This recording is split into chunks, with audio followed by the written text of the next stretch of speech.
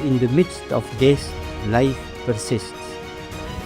In the midst of untruth, truth persists.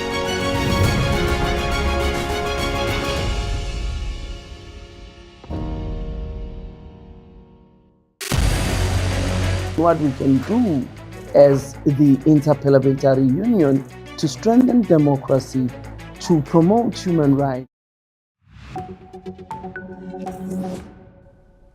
Hello and welcome. I'm Ms. Suma Katauka. You're watching the World Report on NewsX12. Let's take a look at some of the headlines of this hour.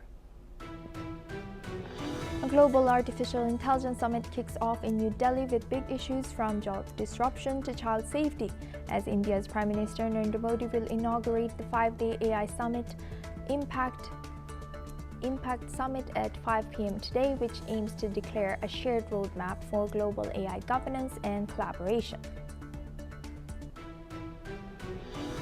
According to Syria's Foreign Ministry, Kate Forbes, president of the International Federation of Red Cross and Red Crescent Societies, met Qutaiba Kadish, director of the International Cooperation Department, Syria, to discuss the Federation's humanitarian work in Syria.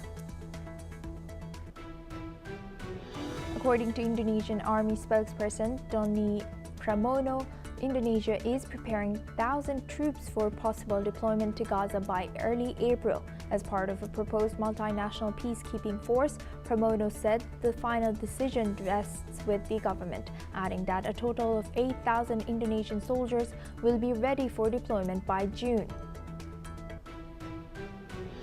According to the Chinese Foreign Ministry, China will grant visa-free entry to Canadian and British nationals starting tomorrow till the end of the year, leaving the United States as the only Five Eyes country without the visa-free access.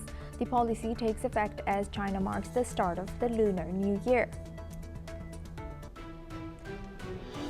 According to the Japanese Foreign Ministry and the U.S. State Department, Japan also pledged $17.8 million to NATO for support to Ukraine, while Japanese Foreign Minister and U.S. Secretary of State Marco Rubio agreed in Munich to accelerate coordination for Prime Minister Sanai Takaichi's planned March visit to Washington.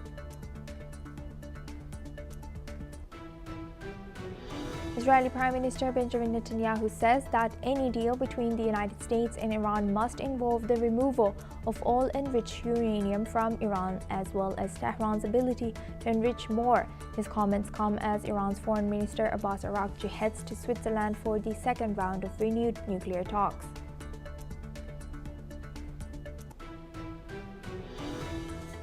U.S. President Donald Trump said Board of Peace member states will announce at an upcoming meeting on Thursday a pledge of more than $5 billion for reconstruction and humanitarian efforts in Gaza. U.S. Attorney General Pam Bondi has published a list of over 300 prominent figures mentioned in the files of U.S. financier Jeffrey Epstein. The letter lists all former and current officials or politically significant figures whose names have been mentioned at least once.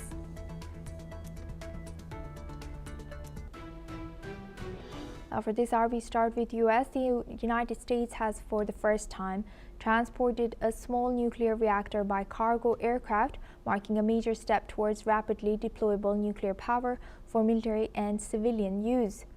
The Department of Energy and Defense flew a microreactor from California to Utah aboard a C-17 military aircraft in partnership with California-based company Valar Atomics. The reactor was transported without nuclear fuel. The flight landed at Hill Air Force Base with Energy Secretary Chris Wright and Pentagon official Michael Duffy on board. Officials described the operation as a breakthrough for nuclear logistics and energy security. The demonstration comes as the administration of President Trump pushes to expand small nuclear reactors to meet rising energy demand, including for national security and advanced artificial intelligence systems. Let's listen in. Powering next-generation warfare will require us to move faster than our adversaries, to build a system that doesn't just equip our warfighters to fight, but equips them to win at extraordinary speed. Today is a monumental step towards building that system.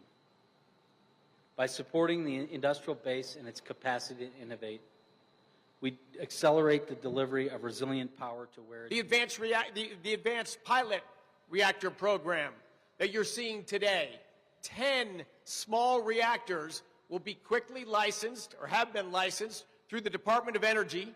Before they sell commercial power, they'll be licensed by the Nuclear Regulatory Commission. But we've moved quickly to get multiple reactors critical by July 4th of this year, the 250th anniversary of our country. We went 40 or 50 years without building much in the nuclear space. And from executive orders only about 12 months ago, before July 4 of this year, we will have multiple nuclear reactors critical. That's speed, that's innovation, that's the start of a nuclear renaissance. Now we welcome retired Major General Siddhakarji. He's a senior geopolitical and strategic defense expert, joins us live from Jaipur. Thank you very much, Major General, for joining us again. Good to see you. Now, can you tell us how significant is this, and also the timing? How does this Trump administration push for these micro reactors align with broader national security competition with countries like China and Russia? Suma, thank you for inviting me for your show. Well, as far as the timing is concerned, it is not stage managed to the best of my understanding. It has come in the natural sequence of event, and USA has been carrying out research and trying to invest time, energy, and effort towards green energy, nuclear energy being what it is. They have been actually pushing it hard for past couple of years, particularly in last 10 to 15 odd years, or more than 2 decades or so. The data centers have come up significantly. Semiconductor industry has actually, expanded by leaps and bounds. And you have electronic industries. They have also picked up momentum in USA. So if they have to depend on the fossil fuel, well, that adds on to the carbon dioxide in the environment and also pollutes the air quality, one. Number two, it also has got very serious consequences against the climate change, although USA is not a signatory to the climate change. But the fact remains that this articulation which you just played is actually painting a backdrop of the future modern war. The modern war can't afford to have, systems or your logistic bases without power. The logistic bases have to have continuous power. And as on today, significant percentage, I don't have the accurate figure, significant percentage like Illinois, you have Georgia, these kind of provinces, they have large number of nuclear reactors and their dependence on the nuclear energy is pretty high. America is working towards expanding this dependency on the green energy. Now, what it matters is, it is first of its kind, to the best of my understanding and knowledge. I don't think China has ever moved this small nuclear reactors, nor has Russia so far, nor any country in the Europe. Nobody has moved by air. This is for the first time, as per my understanding and research, it has been done successfully by USA. This is a landmark achievement. Number two, this nuclear reactor, you call it as modular nuclear reactor, it has got the capability, it's size of a van. It has got the capability to generate power which can light 5,000 homes. It can generate something close to a little more than 5 megawatt, and 5 megawatt means it can light up 5,000 homes.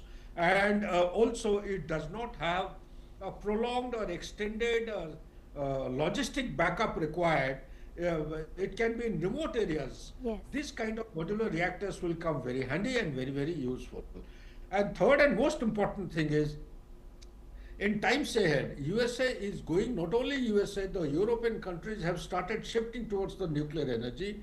Take the example of India. We are also very significantly shifting towards nuclear modular reactor in the country, so that the remotest corner of the country, where the logistic supply chain is very problematic, over there the nuclear energy can actually meet the requirement, and also it will make value addition to the operational preparedness of the country. Back to you, Asuma. Thank you for highlighting that and sharing that significance of this. Thank you very much, Major General Siddhakarji. Please stay with us as we come back to you. Now, Ukraine has launched a major drone attack on the Belgorod region, sending over 80 UAVs and more than 10 munitions across various districts. The Shebekinsky district suffered significant damage, including a commercial facility, several private houses, and power lines. Meanwhile, Ukrainian troops have reportedly cut off the enemy's logistics in the western part of Konstantinovka, according to Denis Pushlin, head of the Donetsk People's Republic. Russian troops have also advanced towards Dobropolye, continuing operations in the Krasny Liman frontline area. The situation remains tense with ongoing attacks and military developments. Now we welcome back retired Major General Sidakarji. Thank you very much, Major General, for staying with us. Now looking at this, it seems like the front lines are escalating from both sides. How do you think this will be jeopardizing the upcoming talks between US, Russia, and Ukraine? Yeah, that's a good point you have raised. Good question. Thank you. You see, my understanding is that the peace process will continue, and these kind of escalation of the military operations also will continue side by side. People who are in the know-how of things, who are progressing the peace process, they should not get distracted. We must continue with bringing in peace to this mindless conflict in Ukraine. The point that actually which is to be noted is it is very difficult to pinpoint as to who triggered the first one. It's a cyclic kind of an operation. Prior to this, Russia was hitting hard against Kharkiv and Kyiv and Odessa. So in response, now Ukraine also was waiting at Belgorod. As you know, it is a logistic base. It is the administrative headquarters of an oblast around 40 kilometers away from the border. And many communication connectivities, lots of roads, railway lines, they come and converge here. One is here, the other one is Bryansk, that is opposite Kyiv. So this one is opposite Kharkiv. And also Belgorod, it is on the bank of a river. What I am trying to highlight is that if it continues further unabated, this may actually cause a jeopardy and also give a serious setback to Russia. Take your mind back because when the Battle of Kursk was taking place, Ukraine had made very deep inroads into that area. Russia pushed them back and took it back last year, I think, if I remember correctly. Similarly, Belgorod is not very far off. If Ukraine wants to give a kind of a pushback to Russia, they can very well penetrate and invade into this area and carry out isolation, which will be very, very detrimental. But my take on the whole issue is, regardless of what is happening on the battlefield, the peace process must go on. Otherwise, this conflict will never come to an end. Back to you, Asuma. Right. And as tensions rise, what can we expect from this upcoming talks? And also, why do you think this has the delegation or the talks have been moved from Oman to Switzerland, if I remember correctly? Yeah, you're right. They have moved. Delegations have undergone change. The delegation of Russia has changed. Delegation of America also has changed. And the location is, you see, these are all matters of logistic convenience, I would say, and also compatibility with the host country. At times you find Oman is actually specialized in Middle East peace. There is an old saying, now Oman's name also has to be added. Henry Kissinger long time back said that to start a war in Arabic countries, you cannot start a war without Egypt, and you cannot have peace without Syria. So at one point in time, Syria is to play a center stage as far as the Middle East peace is concerned. Now Oman is playing a very important role. Now with regard to the Ukraine peace process, the delegations also, to my understanding, have moved to Switzerland. And over there, Switzerland, by virtue of the peace efforts world over, post 1945, perhaps they would have selected. Plus, the Geneva is also not very far off. So they would like to have it in the proximity. Consultation process will be better, coordination would be better, and therefore the call has to be taken by the United Nations, which is not very far away. One office is there in Washington, another is here in Switzerland. So therefore, to formulate any kind of a strategy which will take forward the peace process and bring this conflict to an end will be much easier administratively and logistically if it is in place like Switzerland. Back to you, Asuma. Major General Sudhakarji for joining us today and sharing that deep insight with us. Thank you very much. Thank you. Thank you. Now we move on to our next news. A new long-duration crew from SpaceX has successfully arrived at the International Space Station, marking the latest rotation mission to the orbiting lab. The astronauts docked after a multi-day journey aboard a Crew Dragon capsule and were welcomed by the expedition team already on board. The mission will see the crew spend several months conducting scientific experiments, technology tests, and maintenance work. The flight is part of ongoing efforts by NASA and SpaceX to maintain a continuous human presence in low Earth orbit. The arrival also underscores SpaceX's growing role in human space flight as crew rotation missions continue to support research and operations aboard the orbiting outpost.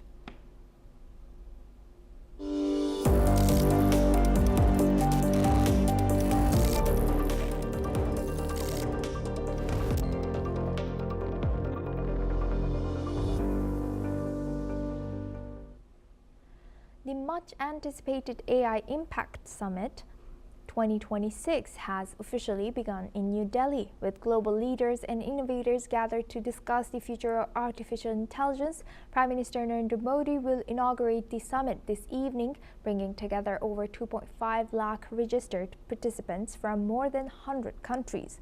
India's Vice President C.P. Radhakrishnan has highlighted that AI must remain human-centric, with a focus on addressing global challenges and enhancing accessibility. Meanwhile, global leaders like French President Emmanuel Macron and UN Secretary-General Antonio Guterres are attending, alongside industry giants like Sundar Pichai, Sam Altman, and Shantanu Narayan, further solidifying India's role in shaping AI for global benefit. Key sessions have already started, featuring discussions on crucial topics. These include AI's impact on employability, India's AI infrastructure, and the role of AI in societal benefits. Furthermore, AI for economic development and AI governance will be discussed in sessions that will set the tone for future global partnerships in AI. The AI Impact Expo, which opens tomorrow, will showcase more than 300 pavilions displaying the latest advancements from 13 countries, including the UK, Japan, and Australia. Attendees will experience first-hand demonstrations of AI technologies that are reshaping industries from healthcare to education. With 500-plus sessions lined up, the summit is set to explore how AI can help address on-the-ground issues, particularly for emerging economies. The India AI Impact Summit will continue until February 20th and is poised to leave a lasting impact on global AI policy, governance, and development. We're joined by our correspondent and anchor, Thomas Porteous, who is on the ground covering the AI Summit live from Bharat Mandapam in New Delhi. Thank you very much, Thomas, for joining us. Now, the Prime Minister is also expected to inaugurate shortly. What are we expecting from his address, a broad vision statement, or specific policy announcements?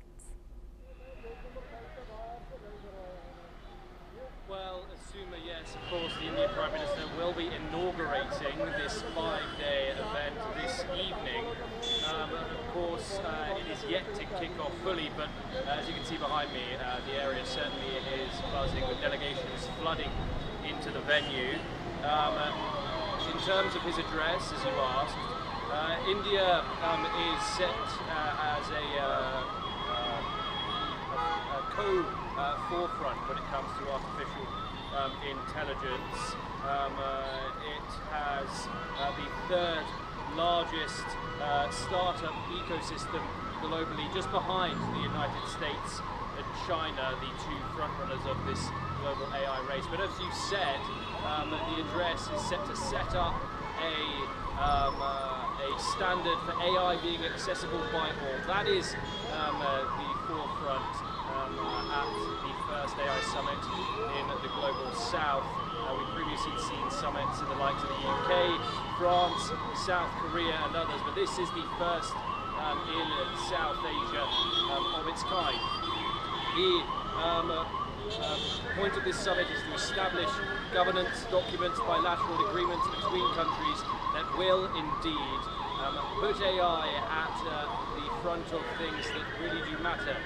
Medicine, agriculture, things that are going to make the general population's lives better. So that is what we are expecting from the Indian Prime Minister's address as the summit gets fully underway. Thank you for highlighting that, Thomas. Now, this summit is being positioned as the first major AI gathering in the Global South. Are delegates framing it as a shift in global tech power, or is that still aspirational? India certainly has power when it comes to this field. Its tech industry is one of the leading factors which, of course, has made India explode economically. It is, after all, the fastest growing economy in the world. However, it does trail behind the United States and China, but India is the world's third largest ecosystem when it comes to artificial intelligence, economically behind Beijing and Washington when it comes to this. Most large-scale foundation models, however, are in China. Okay, and so yes. Thank you, Thomas, for sharing that. And now, with CEOs and policymakers under one roof, are we expecting major bilateral meetings or side deals to take place alongside the former sessions? Yes, of course, there's going to be many major significant figures here. Over 100 countries are going to be represented, with over 20 heads of state, including that of France, Brazil, and many other countries. Of course, the Indian Prime Minister will address the crowd first, and then leading into Thursday and Friday, there will be those significant speeches. Bilateral meetings, of course, the Indian Prime Minister is set to meet with Prime Minister Modi. The Indian Prime Minister is set to meet with Emmanuel Macron on the sidelines of this, as well as Luis Inácio da Silva of Brazil. Those are the two significant leaders that are coming to this, so we will expect some developments there. And Thomas, lastly, before the doors even open, what would count as a tangible success for India by the end of this week? A declaration, investment, commitments, regulatory alignment?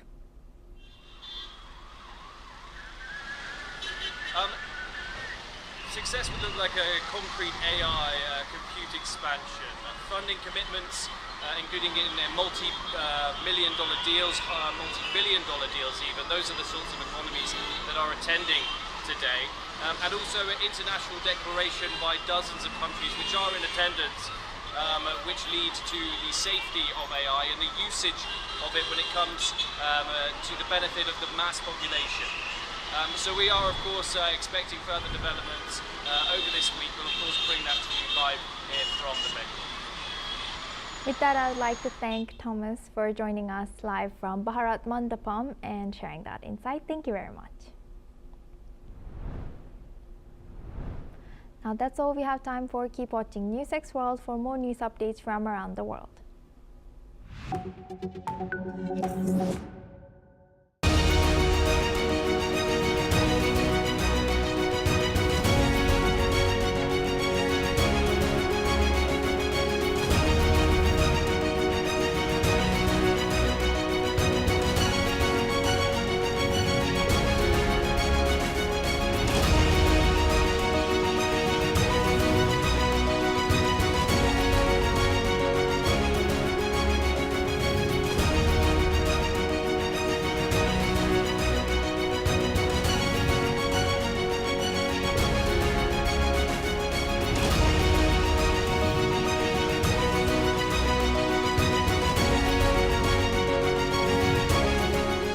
in the midst of this, life persists. In the midst of untruth, truth persists.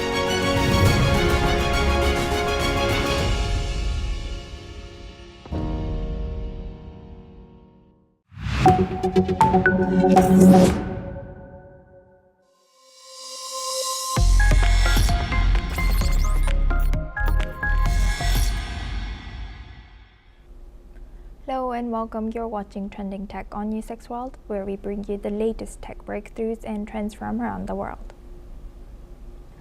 Europe is heavily reliant on imports for core digital technologies, with around 80% coming from outside its borders. This includes crucial components like semiconductors and cloud infrastructure. As geopolitical tensions grow, especially with the war in Ukraine and the US-China tech rivalry, the EU is focusing on technological sovereignty, but the question remains, are European leaders aiming for true independence or just reducing their exposure to geopolitical risks? The EU has launched several initiatives to address these gaps, such as investing billions in semiconductor production and sovereign cloud infrastructure. However, the real challenge lies in whether Europe can realistically build competitive alternatives to US tech giants, or if managed, interdependence is the more practical route. As Europe strengthens its partnerships with India and other democracies, it's clear that the tech landscape is evolving, but can Europe truly achieve digital sovereignty by 2030, or will it still rely on larger global powers? Now we welcome to discuss all this and more. Joining us now is Mr. Martin Hulin. He's a director of the Bertelsmann Stiftung's Digitalization and the Common Good program since October 2023. Mr. Martin leads a team focused on developing innovative approaches to strengthen the common good at both the national and international levels. His areas of expertise include international digital and data policy, AI, and sustainability policy. His work and views have been presented at prestigious venues like the UN World Data Forum and COP conferences, and he was honored with the Future of Data Award in 2023. Thank you very much for joining us, Mr. Martin Hulin. Thank you very much for having me. Thank you. Now diving into my first question, Europe currently imports around 80% of its core digital technologies, from advanced semiconductors to cloud infrastructure, and estimates it may need up to 3.6 trillion euros by 2030 to close critical capability gaps. Recent geopolitical shocks, from the war in Ukraine to US-China tech rivalry, have intensified concerns about strategic dependence. When European leaders talk about technological sovereignty, are they aiming for true independence or simply reducing exposure to geopolitical risks? Thank you for this question. So the reality is 80% of dependency on technological tools is indeed a vulnerability, and especially in those areas that you have pointed out, like semiconductors, cloud infrastructure, and AI, where disruptions of, for example, imports could paralyze our economies and also governments. And Europe at this stage is in the middle of a mapping exercise of seeing where these vulnerabilities are, and is fully aware that, of course, there's already an existing huge interdependence. However, the current focus is very much on reducing critical dependencies that pose also geopolitical and security risks for us. And the goal from a geopolitical risk point of view is, of course, that we can act autonomously in crises, even if we remain interconnected with global supply chains. And examples like the recent Greenland crisis, where there was a threat to cut off potentially also digital infrastructure, and of course the ongoing reality of China's control over rare earths, highlight the urgency of such securing of strategic capabilities. And the approach that we are currently following in Europe is very much one of pragmatic sovereignty. We aim to build enough domestic and also capacity of strategic partners to avoid the risk of coercion, to ensure continuity in critical sectors, but this also means that we are now heavily investing in modular and interoperable technologies, such as, for example, the Eurostack proposals that have been around in Europe since last year, rather than replicating an entire ecosystem approach like the one we have been socialized with from Silicon Valley. Very interesting. Thank you very much, Mr. Martin, for sharing that. And now, under the EU Chips Act, billions are being invested to raise Europe's share of global semiconductor or production, like you mentioned, including IMEC's 2.5 billion euros next generation chip pilot line in Belgium. Yet advanced chip fabrication remains dominated by East Asia and the United States. Is Europe trying to become a major chip power again, or is the real objective to secure enough domestic capacity to avoid supply shocks in a crisis? At this stage, it's really rather the latter. I mean, Europe at this stage might be leading on certain semiconductors in niche areas, but it's not a major global chip power. So this is about also crisis-proofing our capacity. And according to the CHIPS Act, our objective is to secure 10 to 20% of global advanced chip production, enough to avoid these shortages in critical sectors like automotive, healthcare, and defense, where we recently had experiences where certain shortages in chip supply, for example, led to the stop of production in the automotive industry. And investments like the ones you've mentioned in Belgium are about ensuring that Europe has control over key parts of the supply chain, while not, of course, dominating the market. And as I said before, this is really about specialization over scale, because we will never match the Taiwan approach to cutting-edge fabrication, but we can really focus on those niche areas where we have strength, such as in specialized automotive chips, also future technologies like quantum computing and potential advanced packaging and machinery-related semiconductors. And the goal is, again, avoid being held hostage by geopolitical tensions or supply chain disruptions. And this also then underlines this importance for strategic partnerships, because we are very much working on now strategic partnerships with allies like India as well, to diversify supply chains and ensure that we have alternative sources for critical components. Thank you for highlighting that. And now, Europe's investment in sovereign cloud infrastructure is projected to more than triple by 2027. Even though US providers still control most of the market, governments worry about data security, foreign legal exposure, and strategic vulnerability. So as you mentioned, goal is not to avoid being hostage. Can Europe realistically build competitive alternatives to American hyperscalers, or is managed interdependence in the more practical model? Yes, so in particular when we are referring to the cloud part of the technological stack, this is very much currently a development that we are observing in Europe, that there is a push for true sovereign alternatives. We have, of course, seen in the past that on topics like data security, legal compliance, it was very difficult to have solutions provided by US hyperscalers that fully are aligned with these types of core values.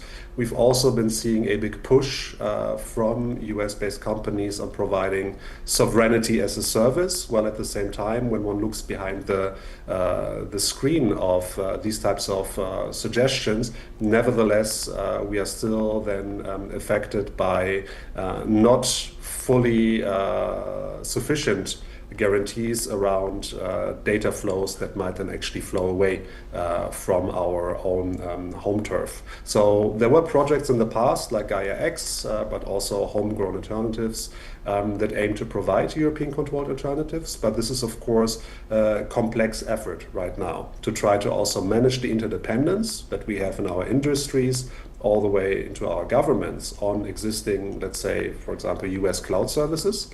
So Europe will most likely continue in using some of these services where it's practical, but with much stricter conditions around data localization and transparency.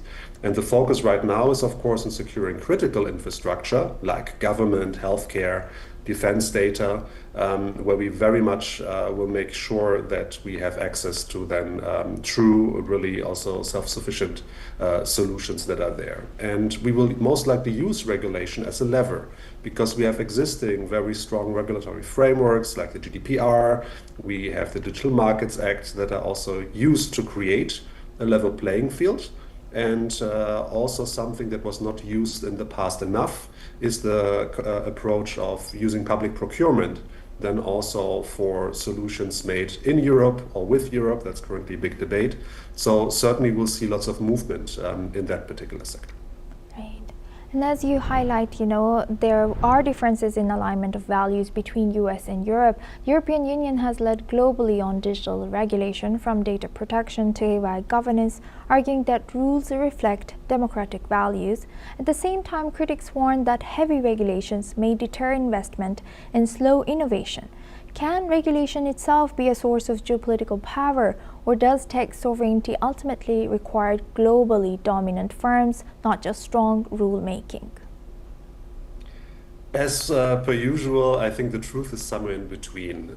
Firstly, on this Brussels effect, or this regulation as geopolitical power, Europe's recent regulatory strength has shown and set also global standards around the AI Act, for example. So it forced even US and Chinese companies to adapt because there was a form also of soft power through rulemaking. And we are still convinced that strong regulation can shape global norms and create also a competitive advantage, while at the same time also realizing that rules aren't enough, because Europe needs to build. Europe needs European champions in different sectors of the technological stack to also turn this regulatory leadership into market influence. And the challenge is always to balance regulation with innovation and not to fall into this trap of saying only if we fully deregulate, we only can be truly innovative, because we have examples like in our mobile sector that was extremely innovative, that only started to flourish based on very clear, set, transparent rules in order to also allow then our homegrown companies then to flourish. So long story short, a hybrid approach currently is being investigated, where Europe, of course, must enforce its regulation to prevent monopolization, while also investing heavily in scaling of European alternatives with also strategic like-minded partners all around the globe, because the approach we are taking is not an exercise in isolationism, but one where we believe that there is a place for technology that serves society and not the other way around. Yes, thank you for highlighting that. And now in January 2026, the long negotiated India-EU free trade agreement was concluded, covering nearly 97% of trade value, alongside cooperation on semiconductors, digital standards, and 6G research. India is positioning itself as a trusted alternative manufacturing and technology partner as Western economies diversify away from China. Is India emerging as a central pillar in Europe's tech resilience strategy, or is the transatlantic relationship still the core anchor of the European digital security? India is certainly a complementary pillar in our strategy also to de-risk across our technological chain. And the India agreement signals deeper cooperation in, as you rightly pointed out, semiconductors, digital standards, and 6G research, making India one of the key partners in diversifying also our supply chains. And India offers, of course, an interesting alternative also when it comes to manufacturing and research and development.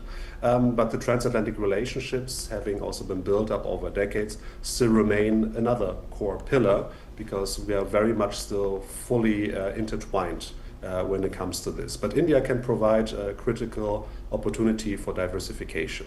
Our strategy in Europe is also to build multiple partnerships to reduce dependency on any single partner country. And certain limitations around the India partnerships could also still be linked to, for example, export controls, where there are certain restrictions when it comes to chip technology, but also political differences may still limit collaboration in sensitive areas like defense tech. But the focus for now, based on our observations, is on commercial and civilian tech cooperation with potential growth areas like around AI ethics and green technology. And of course, Europe was also very attentive when it came to the Indian approach to building digital public infrastructure, which is very interesting, while at the same time, we are also aware that it will not be a silver bullet or a copy of paste model, but rather would be very interested in investigating the lessons learned, but also maybe the lessons that are not worth replicating when we approach our own digital infrastructure build out here in Europe. And as you rightfully highlighted in our earlier question, that every crisis exposes the limits and ability of Europe. Europe remains economically intertwined with China, even as concerns grow over economic coercion, supply chain, and concentration in critical technologies. India, by contrast, has taken a more security-driven approach to Chinese tech firms. Does Europe need to recalibrate its economic relationship with China to achieve genuine tech sovereignty and could deeper AI cooperation with India form part of that diversification strategy? Certainly. I think what we are observing here is a recalibration of the relationship, but not per se yet a huge decoupling, because of course there are indeed existing reliances on China in certain critical areas around rare earth supply chains, 5G, but also semiconductors. But at the same time, also Europe is now in the ability of actually using also tools like the anti-coercion instrument and others to also push back against certain economic pressure that might come without cutting ties entirely. And India, as mentioned before, is certainly a diversification partner, so very much aiming for deeper cooperation there. We've also been observing in the Indian approach to a security-driven investigation when it comes to Chinese technology. And again, Europe is very much in a position where it's trying to follow a balanced strategy, where it prioritizes alliances with like-minded democracies that include India, Japan, Canada, Brazil, for example, while also managing its relationship with China very pragmatically. Right. And now, last but not least, as European defense spending rises, technologies such as AI, cyber capabilities, and space systems are becoming increasingly strategic. India is also expanding its defense industrial base and investing in dual-use innovation. Could Europe and India move beyond commercial tech cooperation into sensitive areas like defense technology and secure communications, or would political and export control constraints limit that ambition? So we just had the Munich Security Conference last week, and I think this was certainly one of the discussion points in the rooms. I think what we will see throughout this year is a further investigation of the potential for cooperation around dual-use technologies.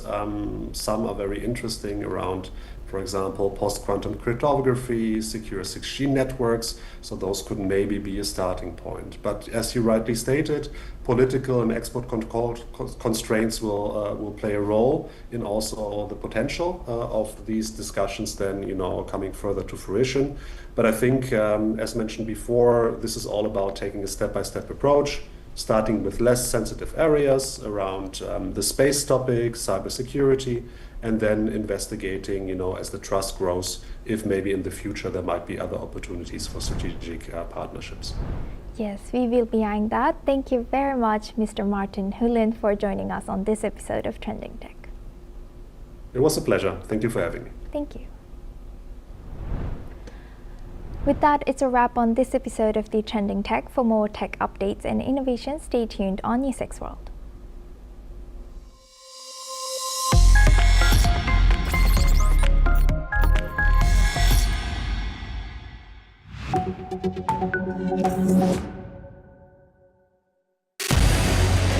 What we can do as the Interparliamentary Union to strengthen democracy, to promote human rights, to ensure that humanitarian law is respected. UN Security Council needs a makeover, a comprehensive reform, and India deserves a position there, a role there.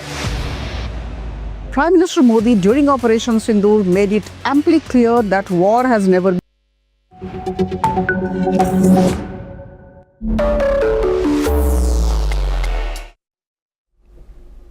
Hello and welcome to Deep Dive on News6 World. I'm Suma Katauka. Today we're zooming in on the escalating tensions in West Asia and the US military's powerful response to Iran. In a dramatic repositioning, America has deployed 6 warships to the region. But as the US expands its military footprint, questions of hypocrisy emerge. while Washington criticizes other nations for military aggression and territorial expansion, it's now stepping up its own military presence, raised under the guise of defense. U.S. defense officials say the new additions include 4 guided missile destroyers, the USS Frank E. Peterson Jr., USS Bruins, USS Mitchell, and USS McFaul, along with 2 littoral combat ships, the USS Santa Barbara and USS Canberra, headed for operations in the Persian Gulf and adjacent seas. Already positioned in the region are the aircraft carrier USS Abraham Lincoln and its strike group, establishing a powerful nuclear-capable presence alongside other U.S. naval assets. To note, the deployment of these warships are also strategic. Take a look at the positioning. USS Frank E. Peterson Jr. deployed in the central and northern Arabian Gulf, providing support for regional security operations and maritime defense.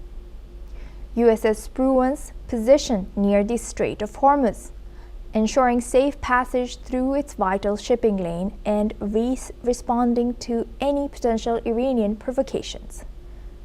USS Mitchell, operating off of the coast of the United Arab Emirates and across the Arabian Sea, protecting shipping routes and monitoring military activity in the region. USS McFaul, stationed in the northern Persian Gulf, providing surveillance and response capabilities in this highly strategic area. USS Santa Barbara, deployed in the Strait of Hormuz and along the coastlines of Bahrain and Qatar, engaged in shallow water operations and infrastructure protection. USS Canberra, positioned along the Persian Gulf oil shipping lanes, ready for rapid response to any security threats in this critical area. So what does this deployment mean? To fully understand the impact, let's step back and look at the context. The USS Gerald Ford and USS Abraham Lincoln carriers were already stationed in the region, but this latest military repositioning marks a dramatic escalation. This move comes at a time when diplomatic negotiations between Washington and Tehran remain tense. Furthermore, the U.S. has been working to extend the pressure on Iran to negotiate over its nuclear program and regional activities. What does this military push indicate about U.S. policy in the Middle East? For decades, the U.S. has maintained a strong military presence in the Persian Gulf as a means of projecting power and ensuring the stability of the region. But this latest deployment could signal a shift in strategy. The United States is not just showing its strength in response to Iranian actions, but also to demonstrate its commitment to the region at a time of uncertainty. The U.S. presence is about more than just defense. It's about making a political statement, a statement that regardless of the outcome of diplomatic talks, the United States will continue to ensure its interests and the stability of the Gulf. Meanwhile, Tehran has been watching this escalation closely. With some officials warning of the consequences of the increased U.S. presence, this raises a core question. Is the U.S. positioning itself for a potential conflict, or is this an effort to force Iran back to the negotiating table? The implications of this military deployment could be far-reaching, not only for the U.S. and Iran, but for the entire region. Firstly, the increase in military strength could shift the balance of power, particularly in the Persian Gulf, where tensions with Iran have long been a point of contention. This military repositioning is a direct response to concerns over Iran's ballistic missile program and its regional influence. Secondly, it could have ramifications for U.S. allies in the region. Countries such as Saudi Arabia, Israel, and the United Arab Emirates, who are watching these developments closely, may see this as a sign of U.S. intentions to protect them from any potential Iranian threats. But there's a catch. This military deployment comes at a time of global diplomatic crisis. U.S. officials have been engaged in multilateral talks with other countries over Iran's nuclear activities. These new deployments could undermine efforts to pursue a diplomatic resolution. In the coming days and weeks, all eyes will be on the Persian Gulf, the U.S. Navy, and whether this military mighty push will lead to further diplomatic efforts or into a more tense and complicated standoff. And the question remains, is this an effort to protect U.S. interests or a signal of the United States' long-term military strategy in the region? Will this move bring about a shift in the balance of power, or will they simply strengthen U.S. influence in the Middle East? These are the questions we will continue to watch closely. Now for this discussion, we are welcoming retired Lieutenant General Raj Shukla. He's a former Army commander, joins us live from New Delhi. Thank you very much, Lieutenant General, for joining us on NewsX World. Welcome. Much for inviting me. Great pleasure to be here with you. Thank you. Now, diving into my first question, Washington frames this surge as a defensive one within striking range of Iran's most sensitive maritime corridors. Where does deterrence end and provocation begin? Is this a genuine move towards regional stability? See, what you're saying is can power play manifest across the globe. The Americans have 800 bases, military bases spread across the globe, and 11 aircraft carriers, which you described at great length. So this naval power is to enforce American interests across the globe, the cardinal principle of which is that no hegemon should emerge in any other theater that questions American primacy. And since the Ayatollah regime in Iran was beginning to do that, last year you saw Operation Rising Lion, Midnight Hammer, that was primarily targeting Iran's nuclear arsenal, but also was a signal that America was willing to intervene militarily in order to protect American interests. And since that, you are now seeing a gradual escalation of American military power in profile and prowess, and coercion is built into that. So that is how I see things evolving. I'm not surprised at all. This is American power play at its very best. Thank you for highlighting that, Lieutenant General. Now, the 2026 National Defense Strategy calls for regional allies like the UAE and Saudi Arabia to take primary responsibility for deterring Iran. Yet, with the deployment of littoral combat ships like the USS Canberra and USS Santa Barbara for infrastructure protection, the US seems to be deepening its direct military footprint rather than reducing it. Is this burden sharing in name only, and how do regional powers balance their need for U.S. protection against the risk of becoming launch pads for a potential U.S.-Iran conflict? Even before the national security strategy, the Americans had invoked the Abraham Accords to get Israel and the Arabs together, and in so doing, attain ascendancy over the Iranians. So that bit has happened. America is encouraging Israel and its Arab allies to come closer together. You also see reflected in the construct of the Gaza Peace Accord. But if you are talking of the military burden being taken on by the Arab allies, I don't think that is going to happen in the near future, because the oil-rich Arabs can invest. They have a lot of treasure to invest in military platforms, but I don't think they are willing to shed blood. And in that sense, their militaries are not cutting edge and potent. They may have platforms, they offer bases to the Americans, but the fighting on their behalf has to be done either by the Israelis or the Americans. That is the reality. So burden sharing in terms of treasure, yes, they're not short of money to buy defense systems, but the fighting will have to be done by the Israelis and the Americans for the near future, and that accounts for the many American bases there, air defense systems like Patriots and the THAADs, fighter aircraft. And when they have to amass further power, they bring 2 or 3 of their 11 aircraft carriers. And that is what you see now, the American military muscle in concert with the Israelis, coercing the Iranians and telling them that they should come to the negotiating table. What the Americans fear the most is Iranian missiles, especially if they are nuclear tipped. And what is even more terrifying is if they can reach the American mainland. So Midnight Hammer was about rolling back the nuclear arsenal. Now the coercion and the associated talks, the design of the Americans is to get the Iranians to roll back their missile arsenal. Because as long as the missile arsenal remains intact, the Iranians can target American bases in the region, they can hit back at the Israelis are short of AD interceptors, and if the ranges of the missiles grow at some time, they can also target the American mainland. So I think that is the grand design of American statecraft. Thank you for highlighting that. And Lieutenant General Shukla, last but not least, the U.S. frequently criticizes other global powers for territorial expansionism and militarizing international waters by deploying a massive nuclear-capable armada to the Persian Gulf to secure shipping lanes it deems vital. Is Washington not applying a double standard?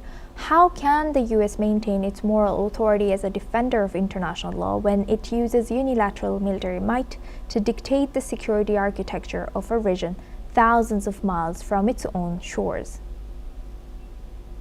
In the international system, power outranks morality. So the final arbiter of your national interest is the power that you possess. Morality matters, but in far lesser degree. So when the Americans have power, in that famous question that Trump posed to Zelensky, what cards do you have? Any nation which does not have the cards will have to submit to American coercion. And that's exactly what's happening. If you see the recent protests in Iran, so what was the grand design? There was great resentment on ground, but the protests were also fueled by the Mossad and the Americans, and it was hoped that they would reach tipping point by themselves. But they did not reach tipping point because the Americans at that point, their aircraft carriers were deployed for Venezuela. They could not concentrate them in time to attack the Iranian regime. So, somebody said that the world is in a huge ocean, and even for the mighty Americans, they discovered that they had too few ships. They could not concentrate the aircraft carriers in time, and the protests ultimately they faded out. So now what the Americans also realize that unless they can target the Iranian regime in concert with the protests, the Iranian regime will not be taken out, and if the Iranian regime remains intact, they can carry out endless repression. They killed, I think, more than 30,000 protesters and are still in power. So now the whole purpose of this military coercion is to get them to roll back their missile arsenal, perhaps obtain some concessions in the street.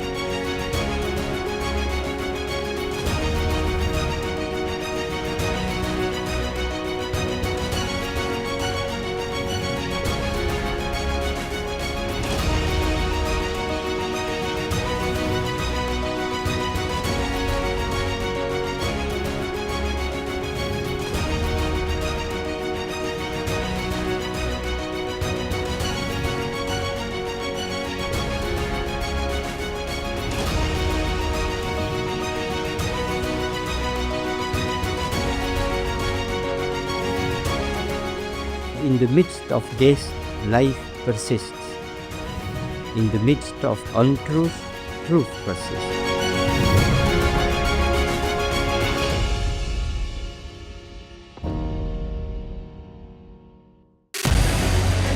What we can do as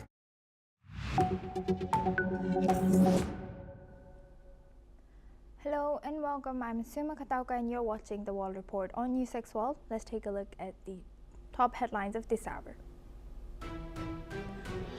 A global artificial intelligence summit kicks off in New Delhi with big issues from job disruption to child safety being discussed, as India's Prime Minister Narendra Modi will inaugurate the 5-day AI summit at 5 p.m. today, which aims to declare a shared roadmap for global AI governance and collaboration. According to Syria's Foreign Ministry, Kate Forbes, president of the International Federation of Red Cross and Red Crescent Societies, met Kutaiba Kadish, director of the International Cooperation Department, Syria, to discuss the Federation's humanitarian work in Syria.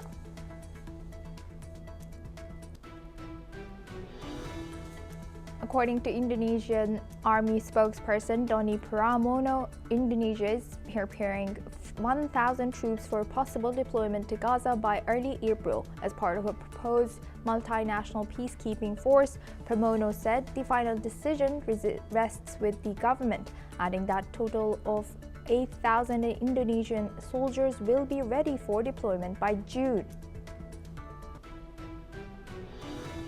According to the Chinese Foreign Ministry, China will grant visa-free entry to Canadian and British nationals starting tomorrow till the end of the year, leaving the United States as the only Five Eyes country without the visa-free access. The policy takes effect as China marks the start of the Lunar New Year.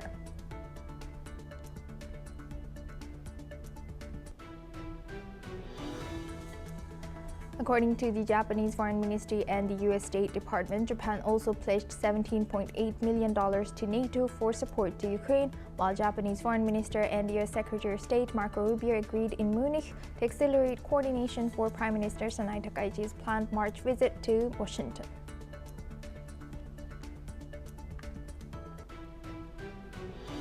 Israeli Prime Minister Benjamin Netanyahu says that any deal between the United States and Iran must involve the removal of all enriched uranium from Iran, as well as Tehran's ability to enrich more.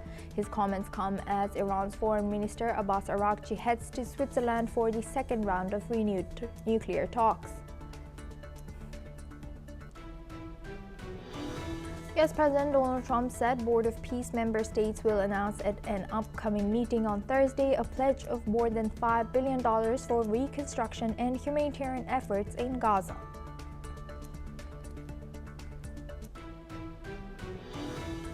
U.S. Attorney General Pam Bondi has published a list of over 300 prominent figures mentioned in the files of U.S. financier Jeffrey Epstein. The letter lists all former and current officials or politically significant figures whose names have been mentioned at least once. Now for this hour, we start with Africa. The African Union has reiterated its call to recognize colonization as a crime against humanity. A decision made during the closing session of the 39th Ordinary Session in Addis Ababa, Ethiopia.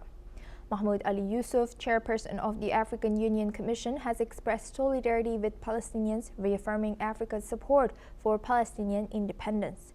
The Assembly also adopted the AU's 2026 theme, focusing on sustainable water availability and sanitation to achieve the goals of Agenda 2063.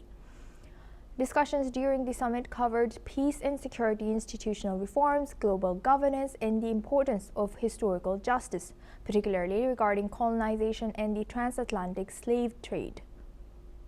The Assembly emphasized the need for African unity and action on critical development issues. Let's listen into what AUC chairperson Mahmoud Ali Yusuf has shared. That the conference recognize, colonization as a crime against humanity. That's very important.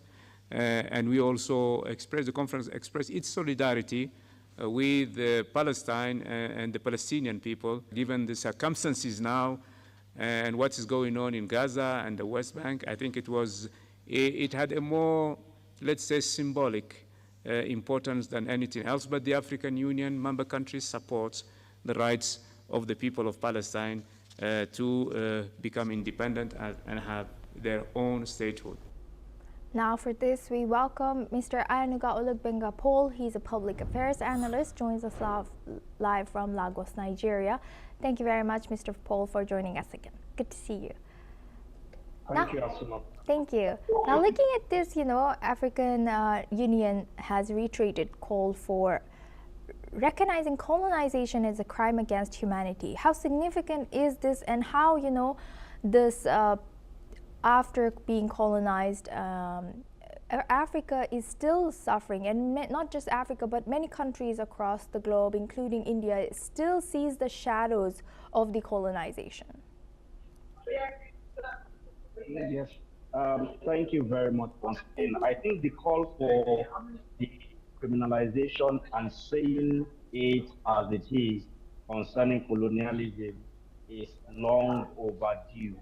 And we must give kudos to the African Union in their efforts to call out Western nation and tell the world now that the crime of colonization is a crime against humanity.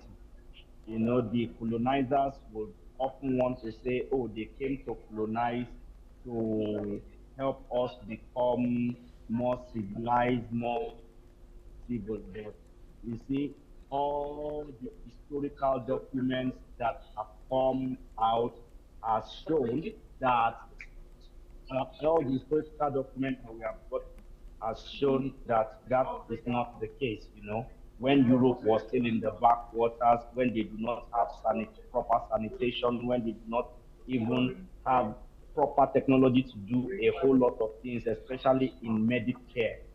Africa and India and many other countries that they eventually came to colonize, you know, were leading the way. I think they were only able to colonize these people because they exploited the hospitality and generosity of our forefathers, who are always welcoming to strangers, who are always hospitable to strangers, not knowing that those strangers have hidden agenda. For example, when they came to Africa, many of their records shows that many houses in Africa don't have doors because there is nothing like thieves in anywhere in Africa. And so that trust, that basis of community shared, properties and everything is what many of the African forefathers use in relating with them before the poison chalice of the so-called westernization kind of civilization, you know, came to destroy the entire fabric of African justice system, humanity, dignity, and so on. I mean, even up till now, there are several things in the world that shows us that Africans are given to peace, to hospitality, and that's why they still keep exploring and colonizing us till today. For example, there are about 70 countries or more in the world that are of African origin, that are of black origin. And none of those 70 countries can tell you that they have weapons of mass destruction, or neither are they interested or actively pursuing the process of acquiring a weapon of mass destruction, because it's not just in our DNA, you know, to look for destruction of human lives, pillaging of people's property. It's not just in our DNA. But you see, the Europeans, I think it's in their DNA to go and destroy everywhere. I mean, they plundered the wealth of India, for example, and you can see that post-colonialism, you see how the Indian wealth grew back, you know, and the European wealth is declining because they cannot steal it like they used to during colonial. So African Union calling for now that there should be reparation, I think is important and long overdue. If you can briefly share with us, you know, as since this is, like you highlighted, it is long overdue, how will the justice or accountability look like? Well, I think justice and accountability will look like one. Let all Europeans, you know, hands off Africa. You know, many of the Francophone countries who cannot have their own central bank, for example, who are still tied to the apron rope of France because France intentionally make it impossible for them to be free except through a coup or bloodshed, like in the case of Burkina Faso, Mali, and Niger, you know, who had freed themselves. right now. They made it impossible for others to use democracy to free themselves. Let many of these European countries, I know that England is still collecting ground rent on some places in Nigeria, despite several years after independence. Let them free us, That's what justice will look like. And all the artifacts, all the treasures of our land will be taken away that are sitting in both private and public museums across different European countries will be returned back. That is what justice would look like. And like Thank they you. would always want to collect repatriation, if reverse were to be the case, they should quantify the loss in human life and property Yes. and pay back the government of each country so affected in Africa. That is what justice look like. But will we be able to get that? I Yes. doubt it, because many of these European nations know Mr. that they Paul. will first and foremost go bankrupt if they try to pay reparation, and of course it will affect their foreign Yes. policy Yes. strength in the world. Mr. So Paul. they will do everything to make sure that they don't pay. Yes, indeed. We will be eyeing that. Thank you very much, Mr. Ernegalu Bengapol, for joining us today and sharing that insight with us on News 6 World. Now we move on to UK. The UK's government is considering bringing forward its defence spending target, aiming to reach 3% of GDP by 2029, a year ahead of schedule. UK Prime Minister Keir Starmer recently emphasized the need for increased defence expenditure, citing the rising threat from Russia. Currently, the UK allocates 2.3% of GDP to defence, with plans to reach 2.5% by 2027. However, due to rising costs, there is growing pressure to meet the 3% target sooner. The move could cost an additional £17.3 billion annually, as the Ministry of Defence faces a £28 billion shortfall in meeting existing commitments. Discussions are ongoing and no final decision has been made yet.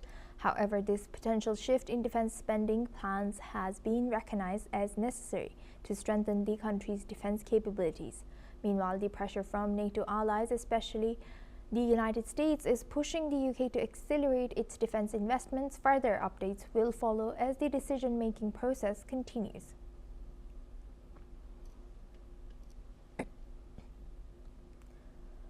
The UK government is considering bringing forward its defence spending.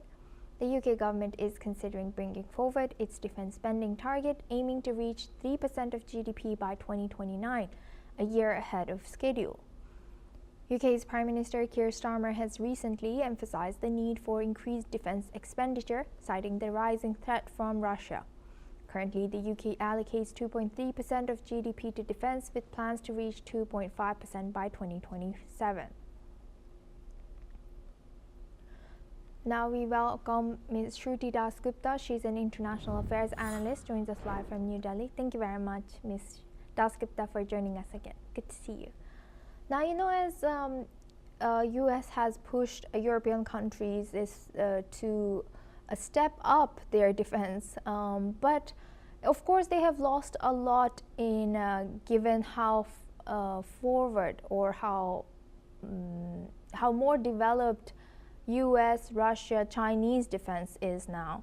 How do you think Europe and UK, especially in this case, will have to do, or what do you think they have to do to make up for the time lost and the developing that they need to catch up with in terms of counter or protecting themselves against any threat? Well, in Munich, I believe Starmer made a statement where he said that they would have to spend more and fast, and that is, I believe, the solution that all of EU and UK or any Western power as such have decided to go forth with: spend more, spend fast, which is dicey because none of their economies seem to be doing too well. And to increase expenditure means they are putting a burden on their already strained economic resources. But they have no choice because they have realized that they were leaning on borrowed strength of USA, and in the hands of Donald Trump 2.0, that particular strength is a weapon against them, which is forcing them to be vassal states rather than partners in any form of strategic partnership, including NATO. So they've realized this, that in their complicity during the post-Cold War era has led them to become lesser of a world power, and they have, and all of them, I believe, and it begins with UK because it's easier, it's independent, it does not have to comply with EU norms. So just the country and its government can change out their plans, fast forward them, accelerate them in whichever way that suits them. So I believe those targets that have been set were supposed to be achieved by 2030, but now they have been moved up by 1 year only, by 2029, as Keir Starmer has stated. And that's only because the current government term will only last till 2029. So they want to finish their objectives before they hand over the regime to whoever wins the nation's heart.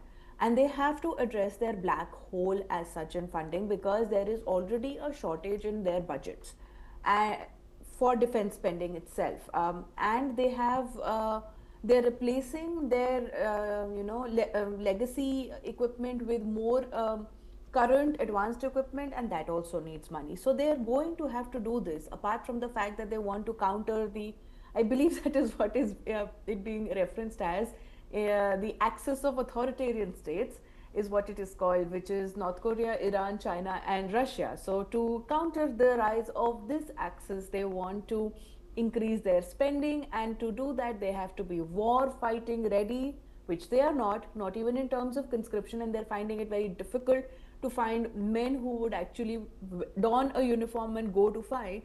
So they have social issues along with just budgetary issues, but they're at least trying to focus on making EU in its, I believe they are calling it the pre-war era, not the post-Cold War era. Now they have want to be part of the pre-war era, where their military might is not insignificant or old or rusted.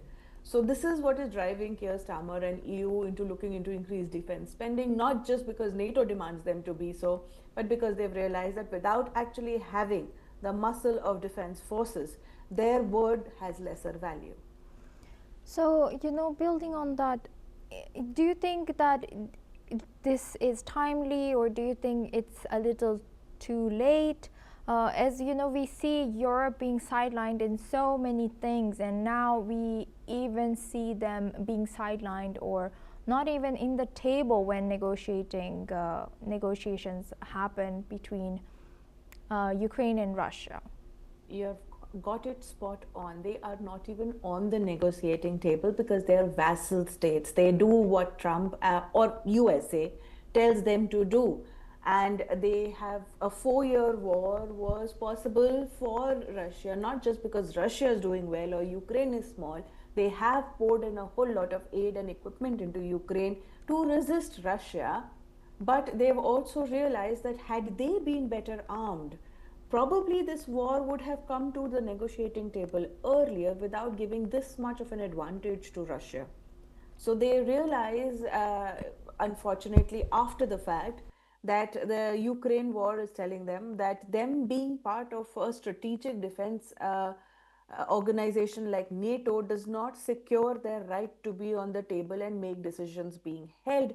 If you remember earlier, last year, Trump had all the EU nation heads sitting like he's the principal and they are the derelict students of his school, and he was talking to them in very much the same strain. There was a mutual praising that was happening. He was giving everybody a chance to praise him. So the sycophancy of Trump has made them realize their delicate state in this particular kind of coalition. And now we will see an increased race for arming themselves, not just in UK, but in all EU nations, because they realize that their security is only as good as their own weapons and army. They should not be dependent or so codependent on each other or even USA for that. So they are late to the game, but better late than never.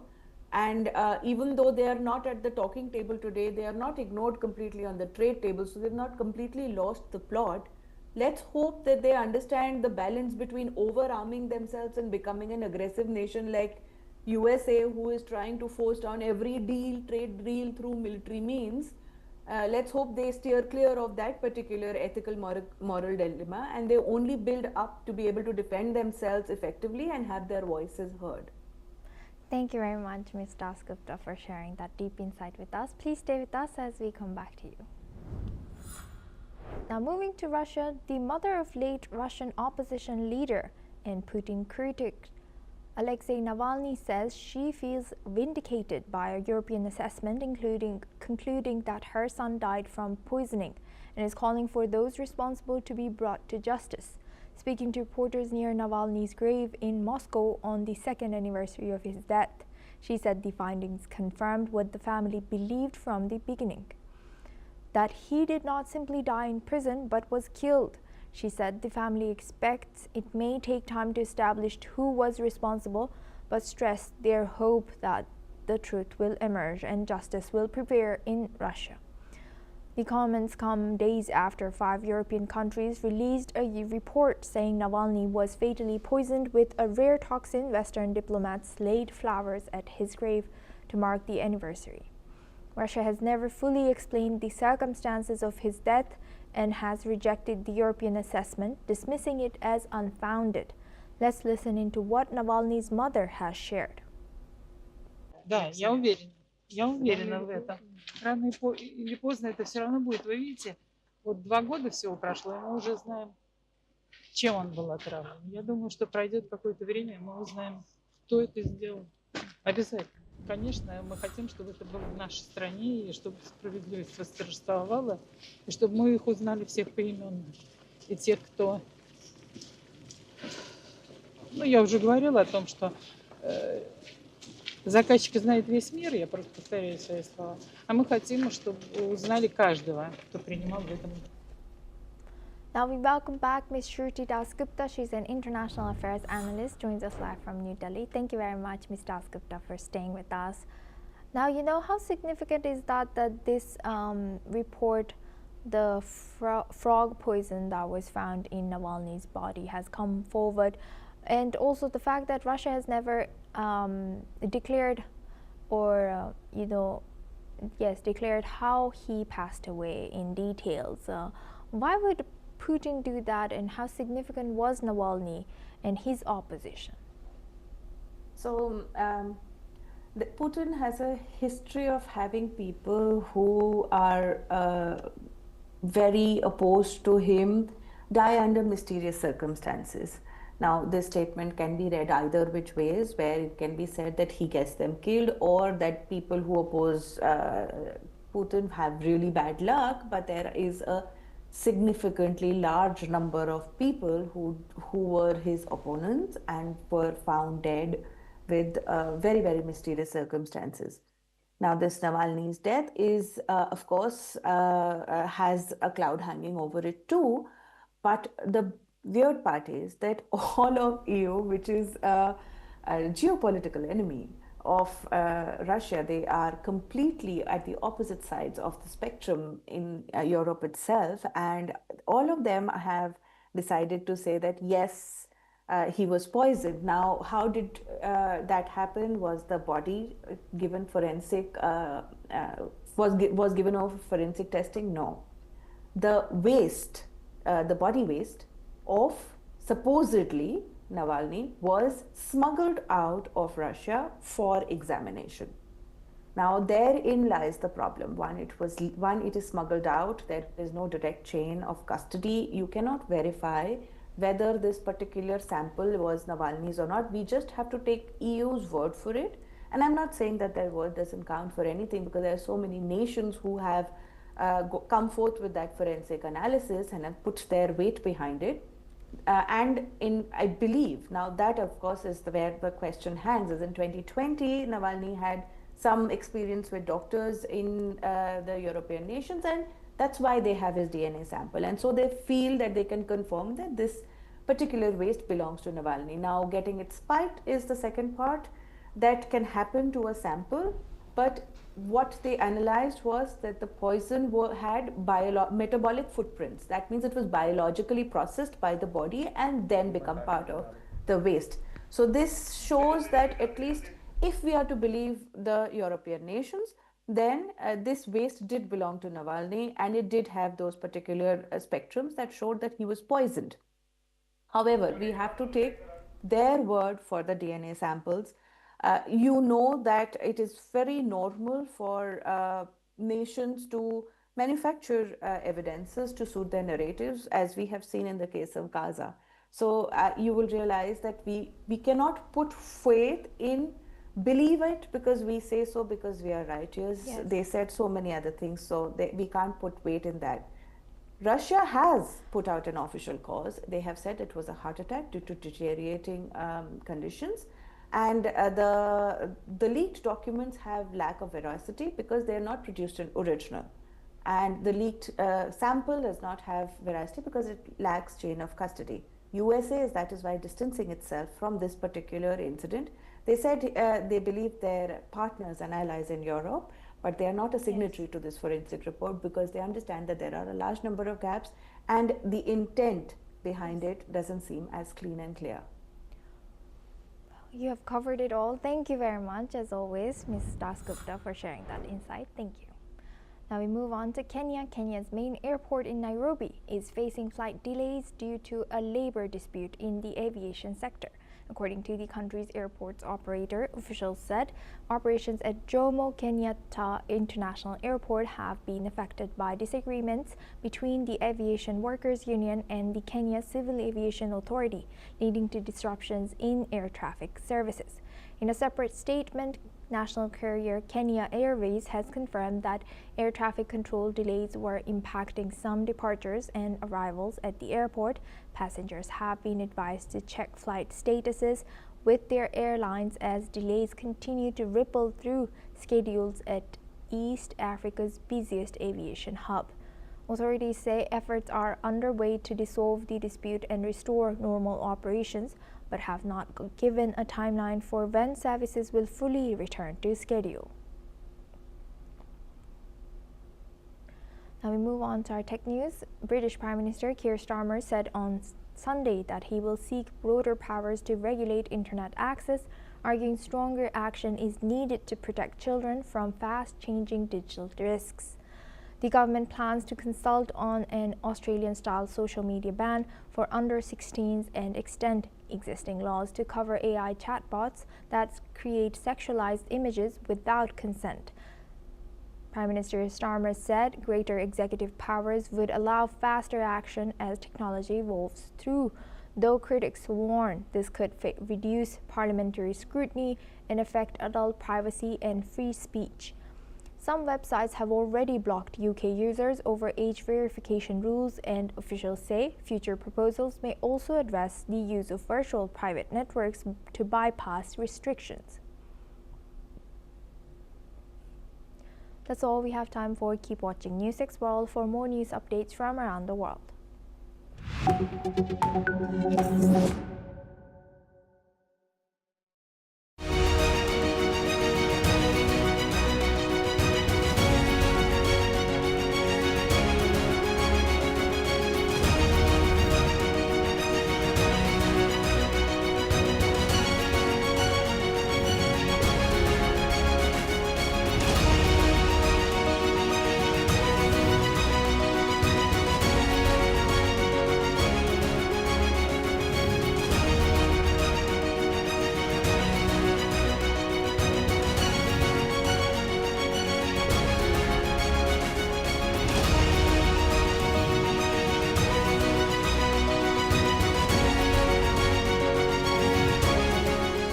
In the midst of death, life persists.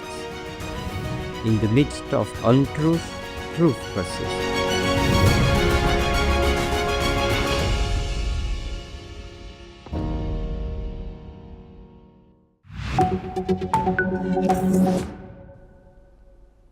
Hello and welcome. I'm Asuma Katauga and you're watching the World Report on News 6 World. Let's take a look at the top headlines of this hour.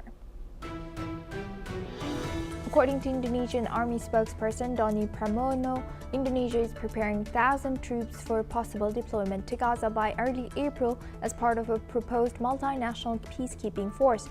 Pramono said the final decision rests with the government, adding that a total of 8,000 Indonesian soldiers will be ready for deployment by June.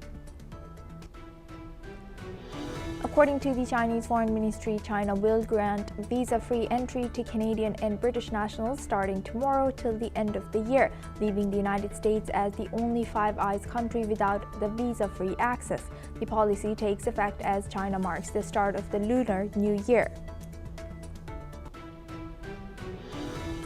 According to the Japanese Foreign Ministry and the U.S. State Department, Japan also pledged $17.8 million to NATO for support to Ukraine, while Japanese Foreign Minister and U.S. Secretary of State Marco Rubio agreed in Munich to accelerate coordination for Prime Minister Sanai Takaichi's planned March visit to Washington.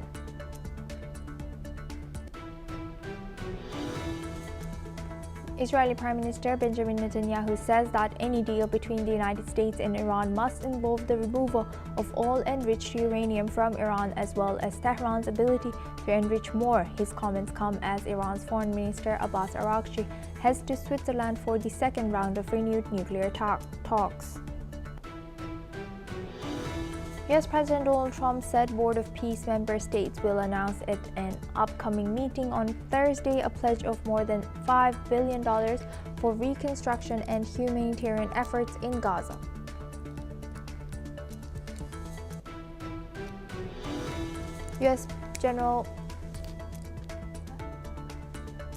U.S. Attorney General Pam Bondi has published a list of over 300 prominent figures mentioned in the files of U.S. financier Jeffrey Epstein. The letter lists all former and current officials or politically significant figures whose names have been mentioned at least once. The Russian embassy in Ottawa rejects accusations by the Canadian authorities in connection with statements by European countries about the poisoning of blogger and longtime Putin critic Alexei Navalny, who was listed as a terrorist and extremist in Russia. Nepali candidates launched their campaigns for next month's parliamentary elections, the first since deadly anti-corruption protests toppled the previous government in 2025. Interim Prime Minister Sushila Karki says the election will draw the future of the country. A global artificial intelligence summit kicks off in New Delhi with big issues from job disruption to child safety. India's Prime Minister Narendra Modi will inaugurate the 5-day AI Impact Summit, which aims to declare a shared roadmap for global AI governance and collaboration. Now, if we start this hour with Russia, Russian Foreign Ministry spokeswoman Maria Zakharova has criticized the Munich Security Conference held from February 13 to 15 for exposing a lack of solidarity within NATO. Zakharova has argued that the differing positions expressed by the US and European countries were not just differences in opinion, but clear signs of NATO's fragmentation. Zakharova has pointed to countries like Hungary, which she said defend their own interests, and accused Ukrainian President Volodymyr Zelensky of using rude ferocity to insult Hungarian Prime Minister Viktor Orban in a bid to appear favorable to Western European nations. The spokeswoman has emphasized that NATO's divisions reflect broader rifts within the EU, where some countries act independently while others remain bound by a collective system that she claims leads to moral and ethical decline. Now we welcome Dr. Gilbert Doctorow. He's a Russian affairs expert, joins us live from Brussels. Thank you very much, Dr. Doctorow, for joining us for this. Good to see you. Now, looking at this, what is Russian spokeswoman? Which countries is she pointing towards in this particular statement? Well, her overall statement that there are fractures in the position of NATO countries is entirely correct. Her expression of seeming regret over this is what I would call crocodile tears, because the Russians could only be enthusiastic to watch NATO crumble. It's a bit of an overstatement, though. What I think precipitated further splitting within NATO was the unexpected speech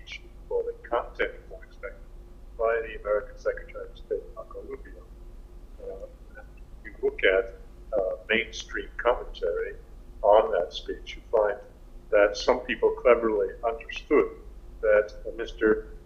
Rubio was not just patching up the damage done by the Vice President 1 year ago at the same conference when J.D. Vance attacked Europe for undermining its own security by not respecting freedom of speech.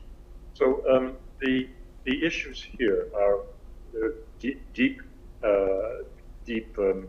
divisions, but the security conference itself is only a place where they become visible. It's not the cause of the divisions. At the security conference, I think the biggest division was between Germany and France, where President Macron is very openly saying that he wants to have a renewed dialogue with Vladimir Putin, and Chancellor Merz is making it clear that he's only interested in rearming Germany. So what do you think, this year, was it US's strategy to send not Marco Rubio, but not send J.D. Vance and send Marco Rubio instead? Well, after all, Marco Rubio is the Secretary of State, and normally he has the first responsibility for this type of conference and for dealing in foreign relations. J.D. Vance did it last year because it was necessary to show a high-level statement on the U.S. view of the leadership of NATO and the European Union. That was done already. Now, Mr. Rubio is known as was considered widely to be a neoconservative in outlook. And what we heard was his speech was quite amazing, because after the first sentence in which he was discussing the fight of the free world against the Soviet Union, something you would expect to hear from the son of refugees from Fidel Castro's Cuba, from there on he made a statement which absolutely destroyed the fundamental tenets of neoconservatism, which he put together with globalism, and as we rightly so, and as we know, the Trump administration is dead set against globalism, meaning open frontiers, open borders, free movement of people, and so forth, and the disappearance of sovereign states in favor of global businesses and civil society. So Mr. Rubio gave a very surprising speech, which left many Europeans and commentators in mainstream confused. Where is the olive branch? Where is the administration of Trump trying to make peace with Europe? It wasn't, and some people understood that.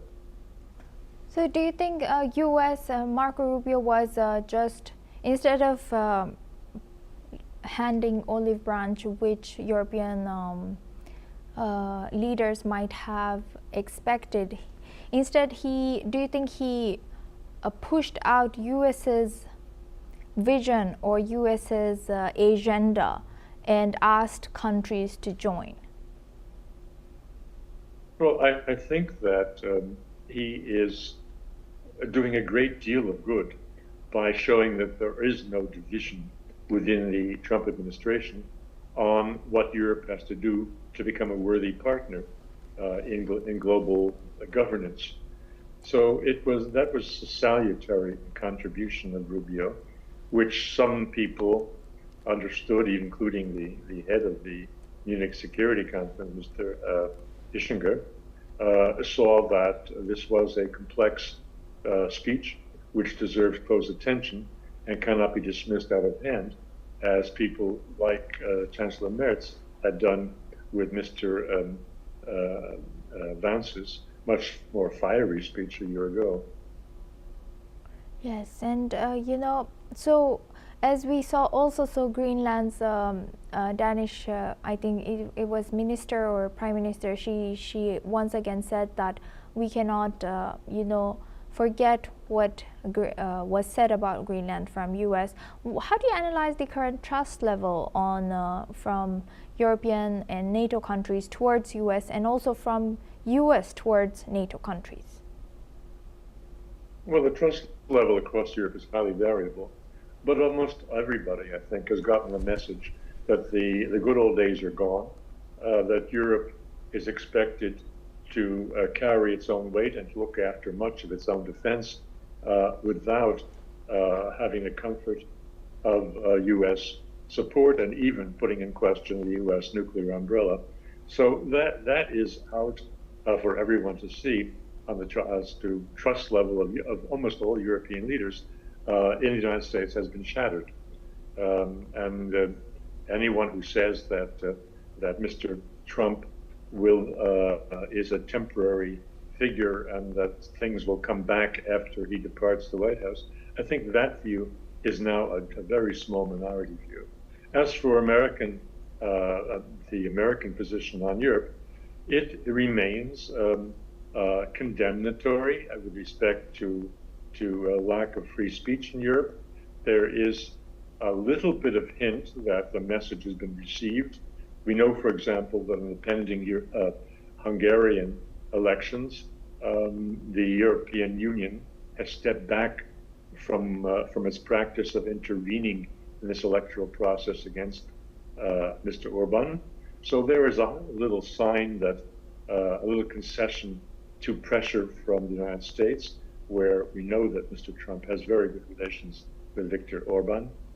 And as I've said, the very fact that the Alternative for Germany opposition party has been allowed in to send representatives to the Munich Security Conference is a big change. It was one of the points that J.D. Vance used when he was saying that Germany is not respecting the views of its own people and is acting in an undemocratic way by excluding and trying to marginalize a party that enjoys large popular support in Germany. Yes. With that, I'd like to thank Dr. Doctorow for joining us and sharing that deep insight with us on News World. Now we move on to Israel. The Israeli cabinet has approved measures to tighten control over the occupied West Bank, including land registration for settlers. This decision had been condemned as de facto annexation by Palestinians that has sparked significant international criticism as well. The West Bank is considered by Palestinians as part of their future state, with much of the territory under Israeli military control for now. Israeli Prime Minister Benjamin Netanyahu's government has expressed strong opposition to the establishment of a Palestinian state, citing security concerns. The land registration process, the first since 1967, is seen as a move to further solidify Israeli control in the region. The Israeli officials argue that the process will promote transparency and help resolve land disputes, but Palestinians, along with international bodies like the United Nations, have criticized it as a step towards entrenching illegal settlements and occupation. Meanwhile, the U.S. administration under President Donald Trump has not opposed Israel's settlement activities, though it has ruled out formal annexation. Now for this, we welcome retired Lieutenant Colonel Himanshi Singh. She's a defense and international relations analyst, joins us live from New Delhi. Thank you very much, Lieutenant Colonel Himanshi, for joining us again. Good to see you. Now, you know, as there have been a lot of calls for the occupation to end and two-state solution of Palestine and Israel. How will this move by Israeli cabinet about West Bank further isolate or perish that idea? Good afternoon, Asuma. So good to see you. See, to understand this development, we must revisit 1967. After the Six-Day War, Israel captured West Bank from Jordan. Since then, the territory has remained disputed, and Israel, they calls it as Judea and Samaria, okay, the biblical homeland. And Palestinians, they call it as their future state. So under the Oslo Accord, West Bank was divided into three areas, A, B, C. and 60% of the land, it still remains under full Israeli civil and security control. So there are most of the people who are settled there, they are Israelis. Now, what is land registration? See, on the surface, it may seem like a technical process of mapping and formalizing the land ownership. But if we see from geopolitical perspective, this move will allow Israel to, first of all, systematically record land under Israeli administration. So even if Palestinians, they say that, you know, this land belong to them, but they have to legally ask Israeli authorities to register it under their names. So legalization will happen only under the Israeli government. Then it will also, convert the military occupation into civil governance. So that is why Palestinians are, they are calling it a de facto annexation. What we are witnessing is a slow death of two-nation theory. See, even if we see the international law, particularly the Fourth Geneva Convention, transferring civil population into occupied territory is considered illegal. United Nations have repeatedly termed Israeli settlements as violating international law. But what Israel says that West Bank is disputed, it is not occupied. And Jews have historical and legal claim under the mandate for Palestine. So, the geopolitical implications are profound. Land registration will consolidate Area C without legal, implications and territorial continuity. Moreover, after the Abraham Accord, Israel normalized ties with UAE, Bahrain, but this annexation will freeze the Saudi normalization. Though Washington is opposing the unilateral annexation, but since there is no reaction from this, so this is a diplomatic warning that the light is green from the US side. It's not opposing Israel at all. So this may, fuel unrest in Gaza Strip and East Jerusalem and in the refugee camps. So it's not about the land records, it's about the sovereignty, and it's about this, as I said, slow death of two-nation theory. It is a narrative which they are trying to build in Gaza Strip. Asuma. Yes, and thank you for briefing out on the history as well. And Lieutenant Colonel, as we know, Israel holds some kind of responsibility as an occupying nation to Gaza's people or Palestinian people. So why is Israel able to get away with not acting in accordance with whatever was agreed in Oslo's law or under the previous signatories? See, we all know that US is somewhere giving a covering fire to Israel when it comes to such occupation. We have seen what has happened in Gaza. We are seeing what is happening in West Bank. It is nobody opposes, comes against Israel when such crimes happen and they are allowed to go scot-free. There is no accountability on part of Israel which anybody is trying to fix. Moreover, recently we have seen America doing things against the UNSC, like they were already giving signals that they will go and occupy Greenland. They have already, abducted the president of President Maduro of Venezuela. So when nations start doing these things and somebody, some strong nation like America, the signal is very, very clear that countries like Israel, they will go scot-free without any accountability towards the people and the Geneva Conventions, because the precedence is being set. So I don't think anybody is going to, oppose Israel. And all this, Gaza peace accord and other things, everything is going to go down the drain. There is no accountability towards people. People will keep dying. They've just allowed a small group of people to go and seek medical assistance. But Israel does not value human laws. That is very, very clear. And it is because America supports it somewhere in the background. Yes, indeed. And last but not least, So, we were talking about accountability. Where do you see this leading us to if one country is allowed to do this and another strong nation protects it? Where's the international law? Where's the... Yes, what do you think? Sorry. See, United States faces a delicate balancing act. Washington supports Israel's security, but officially, they are just trying to mask it by negotiating two-state outcome. But it remains silent when such things happen. So there is no pressure on Israel to do anything. There may be internal backlash that happens inside Israel, but outwardly we will see that even Iran will start exploiting this narrative. Tehran positions itself as a defender of Palestine resistance. So when increased tension strengthens Iran's ideological influence against the region, what we will see is, again, they will start giving more support to Hamas, because every time these things happen, it is not localized to the place of contention. It spreads to the people who are in ideological support of such things. So what I see, the long-term question is very, very stark. What we are, witnessing a burial of two-state framework, first of all, because the territorial integration continues incrementally and we are moving towards one-state reality.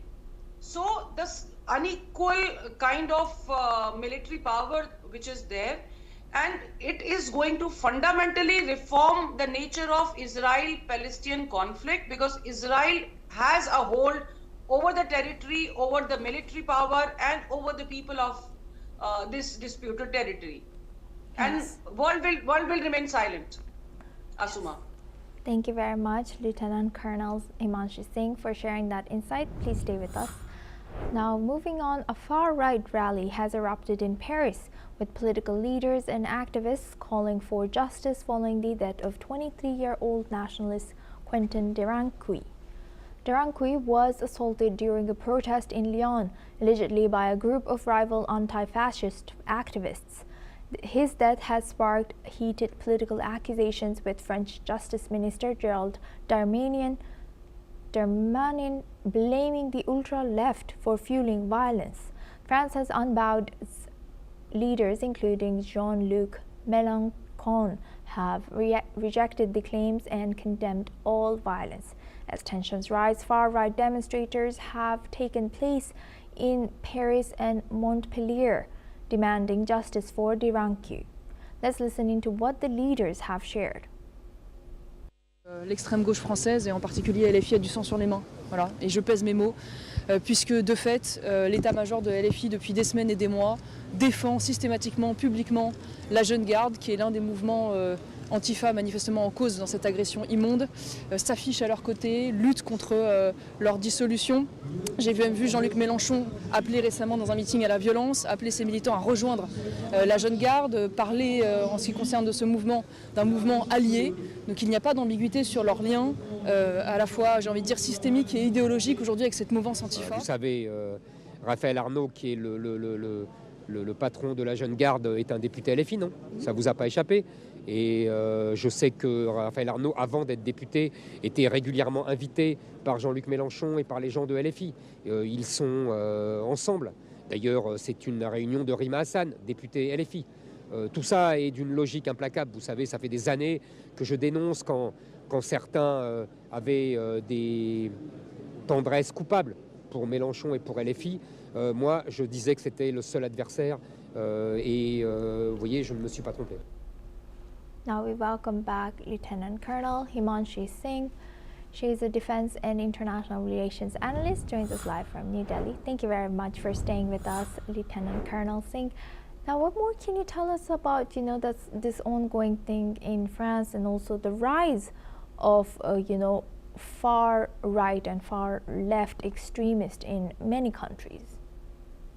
See, what we see when the Justice Minister uses terms like ultra-left barbarians and the opposition speaks of lynching. So this is not just a street ball. We are talking about the collapse of Republican front. France is not just facing a criminal investigation. It is confronting the crisis of ideological polarization. So this beating, has triggered a national mobilization in France, where these far-right groups are holding rallies, and they are blaming the far left for political violence. So, we must understand that there are some structural fault lines in France. Over past 1 decade, what we have seen, that France is seeing rising of nationalist policies and politics prominently represented by Marine Le Pen and her movement.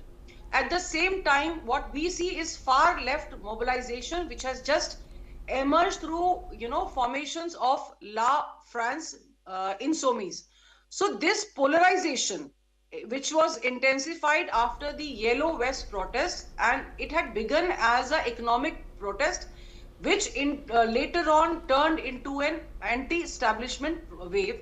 So now this death of a youth, it is now trying to become a very, very stark breaking point for France. It is like a spark in a dry forest, and it is serious. First of all, France has a history of rapid street mobilization, and demonstrations can escalate very quickly into riots. So that is why, we have to see it, how serious it can get. Secondly, the electoral implications are very, very significant. Security incidents tend to benefit parties which advocate strict laws and, order politics.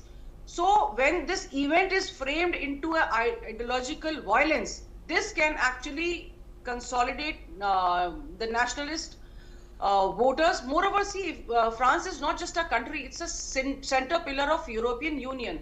And at the time when Europe is managing Ukraine war, and there is a migration pressure and there is an economic slowdown, such internal instability can weaken France's stand worldwide. Asuma.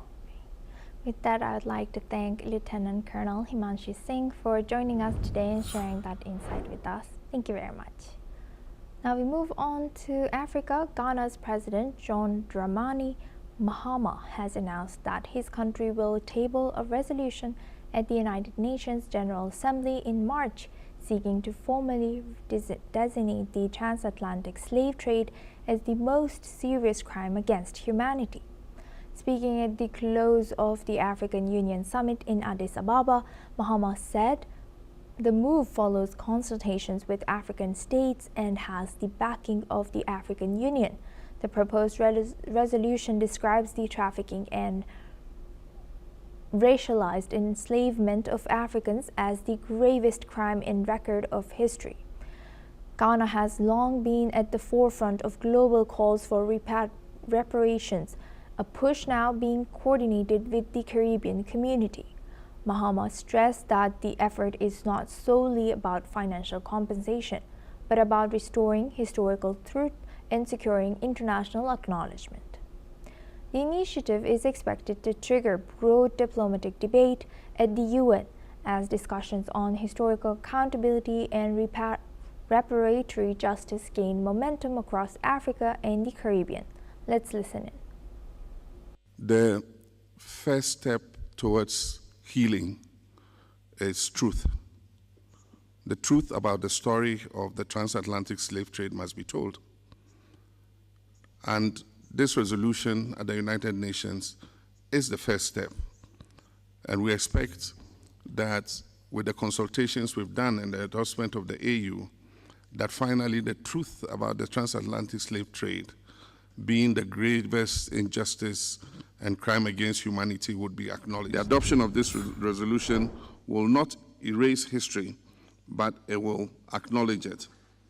The trafficking in enslaved Africans and racialized chattel enslavement were foundational crimes that have shaped the modern world, and their consequences continue to manifest in structural inequality, racial discrimination, and economic disparity. Beginning 20th February 2026, Ghana will conduct intensive diplomatic engagements in New York with CARICOM, the Non-Aligned Movement, the Group of 77 in China, the European Union, and other regional groupings. Informal consultations on the draft text are expected to take place between 23rd February and 12 March 2026. Our objective is simple: to build a broad consensus behind this resolution. Now we move on to our tech news. ByteDance says it will take steps to prevent the unauthorized use of intellectual property on its AI video generator, Seedance 2.0. Following threats of legal action from US studios, including Disney. Videos created by the tool have gone viral in China, including AI clips featuring Tom Cruise and Brad Pitt. What we can do as the Interparliamentary Union.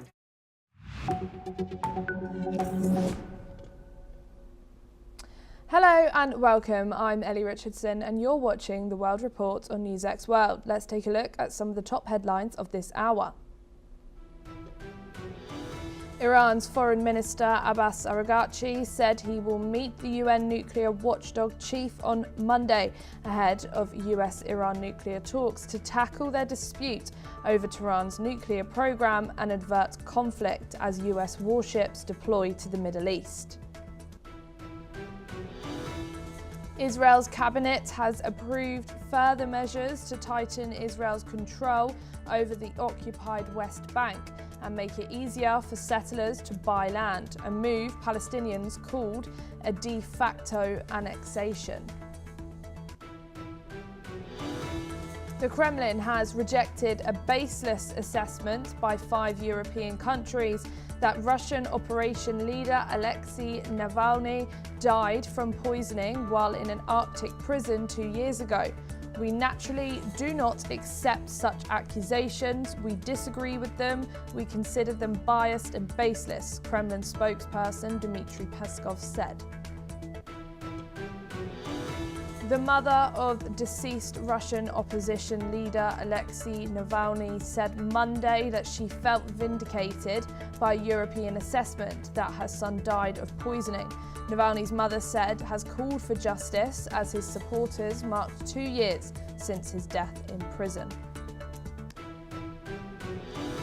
A global artificial intelligence summit kicks off in New Delhi with big issues from job disruption to child safety, as India's Prime Minister Narendra Modi will inaugurate the 5-day AI Impact Summit at 5 p.m. today, which aims to declare a shared roadmap for global AI governance and collaboration. According to Indonesian Army spokesperson Doni Pramono, Indonesia is preparing 1,000 troops for possible deployment to Gaza by early April as part of a proposed multinational peacekeeping force. Pramono said the final decision rests with the government, adding that a total 8,000 Indonesian soldiers will be ready for deployment by June.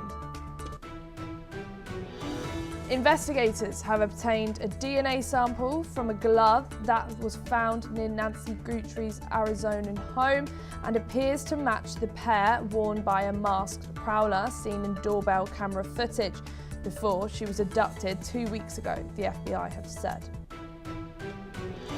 According to the Japanese Foreign Ministry and the US State Department, Japan also pledged $17.8 million to NATO for support to Ukraine, while Japanese Foreign Minister and US Secretary of State Marco Rubio agreed in Munich to accelerate coordination for Prime Minister Sanai Takachi's planned March visit to Washington.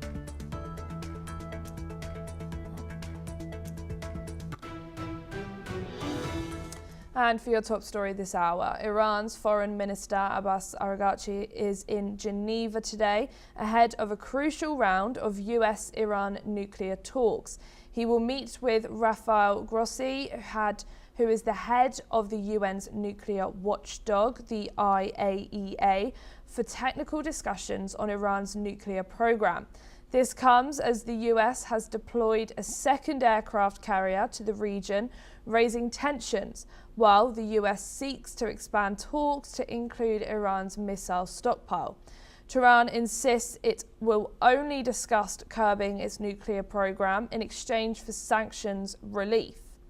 Iran also faces mounting pressure from the IAEA to clarify the fate of its enriched uranium stockpile after recent Israeli-US strikes. We are now being joined by Saul Sadka, who's a political commentator, joining us from Tel Aviv. Thank you so much for joining us here today on NewsX World. What are the main objectives for these talks that Iran's foreign minister is likely to pursue with the IAEA ahead of these US negotiations? Well, for Iran, it looks like the intent is to try and stall for time as they prepare for the inevitable attack that is looming against them. It could be that they believe, this has always been their practice in the past. There have been numerous rounds of negotiations over their nuclear program over the past 20 years, and each time they try and drag out the process, trying to get a better deal. Unfortunately, on the other side of the equation this time is Donald Trump, and they have a track record of negotiating with him that doesn't work out well for them. They haven't managed to manipulate him in the way they've managed to manipulate other world leaders. And it's most likely that he is actually manipulating them and leading them down the garden path so that in the near future, at some point, their remnants of their nuclear program and ballistic missile program will be removed from the table. And perhaps after that, they will be more amenable to negotiations about the way they treat their own people and their proxies around the Middle East. And how important is this engagement in shaping the framework for the talks that are coming up between US and Iran? Well, the talks between US and Iran, if they happen, are very unlikely to lead anywhere meaningful on account of the track record that we see with similar talks in the past, particularly with the Trump administration, first one, and now this one. The demands of the Trump administration are relatively extreme in terms of what the Iranians could ever be expected to accept.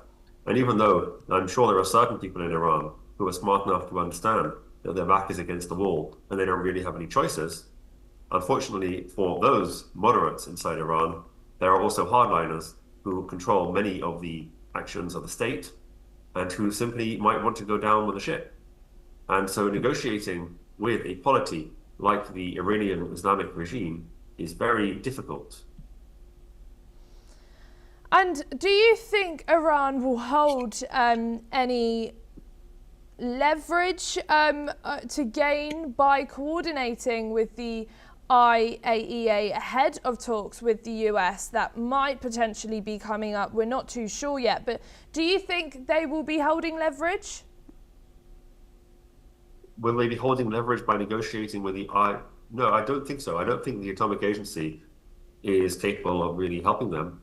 They have been restricting their access over the past 6 months. And in fact, it was the essential, what Iran viewed as a betrayal by the IAEA back in May that laid the ground for the attacks in June. The relationship between Iran and this agency is a cat and mouse game. And at this point, the agency really has no further meaningful role. The demands on the Iranians are going to be for them to verifiably end their nuclear program, and that will not be done by the IAEA. It will be done by other parties. So going forward, I don't anticipate they will have much to add to the conversation. And do you think these talks in Geneva, will there be progress, or do you think there won't be any progress to influence the tone that Iran wants to go in with these potential talks with the US? No, I very much doubt there's going to be any particular progress. It's not going to make any particular difference to the way the US view them. The US administration isn't really swayed by any kind of diplomatic language or conversations in any case. So it's all really playing for time. But my guess is the Iranians are making a very big mistake, because while they are playing for time, it looks like the Americans are also playing for time. The Americans, over the past month and a half now, have been building up an ever-increasing array of weapons against Iran all around Iran in every direction.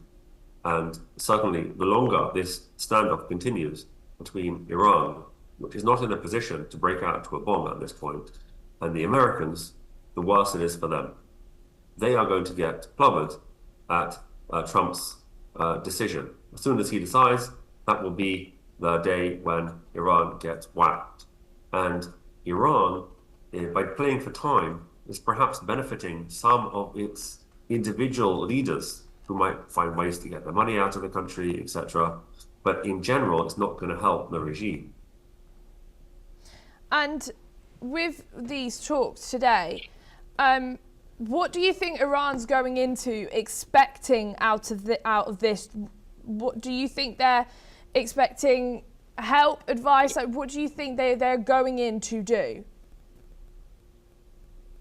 So, like I said, it's not entirely clear what Iran expects to happen. I'm sure, like I said, that there are certainly people inside the regime who are smart enough to understand that the wise act would be to do whatever the Americans tell them. Stop funding their proxies, to stop building their weapons caches, and to hand over the nuclear material that they still have probably buried under the ruins of Fordow and Natanz. Unfortunately, that's very unlikely to happen because of internal divisions within Iran. And therefore, what we're seeing, all these negotiations, all the back and forth, all the threat from Iran, all the bluster, it is all a game. It's all a game to try and stall for time. And time is something the Americans have of much more than them, because the Iranians are also facing increasing internal pressure. The misery of the people of Iran is much worse than it was 2 months ago, nearly, when the protests started, protests that they suppressed, killing more than 30,000 of their own people. Those people and their friends and their families, so millions of people, are not going to forget what was done to them last month, and they are biding their time. So they have enemies on the inside and they have enemies on the outside. And the absolute chaos that they're facing means that they really, if they were smart, would make a deal with the people on the outside in the hope that that would allow them to continue suppressing the people on the inside. Unfortunately for them, for their leaders, they're probably not capable of making that decision. Therefore, the leadership at some point is going to take some heavy blows. And after that, we will see, are the people inside capable of then overthrowing a weakened leadership? Time will tell. But the cards on the table mean that the Iranians are absolutely in a checkmate situation. They view themselves as the great chess players. Well, now it's time for them to play some of their last moves.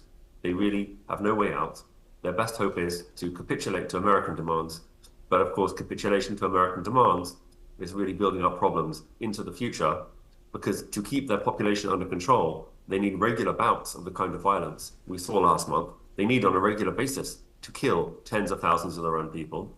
And if they don't have the ballistic weapons, and they don't have the nuclear threat, and they don't have the proxies, the next time they try that kind of thing, they are likely to get clobbered again by foreign nations, Europeans and Americans.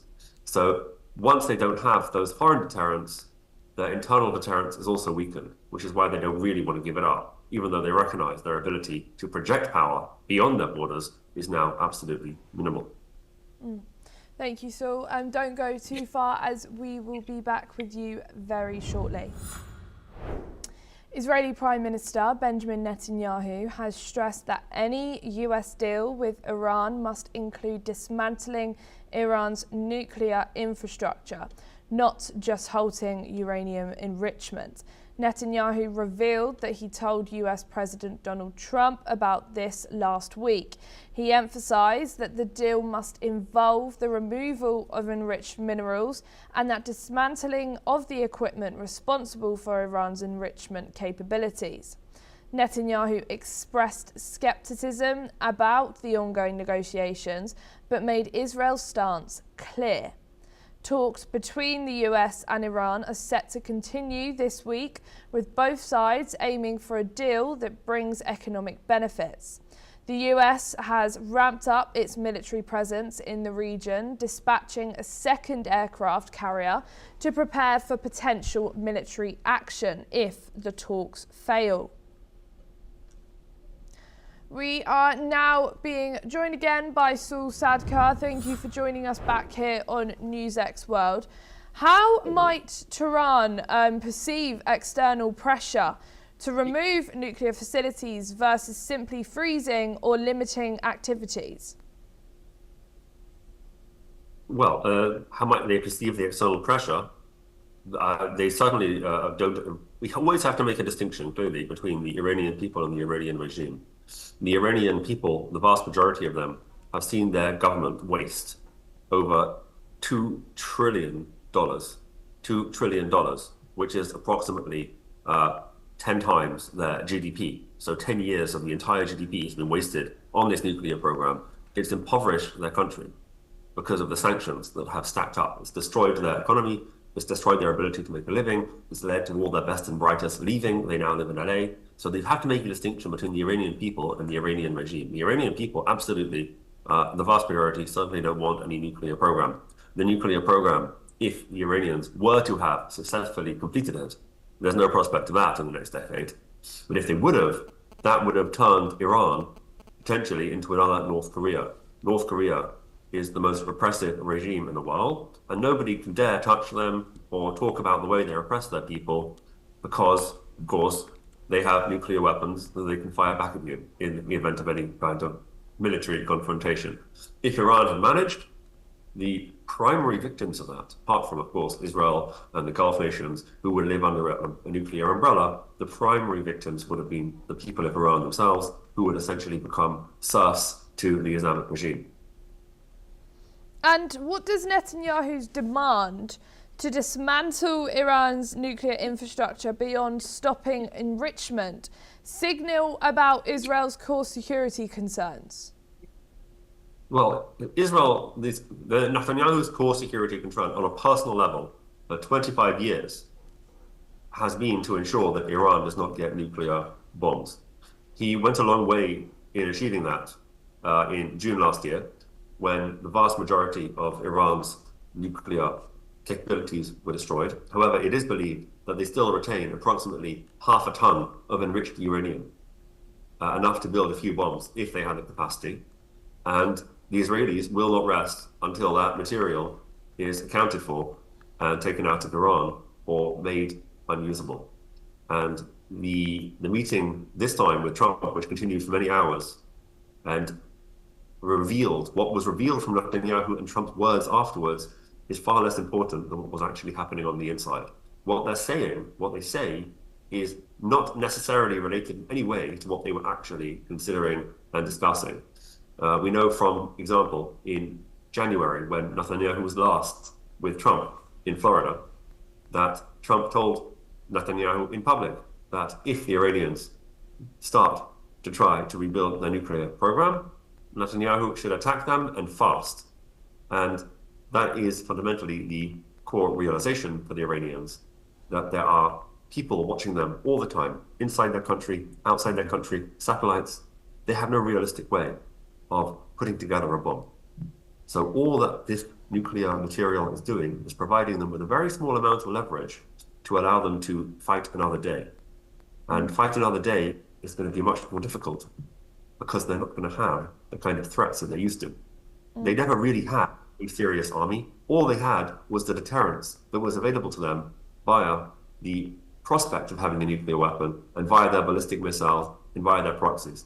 And their proxies are largely taken off the board now.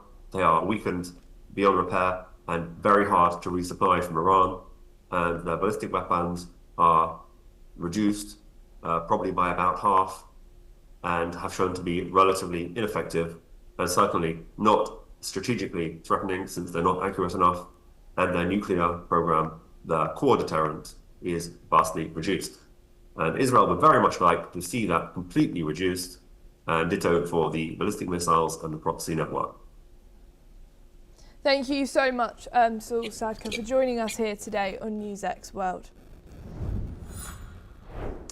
The deployment will focus on humanitarian efforts requiring consent from the Palestinian Authority and will not involve Demli Dun Sia is preparing 1,000 troops for possible deployment to Gaza by early April as part of a multinational peacekeeping force. According to reports, the final decision will be made by President Prabowo Subianto with 8,000 troops prepared by June. This plan comes ahead of Prabowo's visit to Washington for the first Board of Peace meeting, chaired by US President Donald Trump. Reports suggest that the UN-backed mission will aim to stabilize Gaza and will not involve the demilitarization of any party. We are now being joined by Professor Rowan Gunatana, who's an international affairs expert joining us from Singapore. Thank you so much for joining us here today.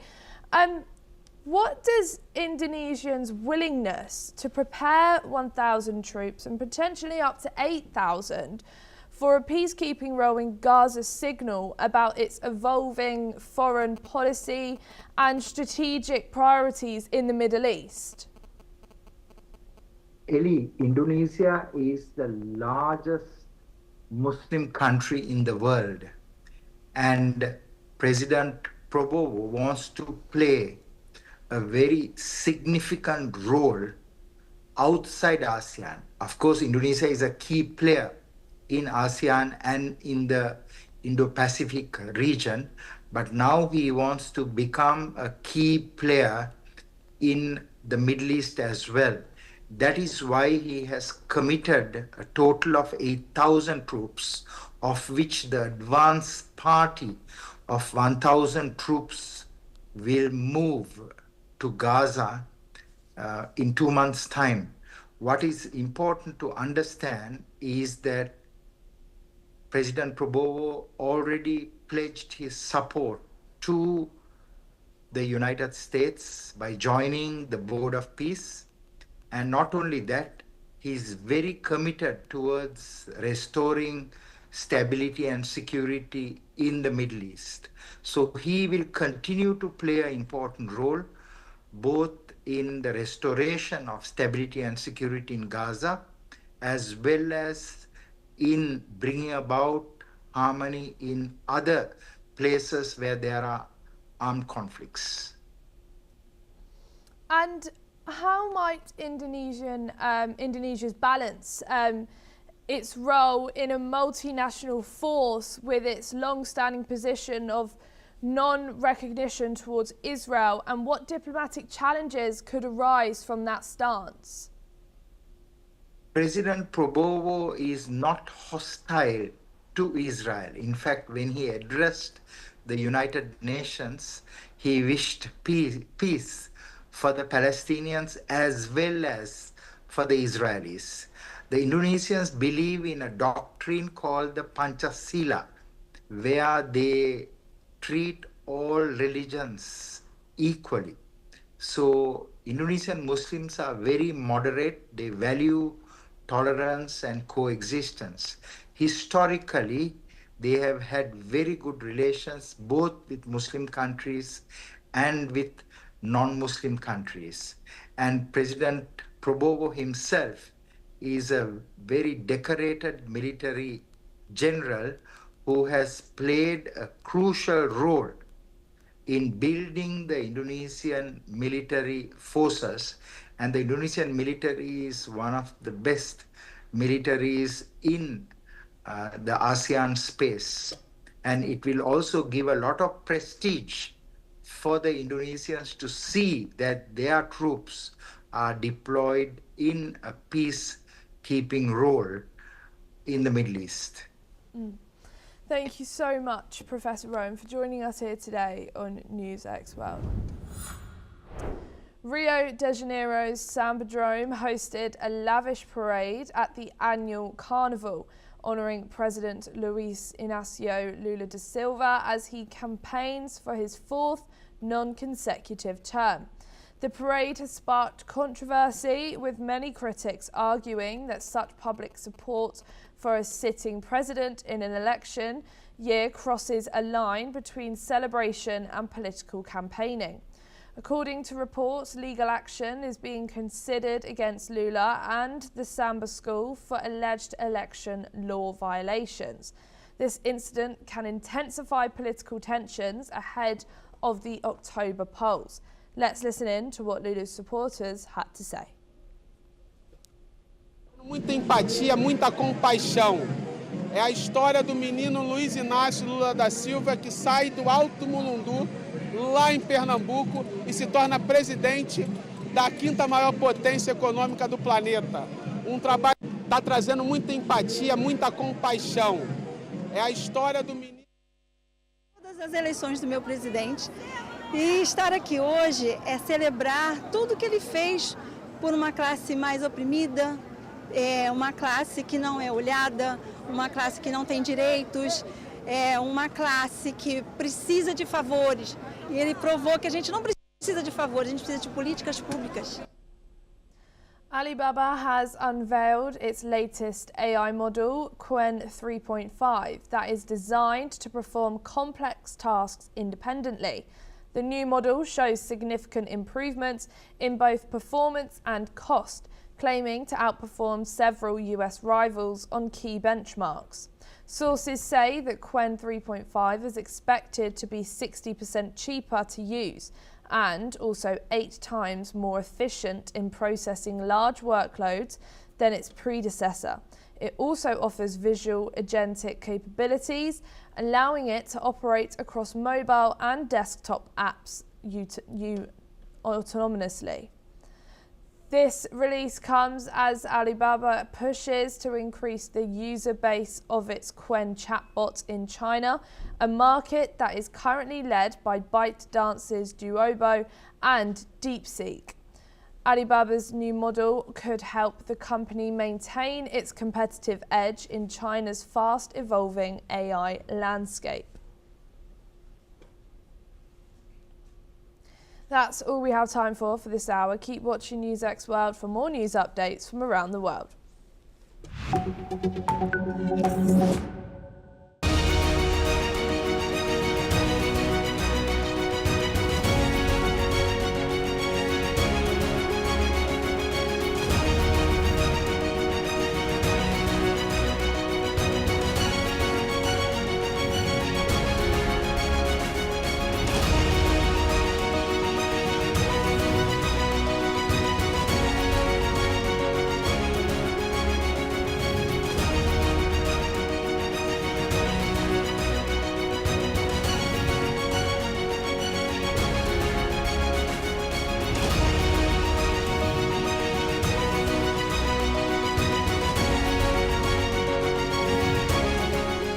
In the midst of this, life persists.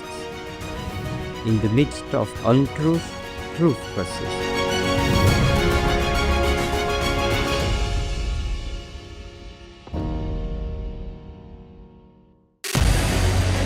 What we can do as the Interparliamentary Union to strengthen democracy, to promote human rights, to ensure that humanitarian law is respected. UN Security Council needs a makeover, a comprehensive reform, and India deserves a position there, a role there. Prime Minister Modi during Operation Sindoor made it amply clear that war has never been India's choice. We are with the side of peace. We are neither neutral nor indifferent. We are with peace. We would have dealt with US a whole lot on trade and those kinds of things, and that's not as certain these days. So we have to go back and look at our European partners, our Asian partners. An opportunity to exchange, to have a dialogue, to have a debate on a different perspective on finding the solution of the conflict. First thing that is important to have a common ground, and that we do have with humanitarian laws and human rights, but also to say, okay, what does it mean for us as a country to act on these laws and how can we work together? When we realize that there's something wrong with democracy, the institutions and policies, values come together and we take stock and it's possible then to improve and chart a new course for democracy. It's the people's right to self-determination, and if they want to be independent, they should be independent. We will not start a war against Greenland.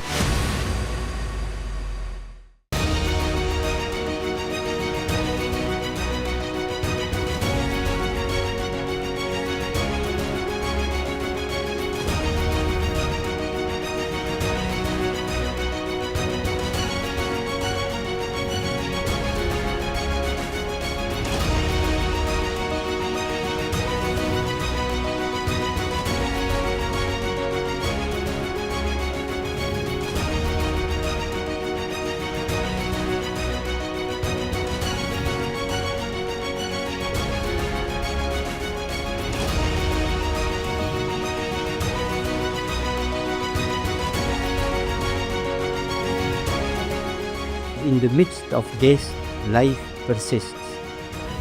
In the midst of untruth, truth persists.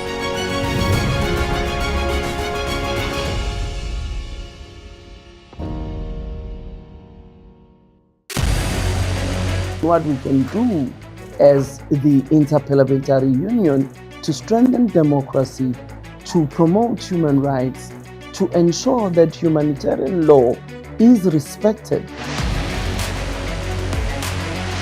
UN Security Council needs a makeover, a comprehensive reform, and India deserves a position there, a role there. Prime Minister Modi during Operation Sindoor made it amply clear that war has never been India's choice. We are with the side of peace. We are neither neutral nor indifferent. We are with peace. We would have dealt with the US a whole lot on trade and those kinds of things, and that's not as certain these days. So we have to go back and look at our European partners, our Asian partners. An opportunity to exchange, to have a dialogue, to have a debate on a different perspective on finding the solution of the conflict. First thing that is important to have a common ground, and that we do have with humanitarian laws and human rights, but also to say, okay, what does it mean for us as a country to act on these laws, and how can we work together? When we realize that there's something wrong with democracy, the institutions and policies, values come together and we take stock, and it's possible then to improve and chart a new course for democracy. It's the people's right to self-determination, and if they want to be independent, they should be independent. We will not start a war against Greenland.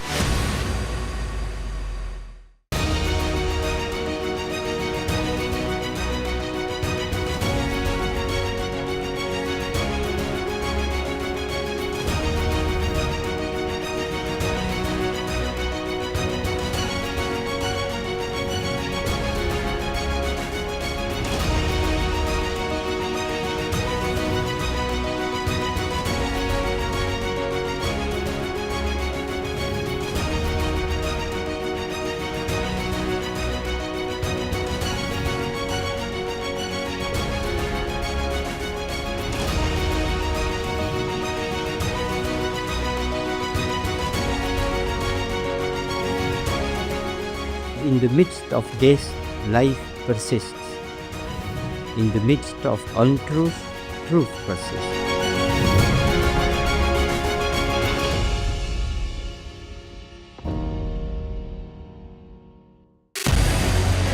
What we can do as the Interparliamentary Union to strengthen democracy, to promote human rights, to ensure that humanitarian law is respected. UN Security Council needs a makeover, a comprehensive reform, and India deserves a position there, a role there. Prime Minister Modi during Operation Sindoor made it amply clear that war has never been India's choice. We are with the side of peace. We are neither neutral nor indifferent. We are with peace. we would have dealt with US a whole lot on trade and those kinds of things, and that's not as certain these days. So we have to go back and look at our European partners, our Asian partners. An opportunity to exchange, to have a dialogue, to have a debate on a different perspective on finding the solution of the conflict. First thing that is important to have a common ground, and that we do have with humanitarian laws and human rights, but also to say, okay, what does it mean for us as a country to act on these laws and how can we work together? When we realize that there's something wrong with democracy, the institutions and policies, values come together and we take stock, and it's possible then to improve and chart a new course for democracy. It's the people's right to self-determination, and if they want to be independent, they should be independent. We will not start a war against Greenland.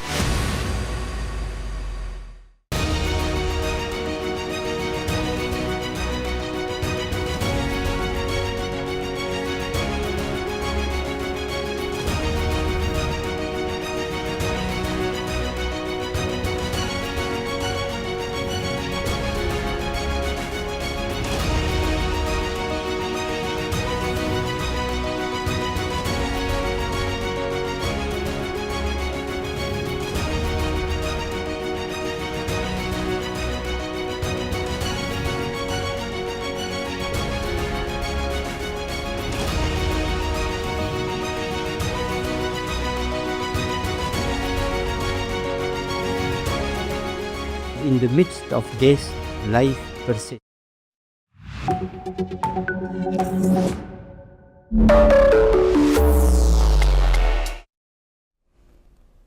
Hello and welcome to Deep Dive on NewsX World. I'm Asuma Katauka. Today we are diving into the controversy between Disney and ByteDance over AI-generated content.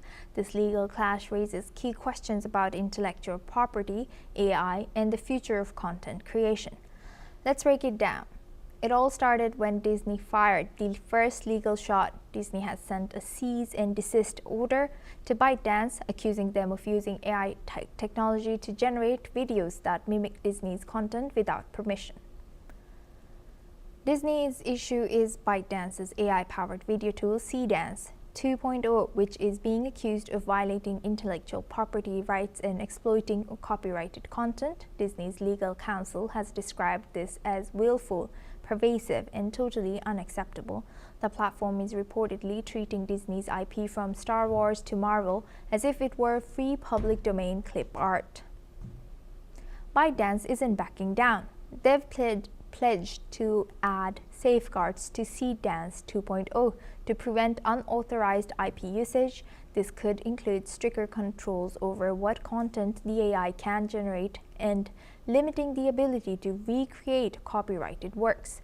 Seedance 2.0 allows users to create content that closely mimics existing material. While a creative tool, it raises legal red flags. ByteDance's attempt to comply with copyright laws will be tested by the fast-evolving nature of AI technology. The question, will these safeguards be enough to prevent further copyright infringements? Let's consider the bigger picture. Disney's legal action is part of a growing trend where content creators are closely monitoring AI that can replicate their intellectual property.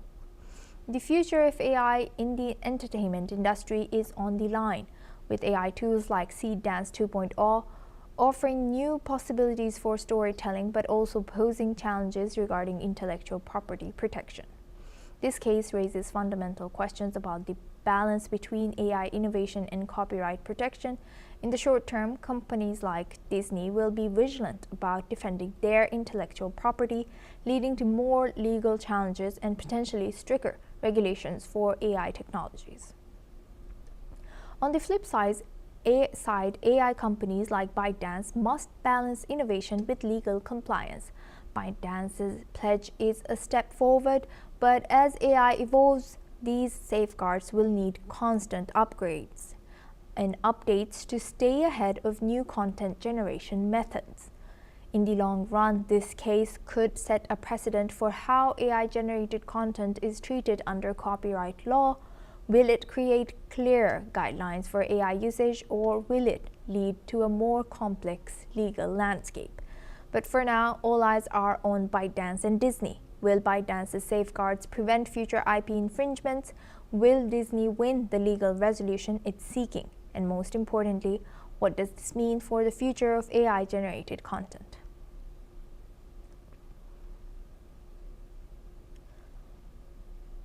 Now, for this, we welcome Professor Jim Rice. He's joining us live from Philippines. Thank you very much, Professor, for joining us again. Good to see you. Nice to see you, Asuma. Thank you. Now, looking at this, while ByteDance has pledged to strengthen safeguards to prevent the unauthorized generation of copyrighted characters, does Disney's cease and desist specifically target the latent space of the modeling, arguing that the very existence of pirated library within the training data constitutes a virtual smash and grab, or is the legal strategy primarily focused on the infringing outputs created by the users? Well, I think it's the latter. Those are very good questions. And as you mentioned in your lead-in, this is a very rapidly evolving story. And the technology is overtaking, I think, the law in this case. If I recall, during the Biden administration, there was legislation that was passed in order to rein in ByteDance.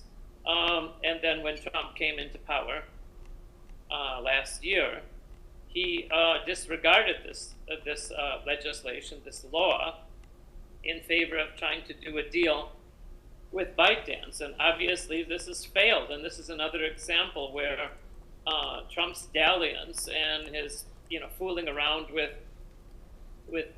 big tech is threatening not only national security, but also large industries like Disney and Marvel and other organizations that jealously guard their intellectual property. Right. Thank you for sharing that. And Professor, now given that the Japanese government has launched its own investigation into C-Dance for anime-related violations, alongside Disney's US-based claims, to what extent does this case signal a move towards a multilateral regulatory framework for Gen AI? Well, I really hope that the Japanese government takes their own initiative, independent of the Trump administration. And, I also look to the European Union in their own efforts in terms of, for example, it's not exactly on this area, but, Australia and other countries have tried to limit the exposure to social media to only those over 16 years old, because they've seen how toxic this can be. And although this isn't exactly on your topic, I think that this is a very important area in which nations such as Japan and the European Union need to stand up to big tech for their own national security as well as their own intellectual property rights. Yes, Professor, thank you very much for giving that example. Now, how will ByteDance's response to Disney's cease and desist impact the standard for duty of care regarding AI platforms that facilitate the synthesis of protected likenesses and trademarked franchises? Exactly. Well, again, we've already seen, for example, again, slightly off your topic, but just last month, I believe, Elon Musk's Grok, the manifestation of Elon Musk's AI, has been criticized and attacked for its illicit use of reproducing or reality of individuals, sometimes young women and sometimes in undressed positions, and this has been problematic, and Grok has been facing legal challenges from mostly, the EU. So, in terms of your exact question, all I can say is that the intellectual property has been constantly, for many, many years, robbed and ripped off by the People's Republic of China. And quite frankly, if they follow in their pattern, they're not going to change now. Right. And last but not least, Professor, now, considering the rapid growth of AI in content creation, how do you envision the future of collaboration between traditional content creators like Disney and emerging AI-driven platforms like ByteDance? That's a good question. I wish I knew the answer to that. On a personal note, my wife runs a small animation company, and she produces, her company and her illustrators produce animations, and I really would hope that there would be a kind of collaboration between AI and smaller animators in places like the Philippines. But quite frankly, I doubt it, because it seems to me that the role of big tech and AI in the hands of people like ByteDance and Elon Musk is basically predatory and dangerous. So I'm very skeptical of this. With that, I would like to thank Professor Jim Rice for joining us today from Vegan and sharing that insight. Thank you. And that wraps up this edition of Deep Dive. Stay tuned to NewsX World for more news and updates.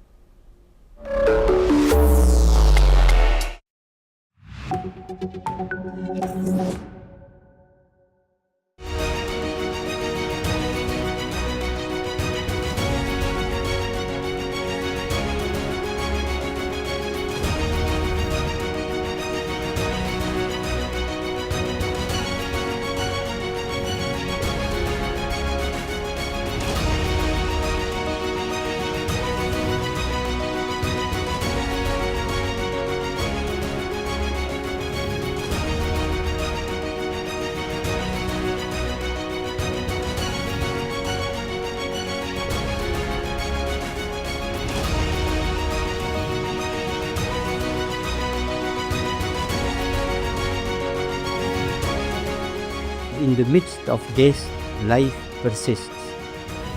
In the midst of untruth, truth persists.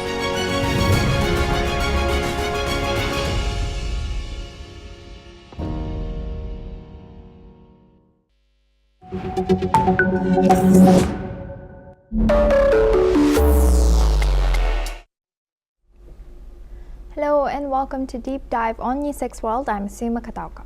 Today we're zooming in on the escalating tensions in West Asia and the US military's powerful response to Iran. In a dramatic repositioning, America has deployed 6 warships to the region. But as the US expands its military footprint, questions of hypocrisy emerge. While Washington criticizes other nations for military aggression and territorial expansion, it's now stepping up its own military presence, raised under the guise of defense. U.S. defense officials say the new additions include 4 guided missile destroyers, the USS Frank E. Peterson Jr., USS Pruance, USS Mitchell, and USS McFaul, along with 2 littoral combat ships, the USS Santa Barbara and USS Canberra, headed for operations in the Persian Gulf and adjacent seas. Already positioned in the region are the aircraft carrier USS Abraham Lincoln and its strike group, establishing a powerful nuclear-capable presence alongside other U.S. naval assets. To note, the deployment of these warships are also strategic. Take a look at the positioning.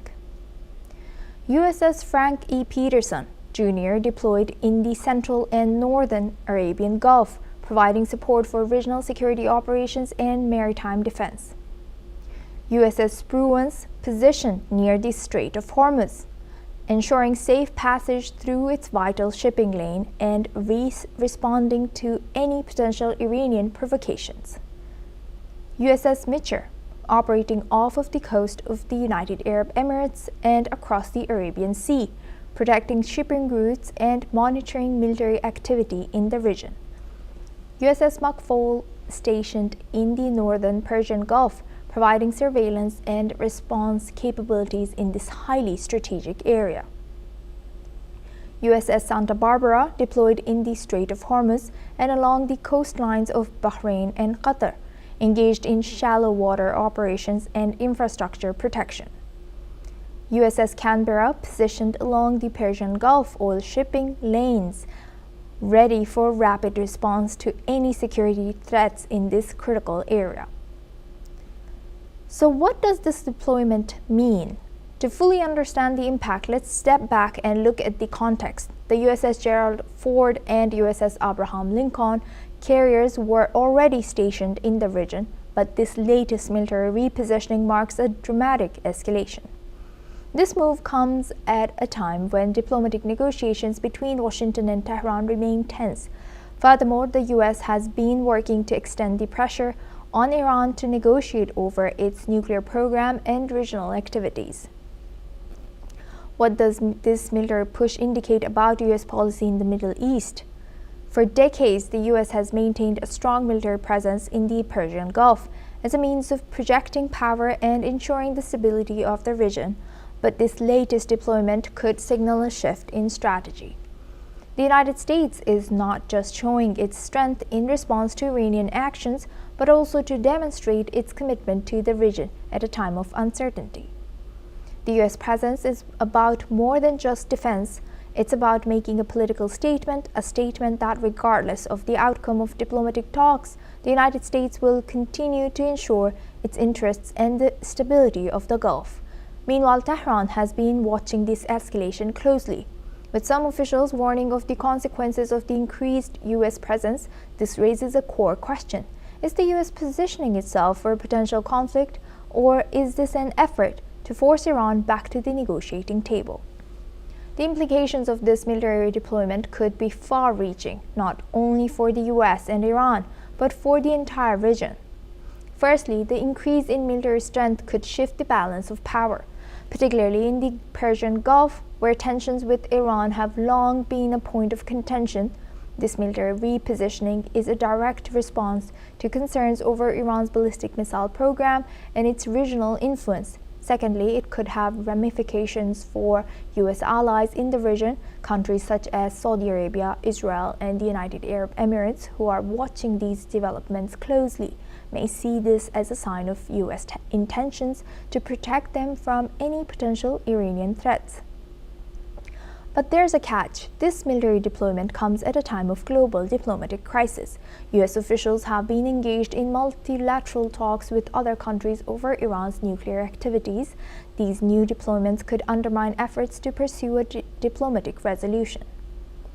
In the coming days and weeks, all eyes will be on the Persian Gulf, the US Navy, and whether this military mighty push will lead to further diplomatic efforts or into a more tense and complicated standoff.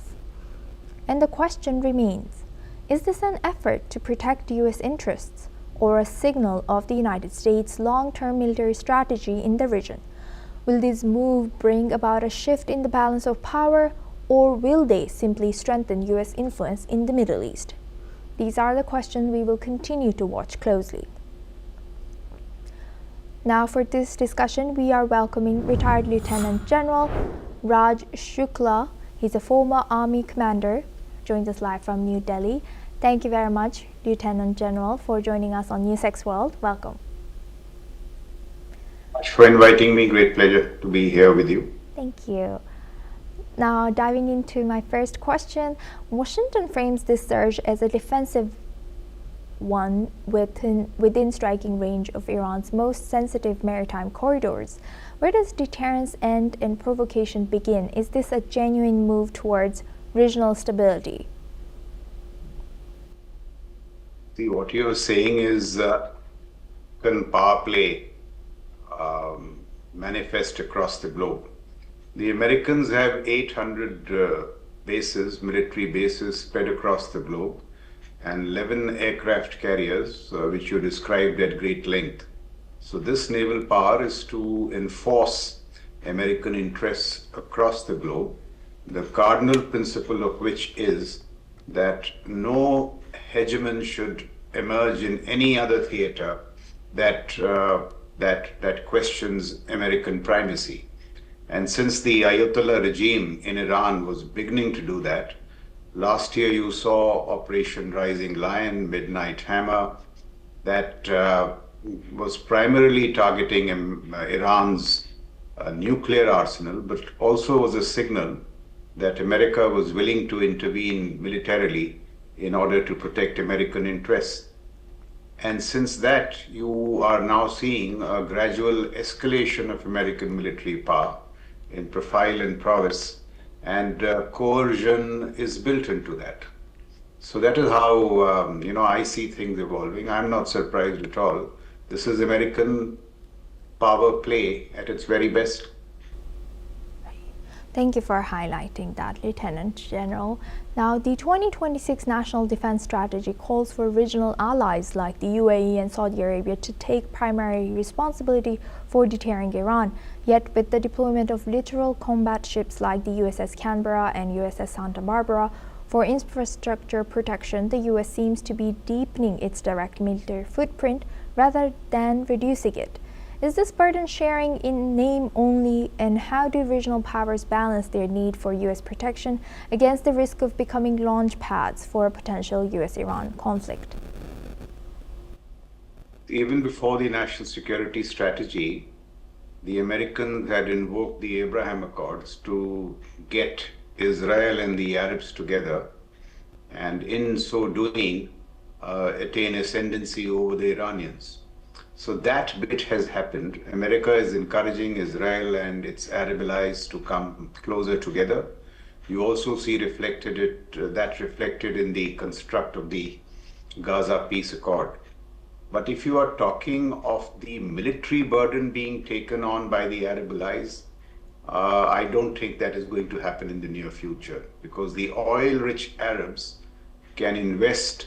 They have a lot of treasure to invest in military platforms, but I don't think they are willing to shed blood.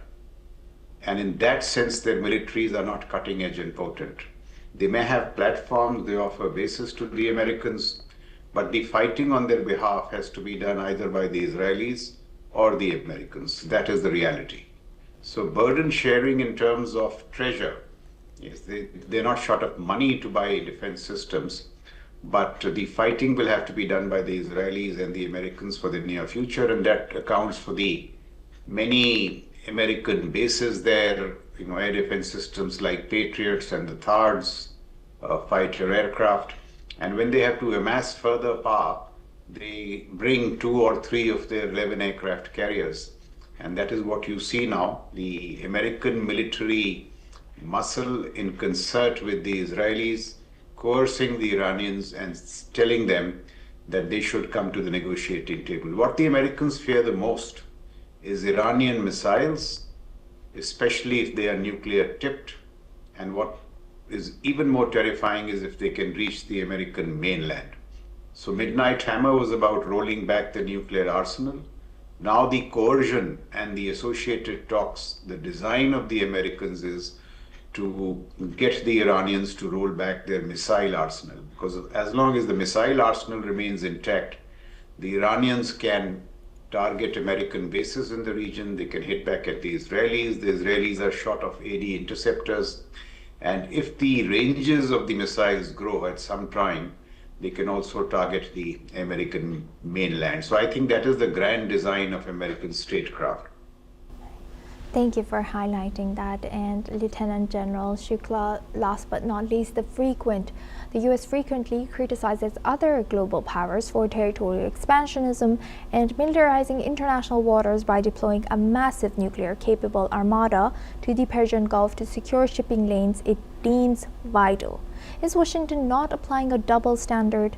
How can the US maintain its moral authority as a defender of international law when it uses unilateral military might to dictate the security architecture of a region thousands of miles from its own shores?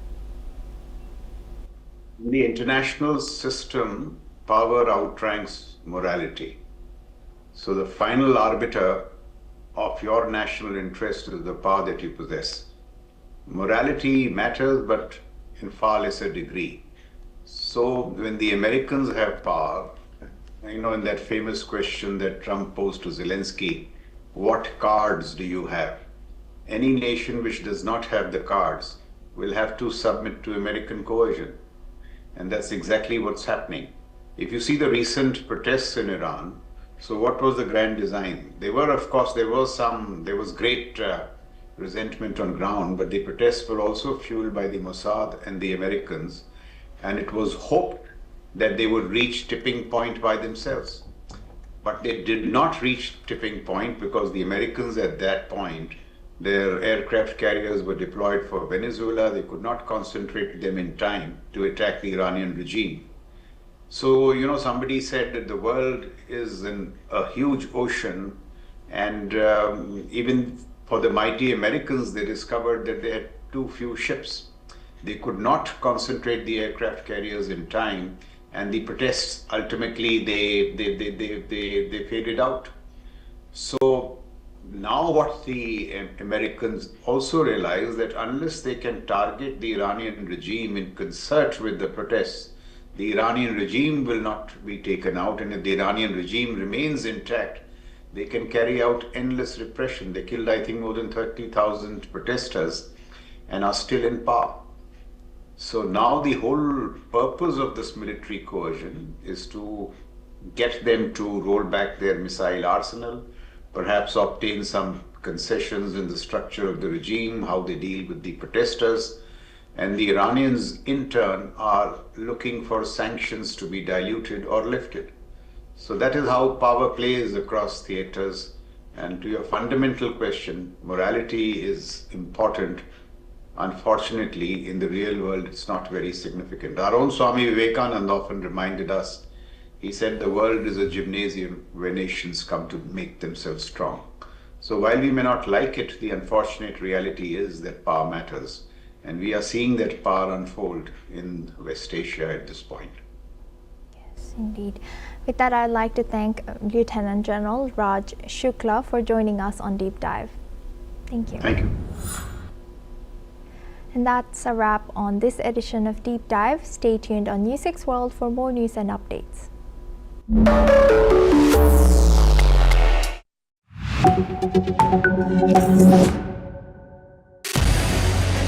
What we can do as the Interparliamentary Union to strengthen democracy, to promote human rights, to ensure that humanitarian law is respected.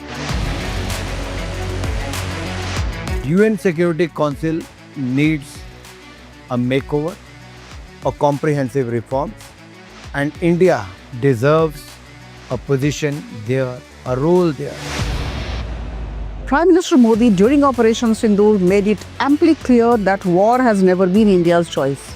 We are with the side of peace. We are neither neutral nor indifferent. We are with peace. We would have dealt with US a whole lot on trade and those kinds of things, and that's not as certain these days. So we have to go back and look at our European partners, our Asian partners. An opportunity to exchange, to have a dialogue, to have a debate on a different perspective on finding the solution of the conflict. First thing that is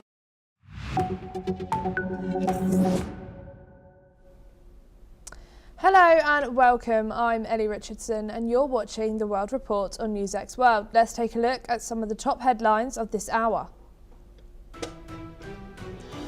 Iran's Foreign Minister Abbas Araghchi said he will meet the UN nuclear watchdog chief.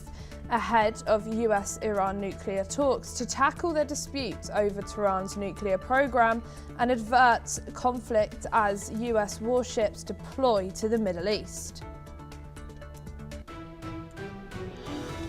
Israel's cabinet has approved further measures to tighten Israel's control over the occupied West Bank and make it easier for settlers to buy land, a move Palestinians called a de facto annexation.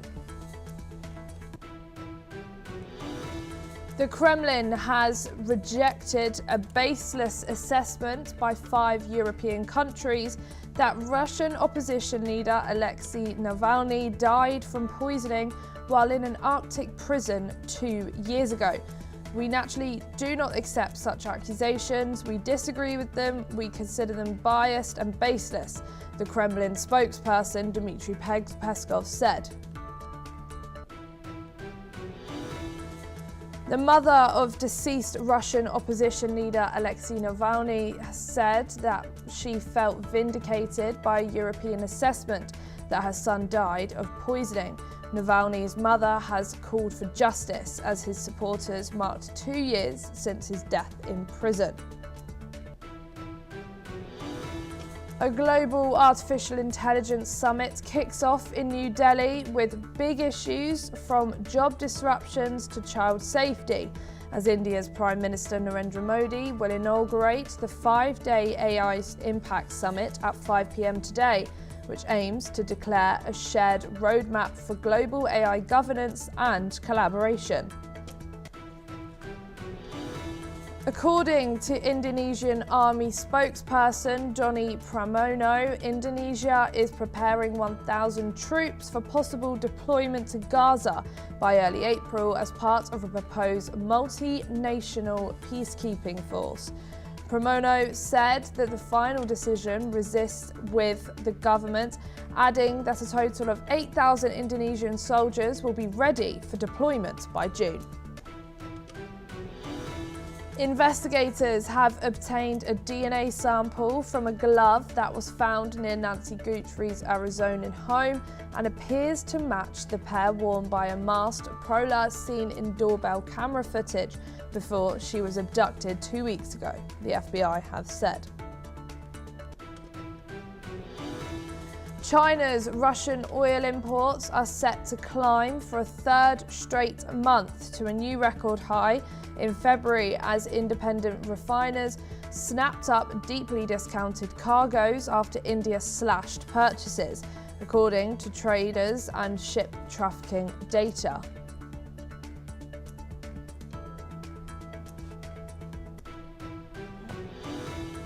And for your top story this hour, the Kremlin has confirmed that peace talks on Ukraine will take place in Geneva this week, focusing on the main issues, including territorial concerns. The talks, scheduled for 17th and 18th of February, will involve Russia, Ukraine and the United States. The Russian delegation will be led by President Putin's aide, Vladimir Medinsky, and will also include military intelligence chief Igor Kustovo. A separate working group will discuss economic matters, with Putin's special envoy Kirill Dmitriev representing Russia. These talks come at a time when Kyiv faces mounting pressure from the US to reach a deal, while Moscow continues to demand control over the entire Donbas region. Key issues such as who controls the Zaporizhzhia nuclear plant and the role of Western troops in the post-war Ukraine remain major sticking points. US President Donald Trump has expressed his desire to help broker an end to the conflict. We are now being joined by Alison Mutzler, who is a former AP Borough Chief, and she is joining us from Bucharest. Thank you so much, Alison, for joining us here today on News X World. What does Moscow's willingness to discuss territorial issues in Geneva suggest about its negotiating strategy and priorities? Well, Obviously, all kinds of information have been coming out from the talks over the last few months, but what it's boiling down to is territory. Now, Moscow has maximalist demands. It wants as much territory as it can obtain, territory which it has not seized during its hostilities against Ukraine. And that is something that Ukraine hasn't been prepared to budge on. That is the sticking issue. There are other issues they will budge on, but territory is a key issue because, quite rightly, they say that if Moscow hasn't conquered, hasn't captured these areas, hasn't acquired them, to quote Donald Trump, acquired them, then why should Ukraine relinquish them? The fact that Moscow is saying that it will discuss territory is because they're cutting to the chase. That's the main issue. I haven't seen anything to suggest at this moment, and that doesn't mean it hasn't happened or is not happening behind the scenes, that Moscow will back down from its maximalist demands. And that will be the sticking point, and it has been the sticking point between the two sides, Ukraine and Russia. The fact that Russia says it wants to discuss territory means, for once, Russia is being upfront. Usually they say things very indirectly, they hint at things, they allude to things, they don't say things, or they make sarcastic jokes, they don't say things directly. But now they're saying something directly. I would expect them at Geneva, at negotiating tables, to repeat their maximalist demands. Now, I might be wrong, and if I am, that will be a change in Russia's attitude. But so far, Russia has been very inflexible in its demands. And can these territorial disputes, historically the most contentious part of the Ukraine conflict, be realistically addressed in diplomatic talks? Hard to say. I mean, the obvious solution for somebody who's, not a diplomat would be, a frozen area, a no-go zone, which is patrolled perhaps by foreign troops. And, some territorial concessions, if there is to be an end to this 4-year war, there will be some territorial concessions, but that will have to be in agreement with Ukraine. And there's a lot of pressure on Ukraine. But the only way I can see some sort of resolution in other areas is a sort of frozen area, a no man's land, which is patrolled by foreign troops, which again, international troops, which will again, or international forces, will be very tricky for Moscow, I think, to stomach, to agree to. But that could be some sort of solution. But again, all these things are very, very tricky.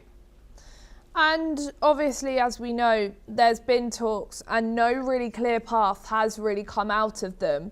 The only thing really is the prisoner exchange. Does this, what Moscow has now said about they want to bring up the territorial issues, does this inclusion of this signal progress towards a substantive negotiation, or is it going to simply raise the stakes without a clear path forward? As I said, Moscow is not known for being direct. They're not known for being frank, saying things clearly. The fact they've said this means that they are raising it and they're saying this is what we actually care about. But I don't see, I do not see Moscow backing away from its maximalist demands and demanding practically all of Donbass. And I don't see, at this point, Ukraine agreeing to that. It's possible that Donald Trump can step in and say, bash their heads together and, come to some kind of compromise agreement that there will be an area which is controlled by international troops and doesn't belong to either country. That's possible. But I just think I do not see Russia budging on its position at all. It hasn't budged so far. It's the very reason why Vladimir Putin has stayed in power. It's because he plays this strong man. He doesn't budge an inch. He doesn't give an inch. He doesn't cede anything, and he marches on and he expects everybody to get in line. So I don't think it would be in Russia, the Kremlin's interest, to concede anything, to make concessions. Thank you, Alison. I might be wrong, but this is what I see at the moment. Thank you. Don't go too far, as we will be back with you very shortly. Hungarian Prime Minister Viktor Orban has responded calmly to Vladimir Zelensky's insult at the Munich Security Conference, where Zelensky criticised him for growing a belly instead of strengthening his army. Orban thanked Zelensky for his remarks, claiming they would help Hungarians understand the situation better. He emphasised that Ukraine's EU membership is not just about personal conflicts, but the future of Hungary, Ukraine and Europe. According to reports, Orban reiterated Hungary's position of opposing Ukraine's rapid EU accession due to security and economic concerns. We are now being joined back by our Alison Mutzler. Thank you for joining us back here today. How significant is Hungary in blocking Ukraine's path to an EU membership, and what does this reflect about the unanimity of requirements in the EU enlargement process? It's very difficult. Hungary is basically playing a role for Moscow in the European Union. It's very critical of the European Union, but it doesn't want to leave the European Union. It's been very critical of Ukraine. It opposes military weaponry being sent there.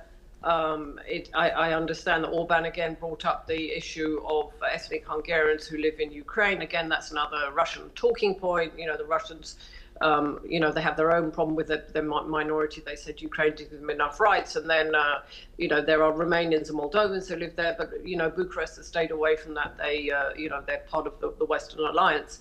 But Orban is raising these grievances. He's a thorn in the side of the EU.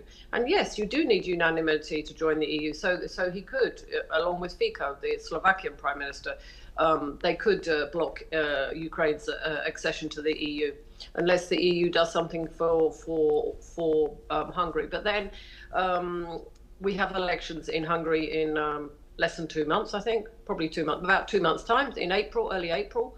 So it's possible that Orban might be out because he has a serious contender who is also patriotic, quote unquote, but much more pro-EU than Orban is.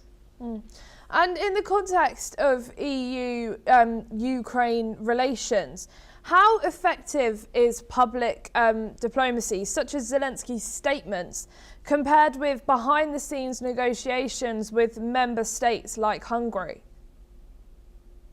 Well, obviously, there are what national leaders say publicly and what they say privately behind the scenes, and then there's also relations between, perhaps Orban has better relations with the Germans, for example, and they could be relied to lean on him. So it is hard to say. Obviously they have to make public statements. Behind the scenes, other things are happening, and they will emerge later.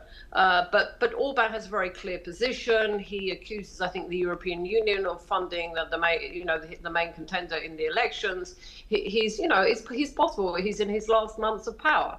He's been in power since 2010, a very long time. And he's been very clear, anti-Ukraine, anti-EU, but again, still remaining in NATO, still remaining in the EU. So basically, he's a thorn in the side of Europe and NATO as well. And should the EU reform its accession rules to prevent a single member from blocking strategic decisions, or does Hungary's position rightly reflect sovereign national interests? Orban is playing a game here. Orban himself is playing a game. He's pro Donald Trump. He's pro Putin. We can't sugarcoat that. It is difficult, particularly as the EU is expanding, or there are members who are part of the accession process, including Ukraine and the Republic of Moldova, who both fear Russian aggression, and they think that if they get to join the European Union, it will it will bring more of a rule of law, less corruption, more democracy, and these are things, to be honest, that Putin fears. And Orban, acting as a sort of spokesman, not exactly a spokesman, but acting as an agent for, or an asset for for Vladimir Putin in Europe, he pushes this. But it is a tricky thing that one single, it's not even one single country, it's one single politician could block, the entry of an accession of another country joining the European Union. And there are 27 members of the European Union, and so it does seem a bit tricky. It does seem a bit it's a vulnerability that one single country could block the accession of other countries. Which that if Ukraine and also Moldova were to become members of the EU, it would be a strategic decision. It wouldn't just be sort of like joining a members club. Much, Alison Butler, for joining us here today on NewsX World. It's a pleasure speaking to you as always. UK Prime Minister Keir Starmer has stressed the need for faster defence spending. The British government is considering advancing its goal of spending 3% of GDP on defence. This comes after a recent budget increase which raised the target to 2.5% by 2027. Starmer acknowledged that rising costs in defence would require the country to speed up spending.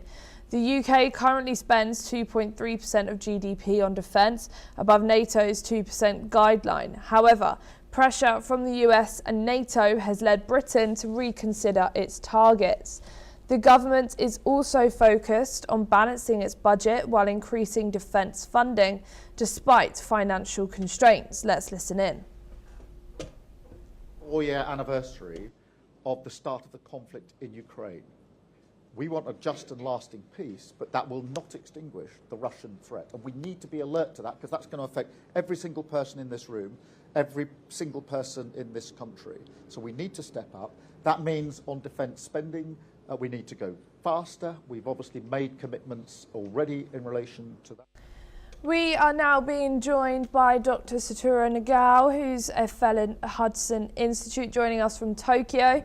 Thank you so much for joining us here today on NewsX World. As we just heard, that the Prime Minister Keir Starmer may be feeling growing pressure from the US and NATO. That's why he's feeling the need to up his defence spending. But what do you think are the main reason that Starmer must believe that he must accelerate it right now? Do you think it's because of the US? Do you think it's because of NATO? Or do you think it's just a mix of combination of everything going on right now?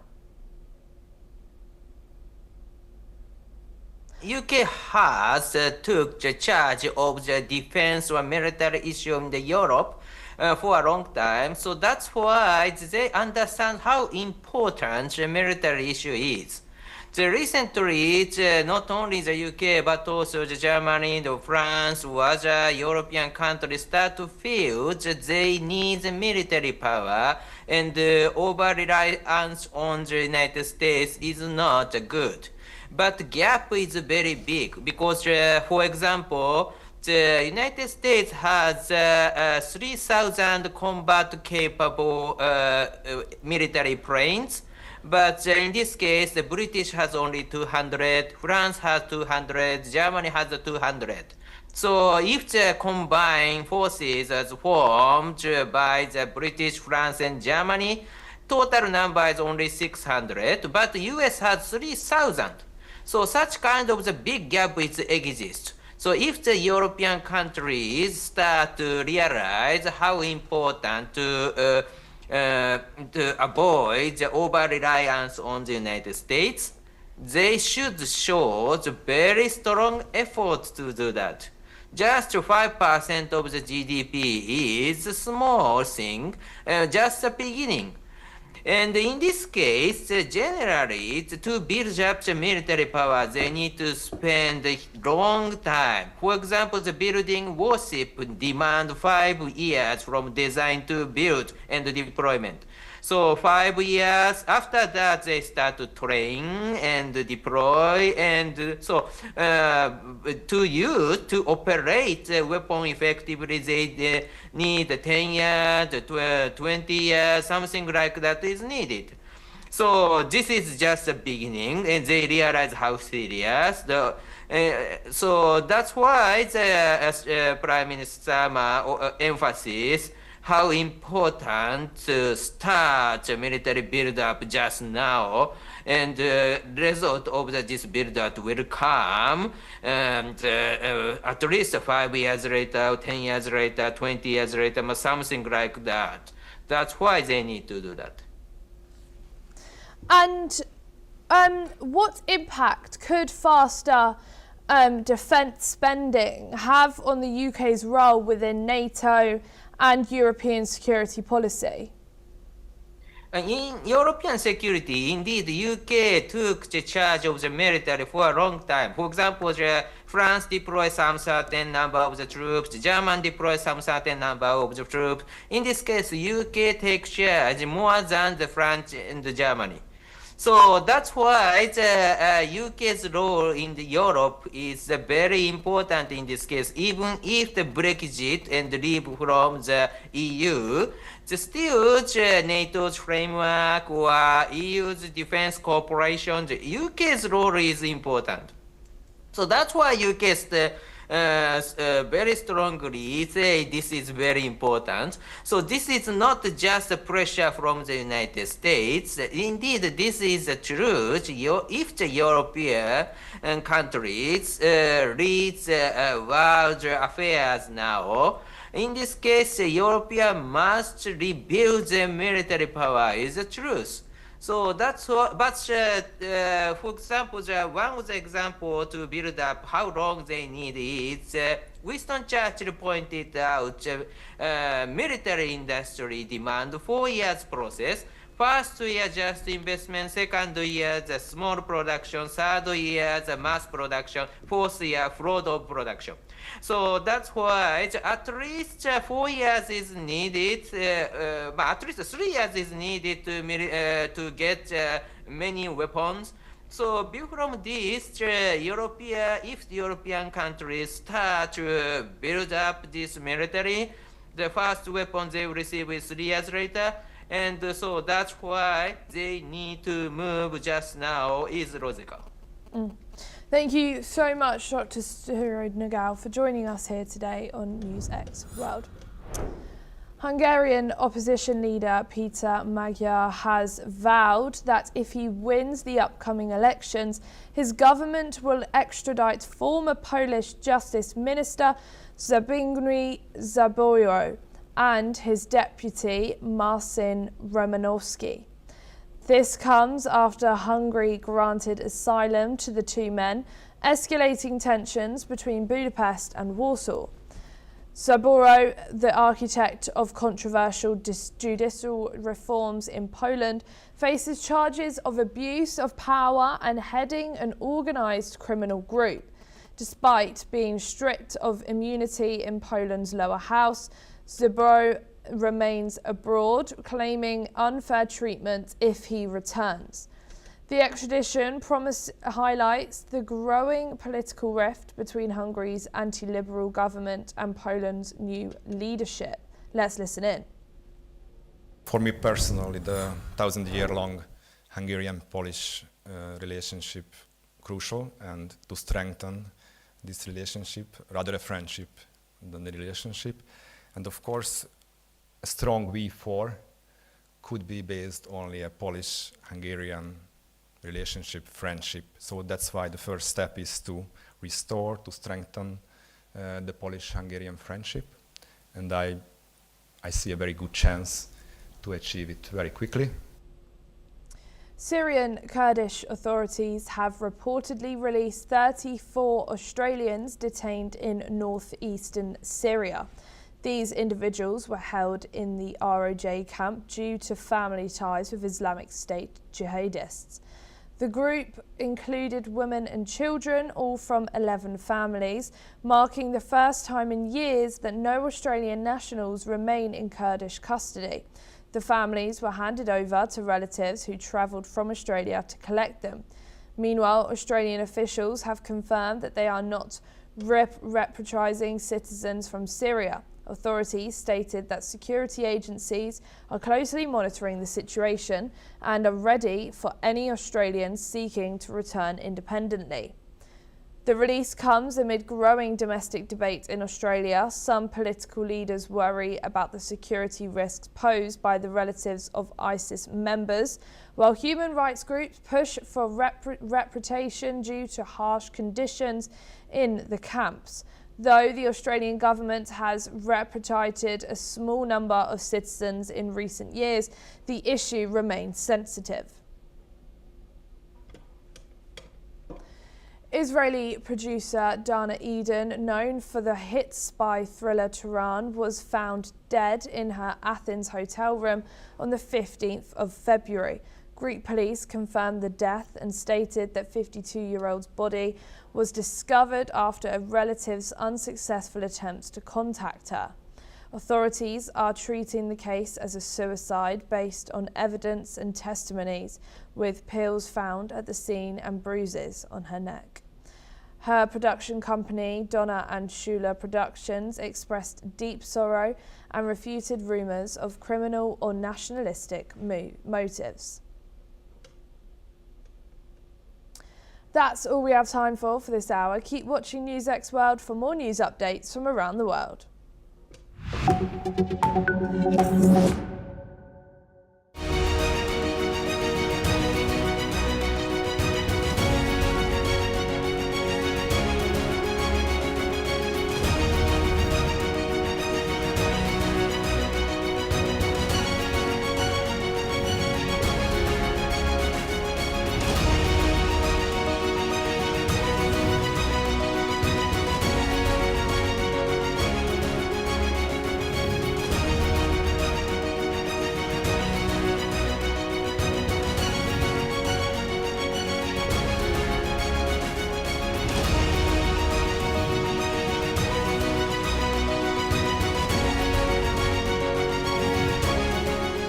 In the midst of death, life persists. In the midst of untruth, truth persists.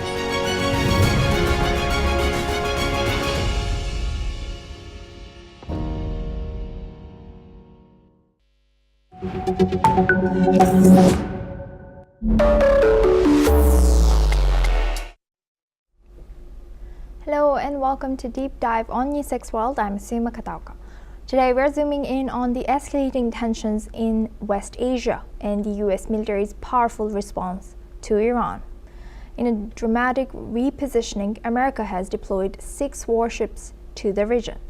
But as the US expands its military footprint, questions of hypocrisy emerge. While Washington criticizes other nations for military aggression and territorial expansion, it's now stepping up its own military presence, raised under the guise of defense. U.S. defense officials say the new additions include 4 guided missile destroyers, the USS Frank E. Peterson Jr., USS Bruins, USS Mitchell, and USS McFaul, along with 2 littoral combat ships, the USS Santa Barbara and USS Canberra, headed for operations in the Persian Gulf and adjacent seas. Already positioned in the region are the aircraft carrier USS Abraham Lincoln and its strike group, establishing a powerful nuclear-capable presence alongside other U.S. naval assets. To note, the deployment of these warships are also strategic. Take a look at the positioning. USS Frank E. Peterson Jr. deployed in the central and northern Arabian Gulf, providing support for regional security operations and maritime defense. USS Bruins positioned near the Strait of Hormuz, ensuring safe passage through its vital shipping lane and responding to any potential Iranian provocations. USS Mitchell, operating off of the coast of the United Arab Emirates and across the Arabian Sea, protecting shipping routes and monitoring military activity in the region. USS McFaul stationed in the northern Persian Gulf, providing surveillance and response capabilities in this highly strategic area.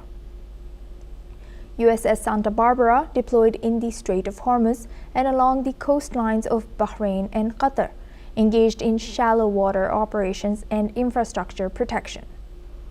USS Canberra positioned along the Persian Gulf oil shipping lanes, ready for rapid response to any security threats in this critical area. So what does this deployment mean? To fully understand the impact, let's step back and look at the context. The USS Gerald Ford and USS Abraham Lincoln carriers were already stationed in the region, but this latest military repositioning marks a dramatic escalation. This move comes at a time when diplomatic negotiations between Washington and Tehran remain tense.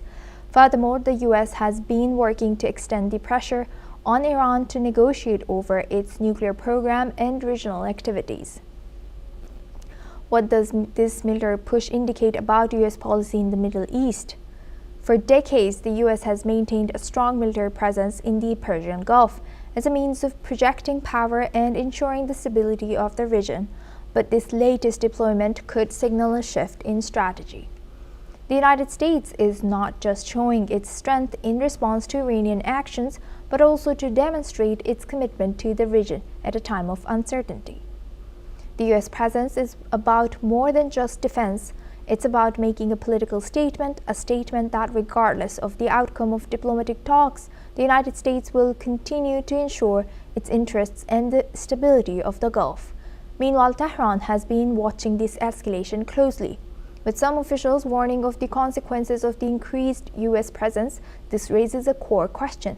Is the US positioning itself for a potential conflict, or is this an effort to force Iran back to the negotiating table? The implications of this military deployment could be far-reaching, not only for the US and Iran, but for the entire region. Firstly, the increase in military strength could shift the balance of power, particularly in the Persian Gulf, where tensions with Iran have long been a point of contention. This military repositioning is a direct response to concerns over Iran's ballistic missile program and its regional influence. Secondly, it could have ramifications for US allies in the region. Countries such as Saudi Arabia, Israel, and the United Arab Emirates, who are watching these developments closely, may see this as a sign of US intentions to protect them from any potential Iranian threats. But there's a catch. This military deployment comes at a time of global diplomatic crisis. US officials have been engaged in multilateral talks with other countries over Iran's nuclear activities. These new deployments could undermine efforts to pursue a diplomatic resolution. In the coming days and weeks, all eyes will be on the Persian Gulf, the US Navy, and whether this military mighty push will lead to further diplomatic efforts or into a more tense and complicated standoff. And the question remains, is this an effort to protect US interests or a signal of the United States' long-term military strategy in the region? Will this move bring about a shift in the balance of power, or will they simply strengthen US influence in the Middle East? These are the questions we will continue to watch closely. Now for this discussion, we are welcoming retired Lieutenant General Raj Shukla. He's a former Army commander, joins us live from New Delhi. Thank you very much, Lieutenant General, for joining us on NewsX World. Welcome. Thanks for inviting me. Great pleasure to be here with you. Thank you. Now, diving into my first question, Washington frames this surge as a defensive one within striking range of Iran's most sensitive maritime corridors. Where does deterrence end and provocation begin? Is this a genuine move towards regional stability? See, what you're saying is can power play manifest across the globe. The Americans have 800 bases, military bases spread across the globe, and 11 aircraft carriers, which you described at great length.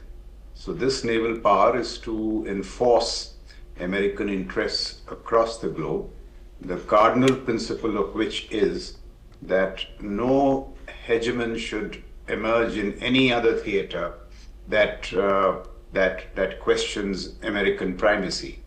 And since the Ayatollah regime in Iran was beginning to do that, last year you saw Operation Rising Lion, Midnight Hammer, that was primarily targeting Iran's nuclear arsenal, but also was a signal that America was willing to intervene militarily in order to protect American interests. And since that, you are now seeing a gradual escalation of American military power in profile and prowess, and coercion is built into that. So that is how I see things evolving. I'm not surprised at all.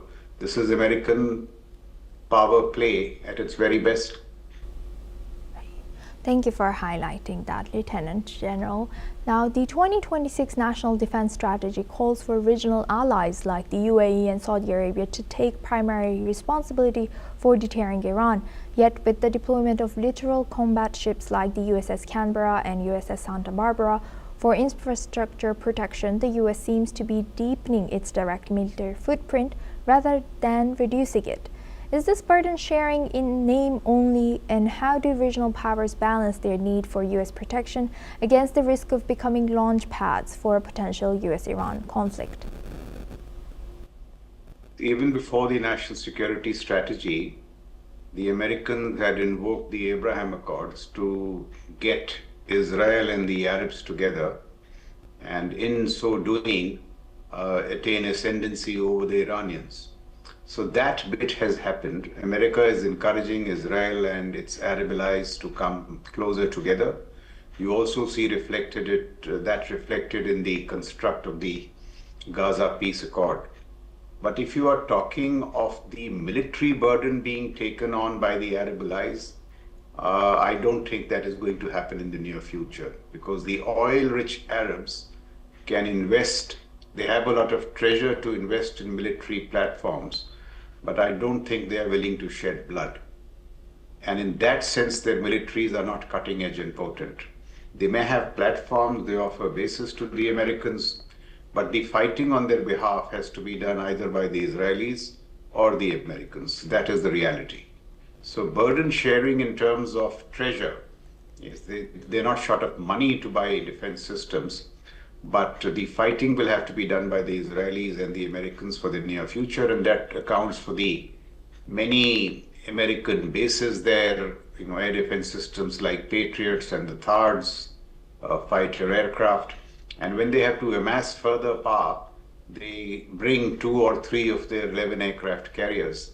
And that is what you see now, the American military muscle in concert with the Israelis, coercing the Iranians and telling them that they should come to the negotiating table. What the Americans fear the most is Iranian missiles, especially if they are nuclear tipped. And what is even more terrifying is if they can reach the American mainland. So Midnight Hammer was about rolling back the nuclear arsenal. Now the coercion and the associated talks, the design of the Americans is to get the Iranians to roll back their missile arsenal. Because as long as the missile arsenal remains intact, the Iranians can target American bases in the region, they can hit back at the Israelis are short of AD interceptors, and if the ranges of the missiles grow at some time, they can also target the American mainland. So I think that is the grand design of American statecraft. Thank you for highlighting that. And Lieutenant General Shukla, last but not least, the U.S. frequently criticizes other global powers for territorial expansionism and militarizing international waters by deploying a massive nuclear capability. The AI Impact Summit in India is underway. Leaders, innovators, and tech experts meet here. India's AI strategy is setting global benchmarks. From education to governance, AI is reshaping it all. Let's understand how India is leading this transformation.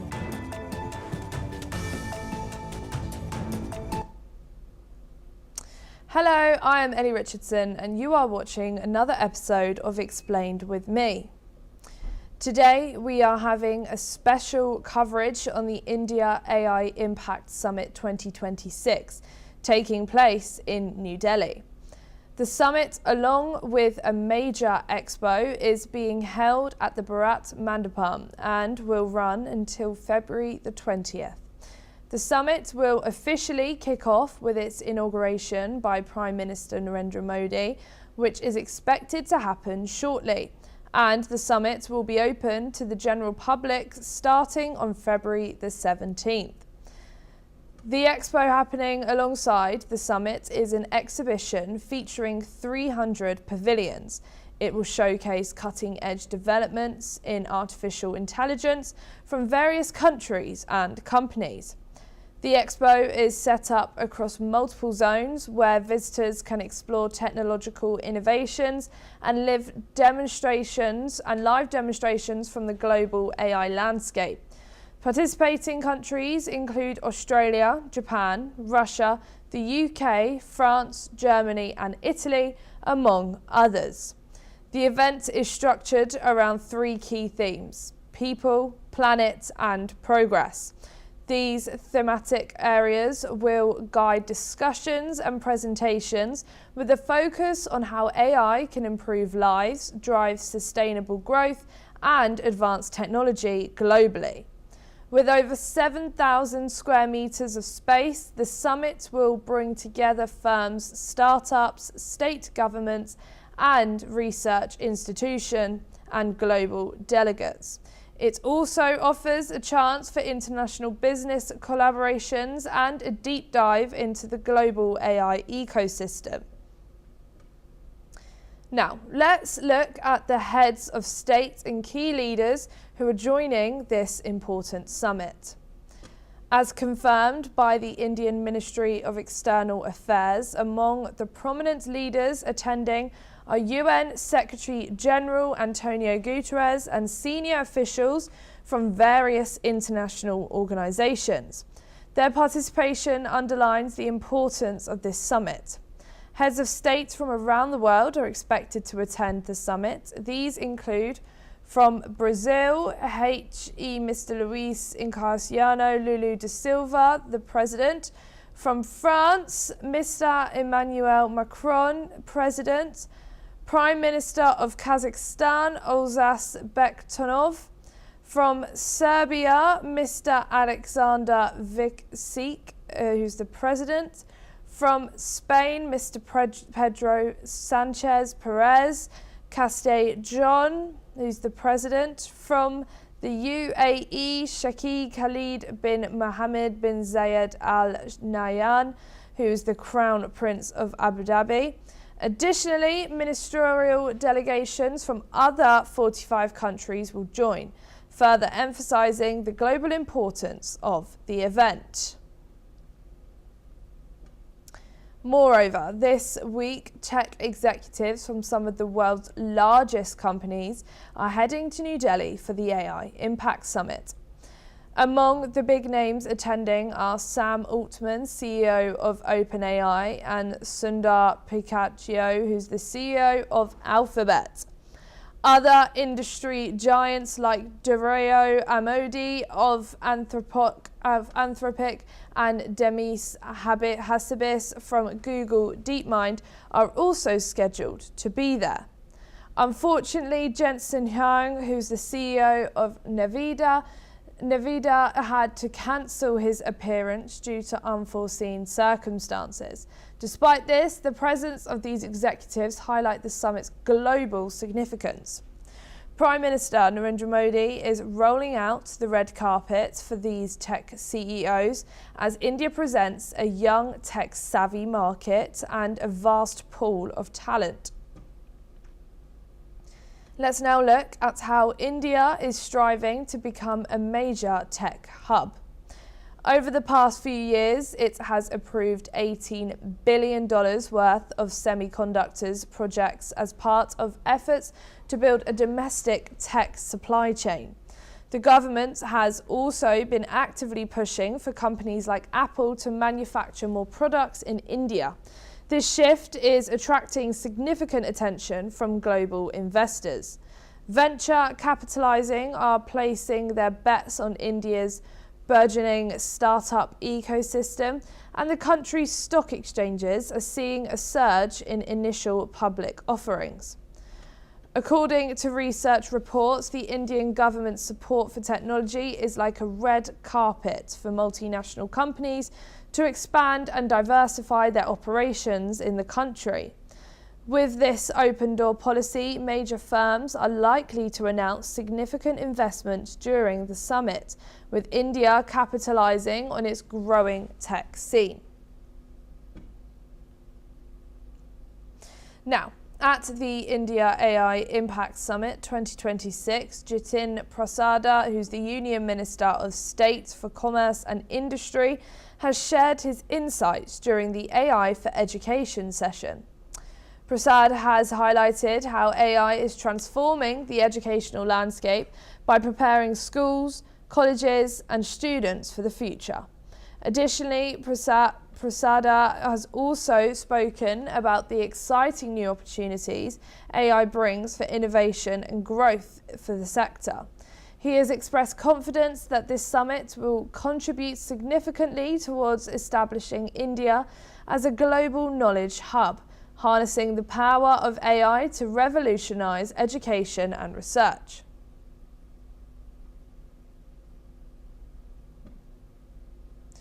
In another exciting development at the summit, S. Krishan, who's the Secretary of Ministry of Electronics and Information Technology, has announced that India is set to begin its first commercial-scale semiconductor production. This is a major step in the country's push to build domestic capabilities in AI. Micron, a global semiconductor giant, is expected to inaugurate its operations at its India facility later this month. This marks a huge milestone in India's journey to become self-reliant in critical tech production. Under the India Semiconductor Mission, 10 major projects have already been approved, with a focus on AI-focused chip design in Semiconductor Mission 2.0. This initiative is set to reduce dependency on foreign chip imports and boost India's technological capabilities. Krishan has also emphasised India's competitive edge in AI compute access.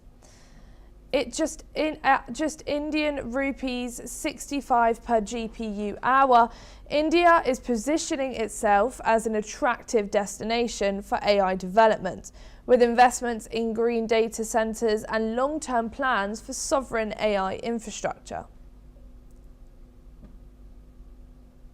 In a recent post on X, Indian Prime Minister Narendra Modi has welcomed the world to the India AI Summit in 2026, stressing India's pivotal role in shaping the future of artificial intelligence. The Prime Minister has noted AI's transformative impact across sectors like healthcare, education and agriculture, governance and enterprise. Modi has also expressed confidence that the summit would contribute to shaping a future that is progressive, innovative and opportunity-driven. As per reports, the Prime Minister will officially inaugurate the summit on the evening of February the 16th, addressing the gathering at the Bharat Mandapam in New Delhi. Upcoming events for Prime Minister Modi at the summit includes on February the 17th, he will participate in the leaders' plenary session and engage in a CEO roundtable to discuss AI's role in global development. On February the 18th, he will hold bilateral meetings with key international leaders, including heads of state and top tech executives. This summit is not just another global event. It puts India on the AI front foot alongside the United States and China, which are two dominant players in the technology race. By hosting one of the largest gatherings of heads of state, CEOs and AI experts, India is signalising its ambition to shape the global future of artificial intelligence, not just participate in it. India's position as the first host in the global south reflects its role as a bridge between advanced economies and developing nations, in setting norms for AI governance and cooperation. The summit also showcases India's growing AI ecosystem, with initiatives like attractive AI computing, pricing, semiconductor production, ambitious and global partnerships. The nation is laying out a roadmap for long-term technological leadership and sovereign capability. A clear demonstration of India's digital influence is its massive user base for AI platforms.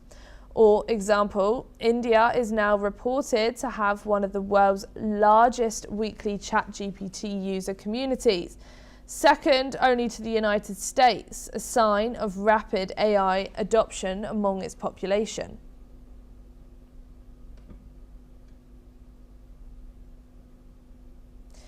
Beyond headline names and big announcements, the summit is set to generate investment flows, talent development and policy frameworks that could shape India's AI future, from job creation to ethical standards and global cooperation.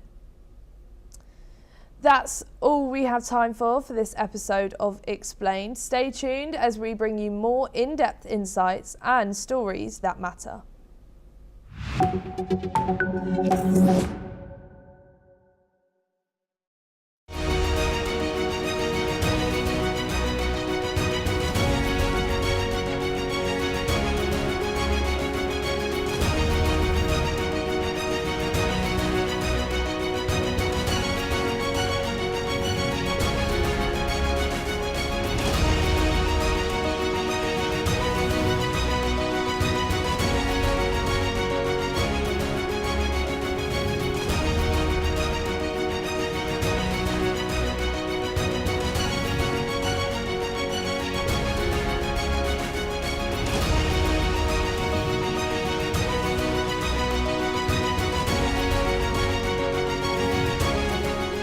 In the midst of this, life persists. In the midst of untruth, truth persists.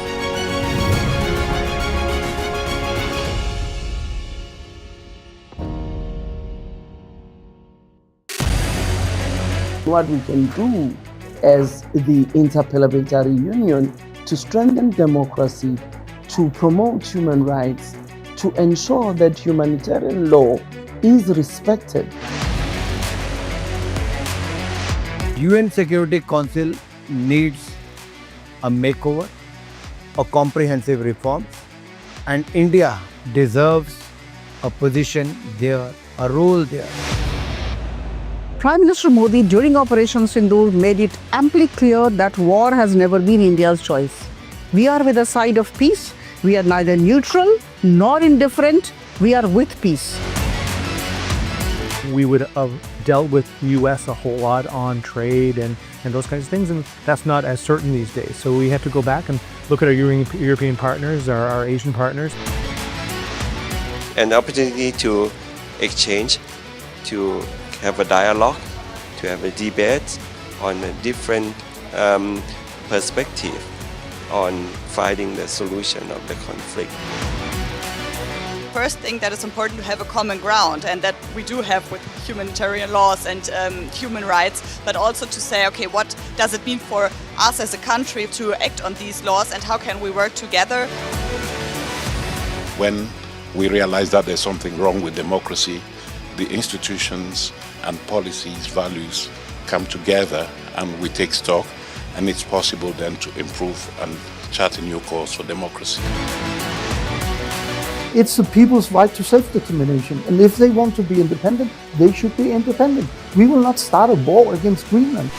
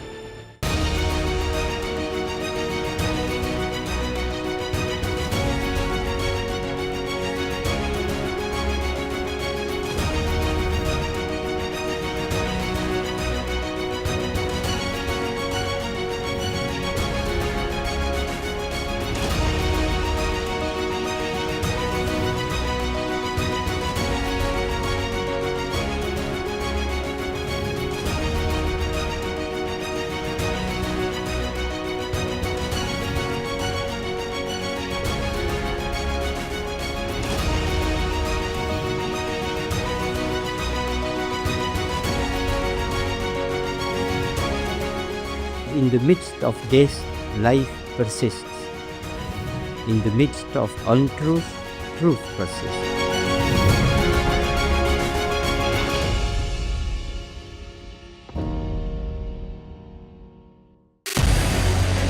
What we can do as the Interparliamentary Union to strengthen democracy, to promote human rights, to ensure that humanitarian law is respected. UN Security Council needs a makeover, a comprehensive reform, and India deserves a position.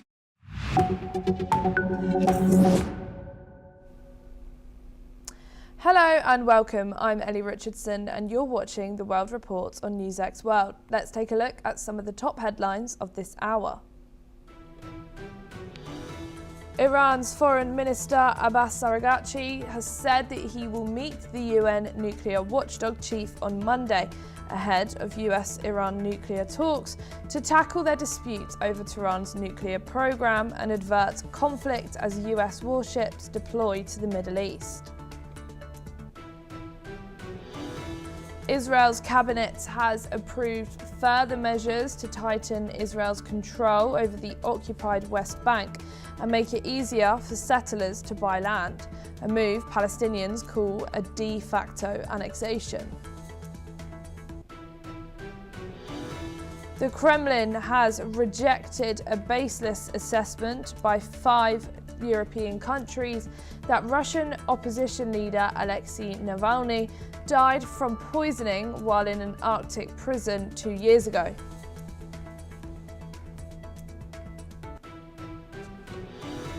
The mother of deceased Russian opposition leader Alexei Navalny said Monday she felt vindicated by a European assessment that her son died of poisoning. Navalny's mother has called for justice as her supporters marked 2 years since his death in prison. A global artificial intelligence summit kicks off in New Delhi, but with big issues from job disruption to child safety, as India's Prime Minister Narendra Modi will inaugurate the 5-day AI Impact Summit at 5 p.m. today, which aims to declare a shared roadmap for global AI governance and collaboration. To Indonesian army spokesperson Doni Pramo has in Indonesia is preparing 1,000 troops for possible deployment to Gaza by early April as part of a proposed multinational peacekeeping force. Pramono said that the final decision rests with the government, adding that a total of 8,000 Indonesian soldiers will be ready for deployment by June. Investigators have obtained DNA samples from a glove that was found near Nancy Guthrie's Arizonan house and appears to match the pair worn by a masked prowler seen in doorbell camera footage before she was abducted 2 weeks ago, the FBI has said. China's Russian oil imports are set to climb for a third straight month to a new record high in February as independent refiners snapped up deeply discounted cargoes after India slashed purchases, according to traders and ship tracking data.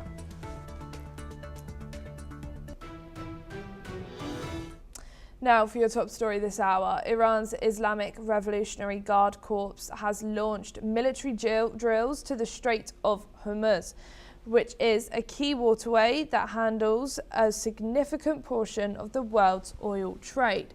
As per reports, the drills are being conducted under the supervision of the IRGC's head. Iran's Foreign Minister Abbas Araghchi is currently in Geneva for crucial nuclear talks with the United States. He will meet the head of the UN's nuclear watchdog, the IAEA, Rafael Grossi, to discuss Iran's nuclear program. These talks come as the US has deployed a second aircraft carrier to the region, adding to the already high tensions. While the US wants to expand the discussions to include Iran's missile stockpile, Tehran insists that its nuclear program is the only issue on the table in exchange for sanctions relief.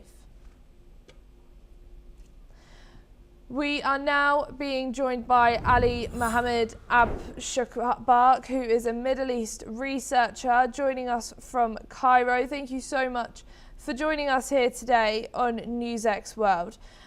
What message is Islamic Revolutionary Guard Corps sending by conducting military drills in the Strait of Hormuz and ahead of talks in Geneva?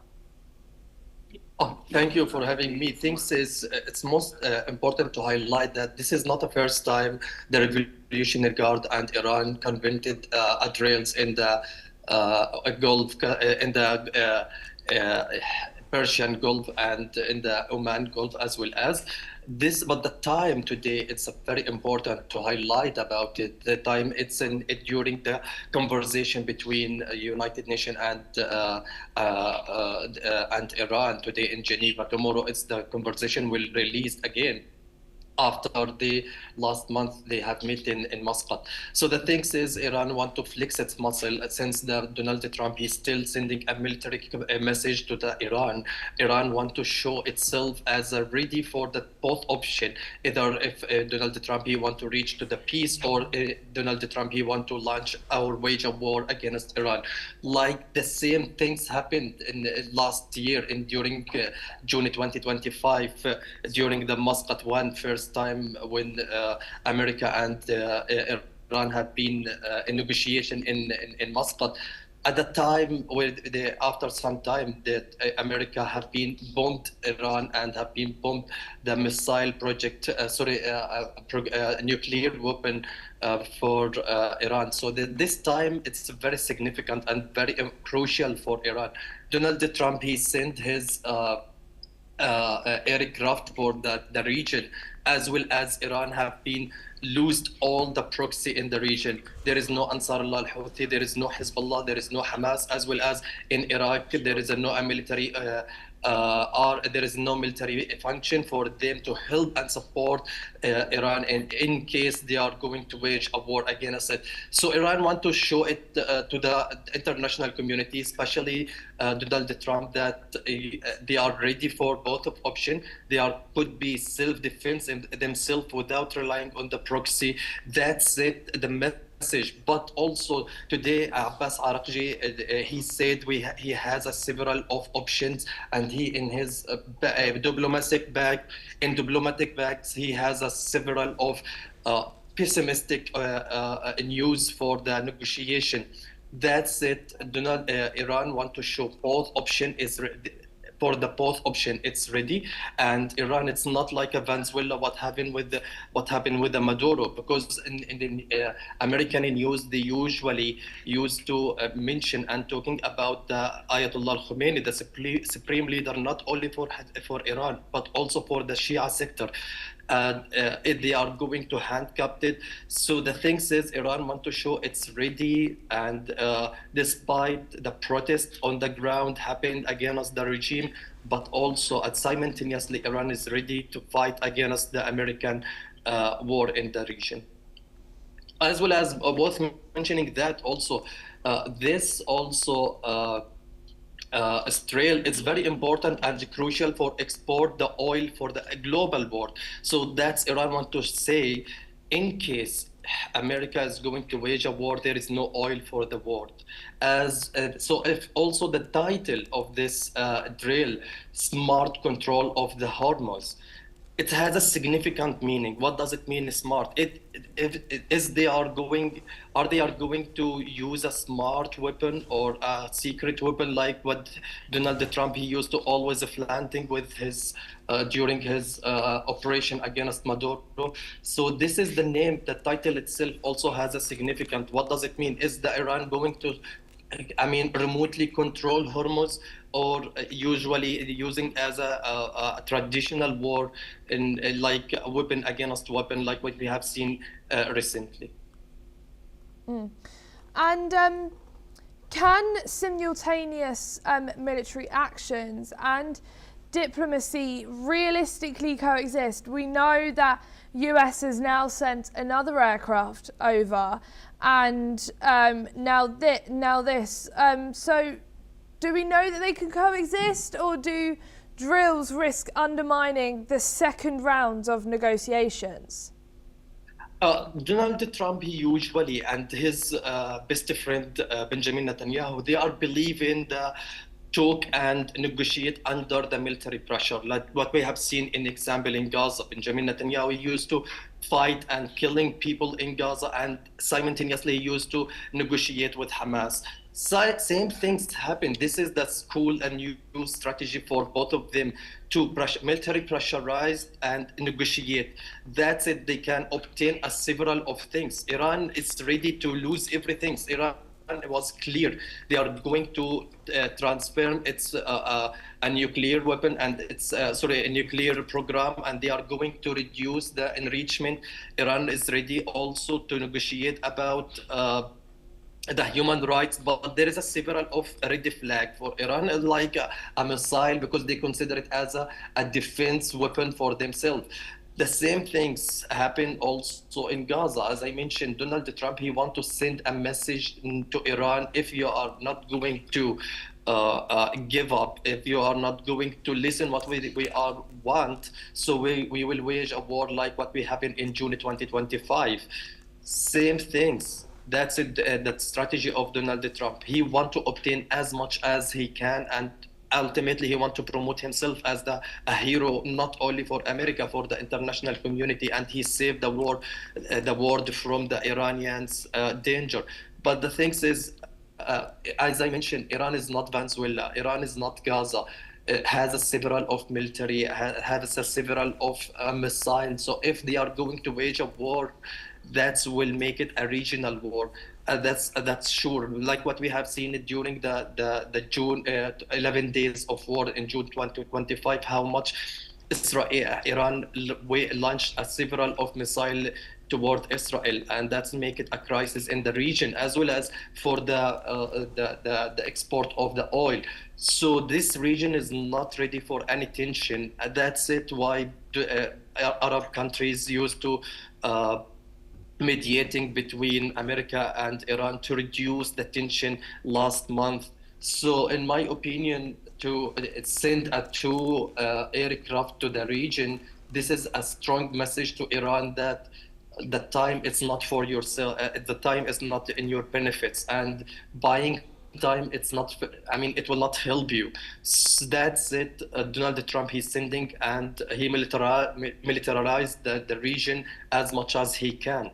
But in my opinion, see, in after the Islamic Revolution in Iran have been success in 1979, Iran have had a conflict with Iraq for more than 10 years. And ultimately, there is no one win in this war, either Iran or Iraq.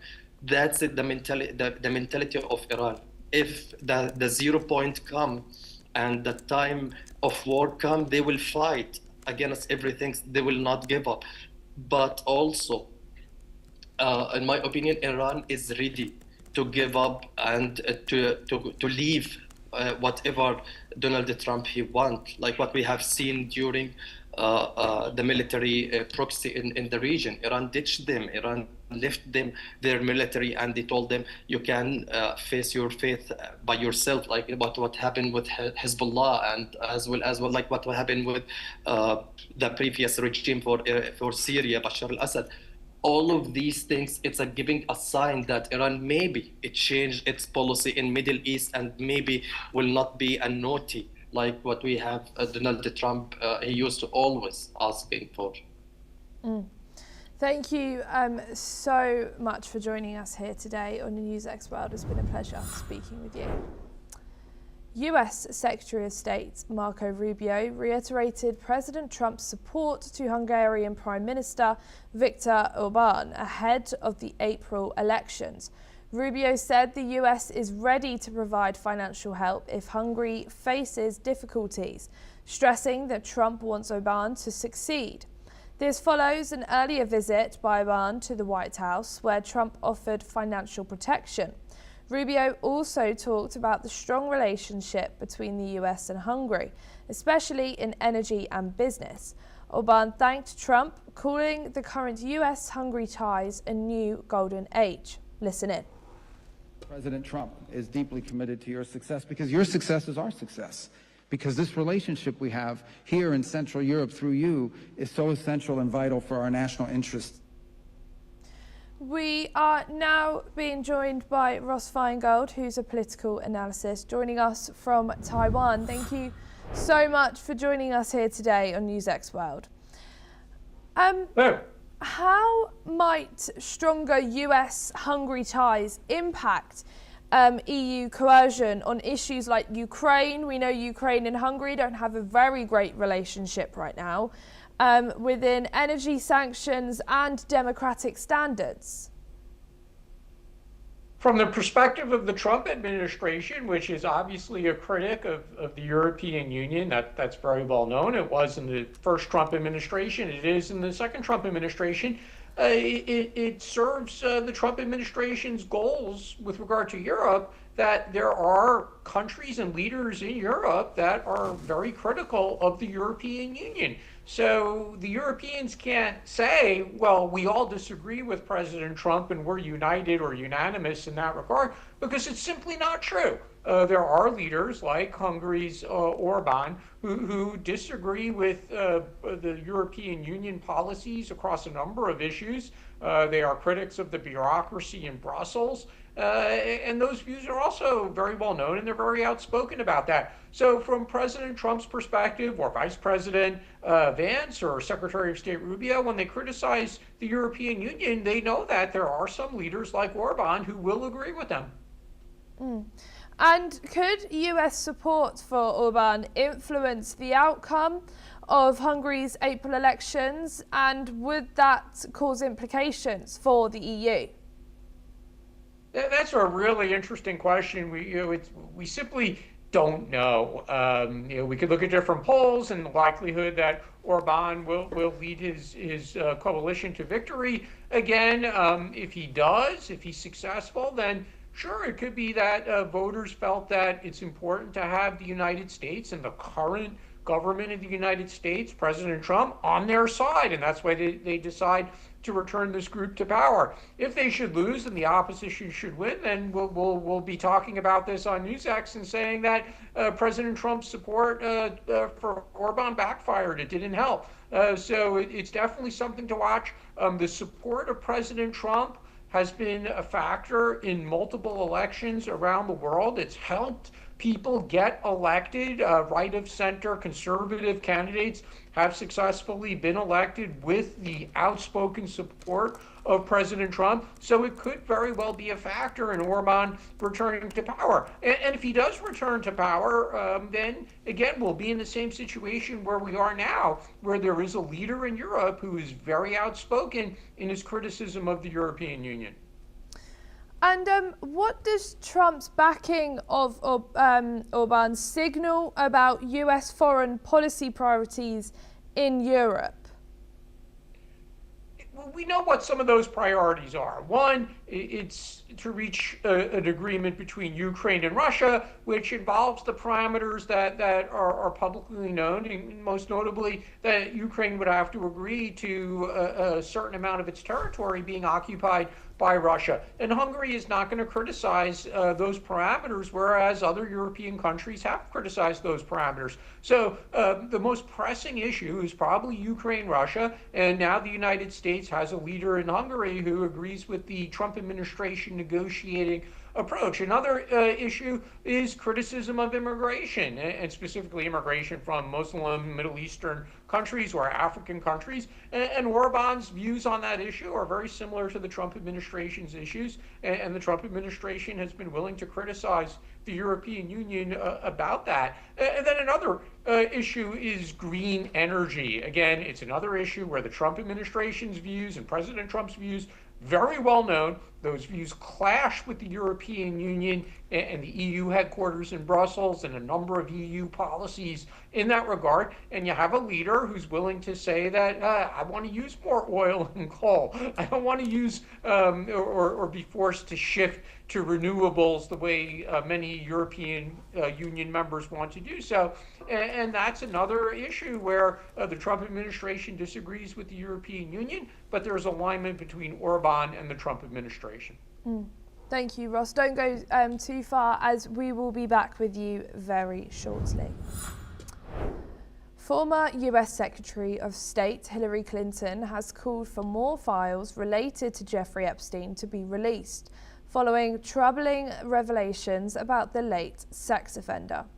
Speaking at the Munich Security Conference, Clinton highlighted allegations that Steve Bannon, a former advisor to President Donald Trump, sought Epstein's help in opposition efforts against Pope Francis.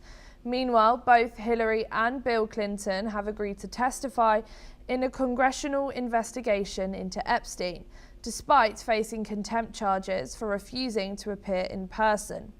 Recent Justice Department documents releases have further exposed Epstein's connections to many high-profile figures. Listen in. It's horrifying, and we're hoping that there will be continued release every day that passes. That doesn't mean, as our news commentators say every day in the United States, it's because someone's name is there, they committed a crime. But I think there's a lot of very troubling and really horrific information coming out. Today, it came out that Steve Bannon was trying to get Jeffrey Epstein to help him overthrow Pope Francis. I've called for, many, many years for everything to be put out there so people can not only see what is in them, but also, if appropriate, hold people accountable. We'll see what happens. We are now being joined again by by Ross. Thank you so much for joining us back here. Does Clinton's participation in the files and the upcoming congressional deposition change the political dynamics of this controversy and what she's saying?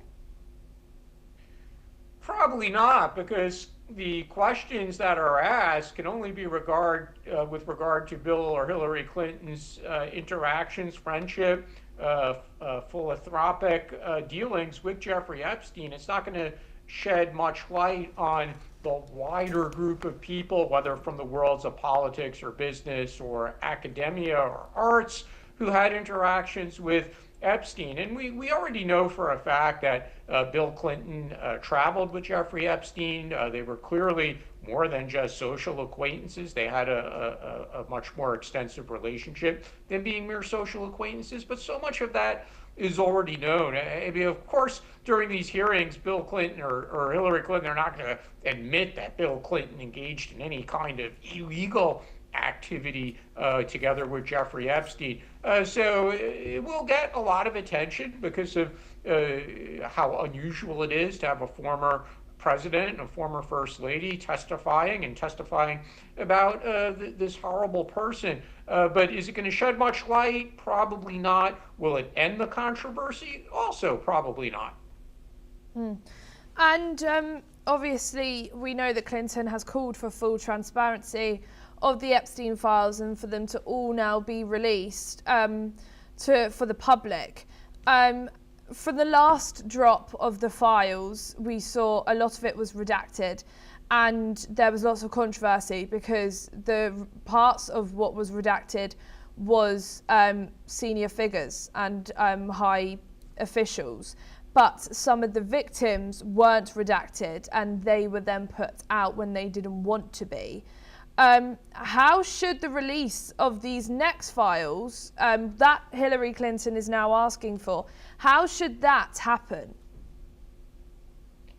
Well, the Justice Department is claiming that they've released everything and that there isn't anything else to release. The only issue here is whether to unredact a lot of the names that have been redacted. As far as Hillary Clinton's comments go, apparently she must have discussed this in detail with Bill Clinton. He's assured her that no matter where his name appears in these files, if his name is redacted, if his name is unredacted, it's not going to reveal anything significantly more damaging than what we already know about Bill Clinton's interactions with Jeffrey Epstein, and it won't reveal any illegal activity by Bill Clinton. So that probably gives Hillary Clinton some comfort to say names that are redacted should be unredacted. And if there are any friends of Hillary and Bill Clinton whose names appear after those names are unredacted, I guess the Clintons have made the decision that for political or public relations purposes that they could cut ties with anyone closer. And keeping in mind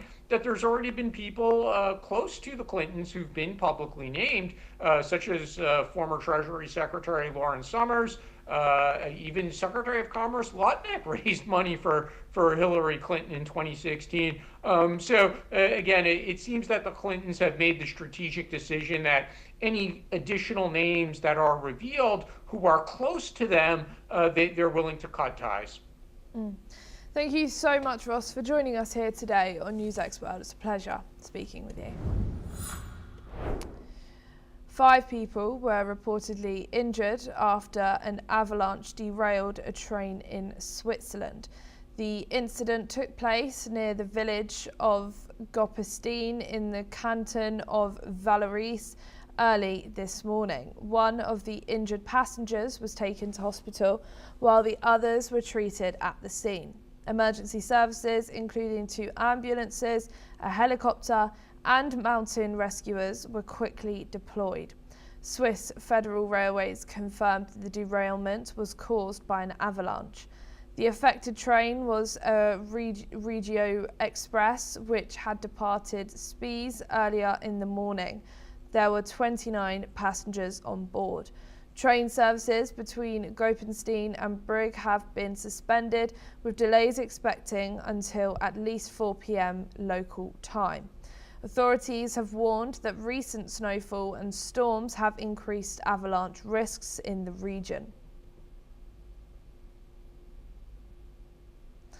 That's all we have time for this hour. Keep watching NewsX World for more news updates from around the world.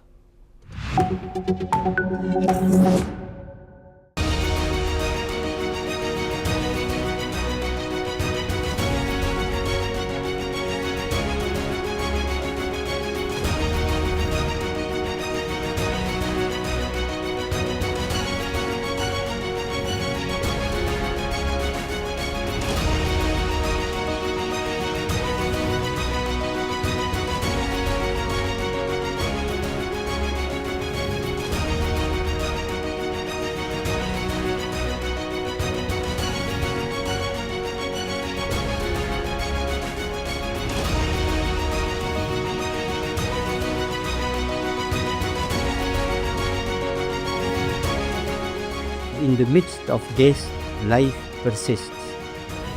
In the midst of untruth, truth persists.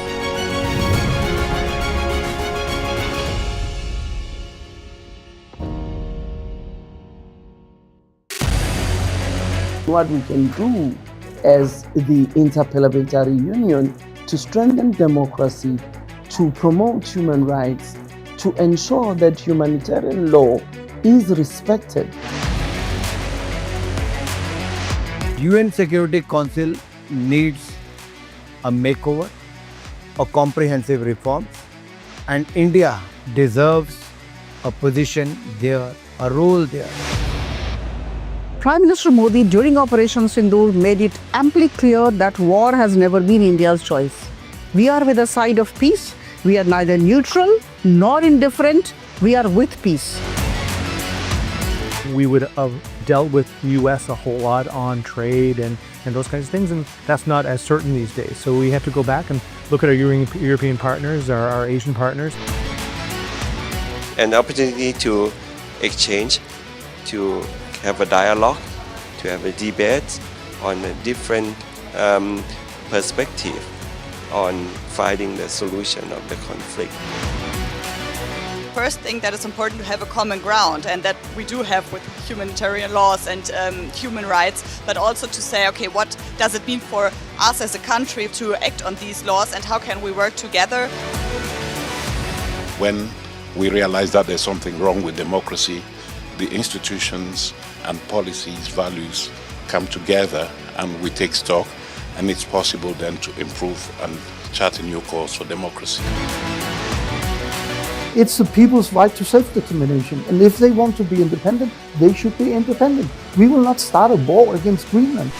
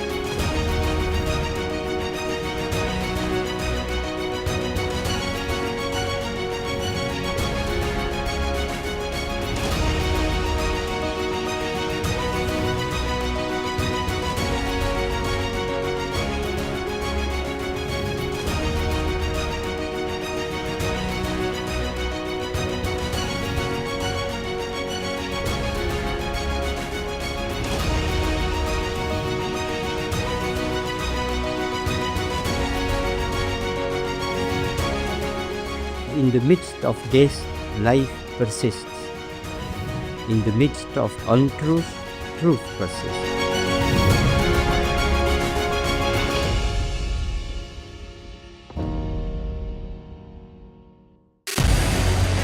What we can do as the Interparliamentary Union to strengthen democracy, to promote human rights, to ensure that humanitarian law is respected.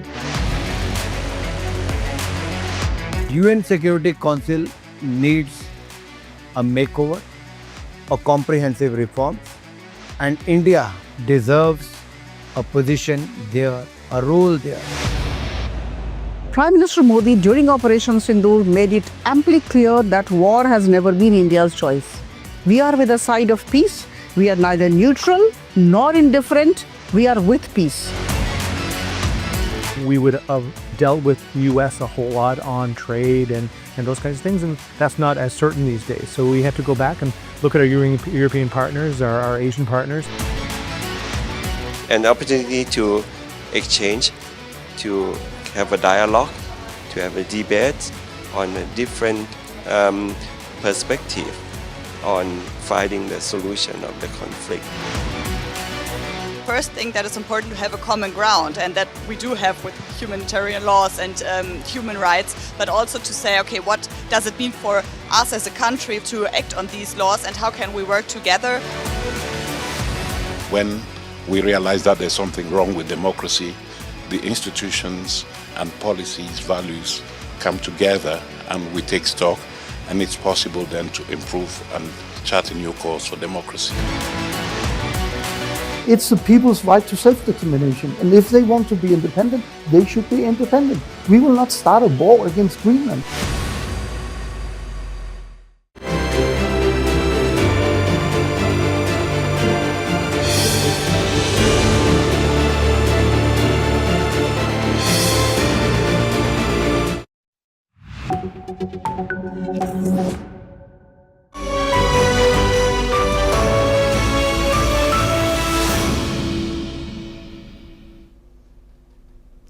Welcome to Nobel Laureates on NewsX World. I'm Ellie Richardson.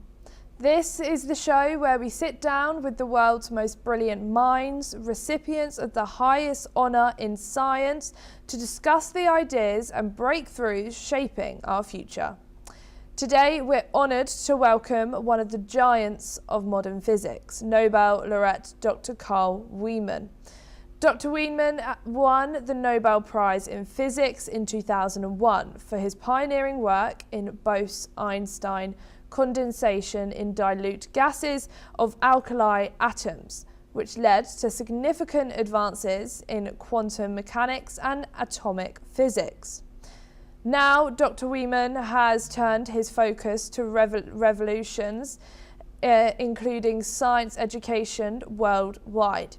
He's been leading efforts to improve science teaching methods and transform classrooms to foster deeper understanding and critical thinking among students.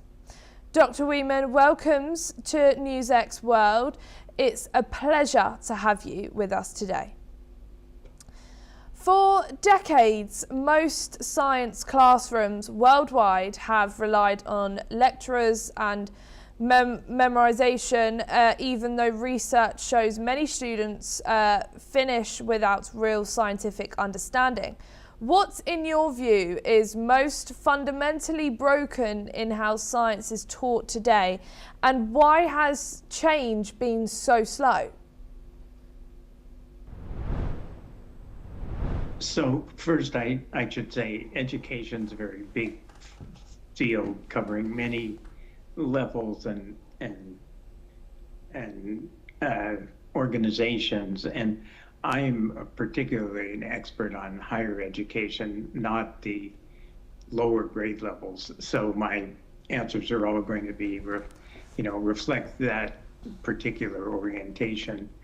But the thing that really fails in science education is to convey to the learners that science is really a process. It's a way of thinking, a way of making decisions in a structured way that gives better results than other ways that people have had. And it's taken a long time to change from that, because I think that a lot of it's just history, that education started out as simply teaching people basic facts, basic skills like reading and writing, arithmetic, and it's been slow for people to accept that we need education to do something quite fundamentally different now. Now we need to really change how people think and the learning needs to be focusing on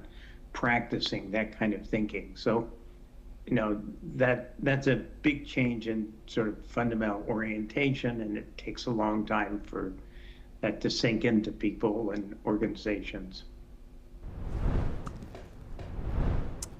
Education research consistently shows that active, student-centered learning outperforms traditional lectures. What core principles of effective science teaching are now clearly established, and which common classroom practices most clearly conflict with that evidence?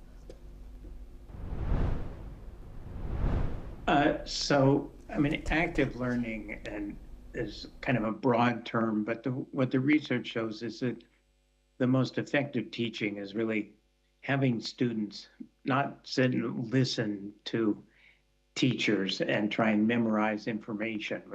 That's how lots of teaching is done these days, but that's not a very effective way to learn. The effective way is to have students have to be practicing the thinking you want them to be able to do. And so they need to be practicing solving problems, making decisions about what to do in certain problems, what information they need, and what conclusions they can draw from that information.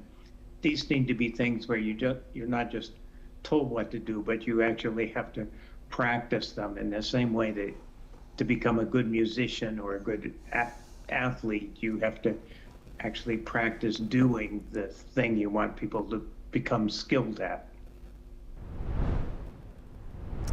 Large gaps in science learning exist both within and between countries. How much can better teaching methods reduce these inequalities, and where do factors like funding, class size, and teacher preparation still impose hard limits? So I think that's just a very hard question to answer, and no one really has the data that can show that. We certainly believe that following better teaching practice, we have lots of data showing outcomes from individual courses that students learn better and learn more, and more students are successful. But the details of of what the limits are on that, we just don't know. And we won't know until we have a lot more people, a lot more teachers using better practices, and then we'll be able to see what the limits actually are that people have faced when many more of them are using these good teaching methods. But until we have that, we don't really know. Governments often link science education to innovation and competitiveness. Is there solid evidence that improving classroom practice actually strengthens a country's research and technological capacity? There's certainly no solid evidence that I know of, because doing that kind of research is very difficult. You have to track people over a long period of time, and you have to look at great detail about what they do, what kind of teaching they've had in school, and then after they graduate from school, what kind of activities and their success in doing science and engineering later on. And so that's just a very difficult thing to get that data. We do have good data, though, showing that good teaching methods can make students have much greater skills just at the point where they're finishing a course or finishing schools. We have good data showing that with better teaching, students are much better able to perform like skilled scientists and engineers. They're better able to solve authentic problems, make good problem-solving decisions like a skilled engineer or scientist does. And so that gives one a lot of indirect confidence that in fact there is a broader impact, but the direct data I'm pretty sure no one has yet. Education systems are often driven by exams and political circles rather than evidence. If a government wanted real reform, what 2 or 3 policy changes would matter the most in the short term?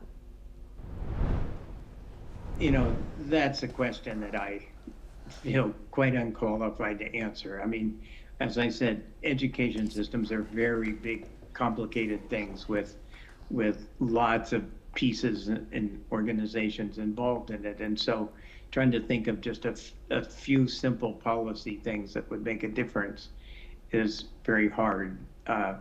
You know, I can say things that I think are quite important, which is the first is kind of changing the basic attitude about what education is for and what it needs to be, from changing from filling up a student's brains with kind of memorized facts to the idea that teaching really needs to be about developing students' capacities. So just changing that basic point of view is something that's probably the most important, but it's not something a government policy is necessarily going to do.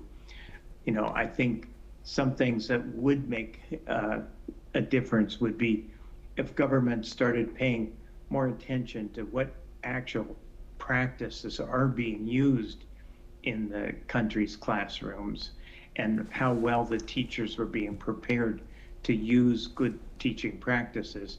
Those would clearly be important policy steps to making large-scale improvement. In many countries, trust in scientific expertise has become polarized. Can changes in how science is taught help rebuild public trust, or are these problems mainly rooted outside the classroom? I mean, some of these problems are outside the classroom, but I think there's a lot that can be done in the classroom to help change that. And a lot of it has to do with what people think science is, and this is based on their education. And they think, okay, it's just a bunch of facts that somebody claims some expert claims they know. And so if that's the case, then if somebody else claims something different, it seems just equivalent. You know, your neighbor has a different view of climate change or vaccination or something.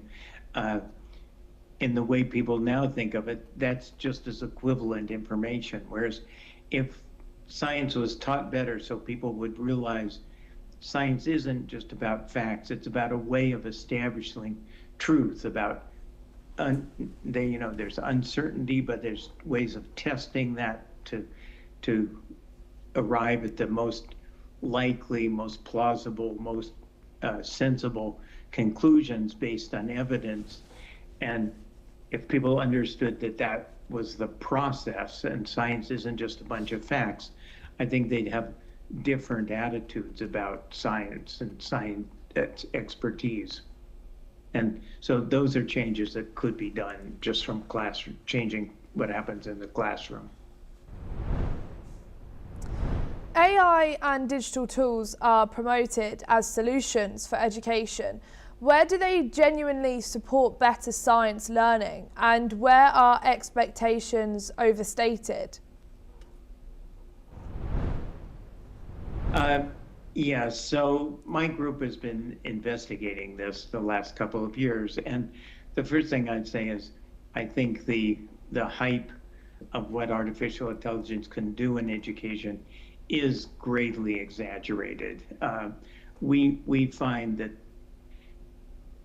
we've been struggling to use AI effectively in education, but we find there's some real fundamental difficulties with it. One is, of course, as everyone knows, it can make mistakes, but a bigger problem than that is that it's just designed to give answers, and good teaching is not really a matter of just giving a student the right answer.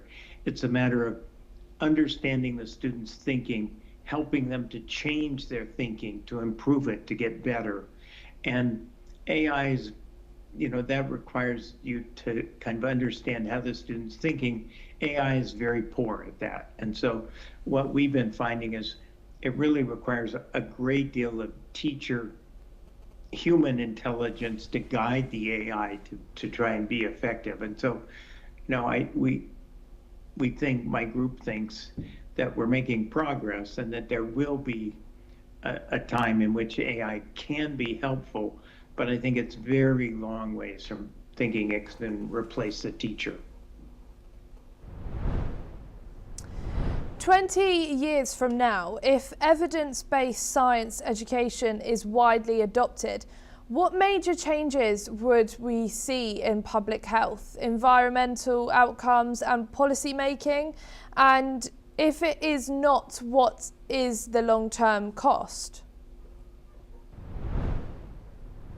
I think society faces so many big issues and challenges and problems, just using the Earth's resources and climate change and so on.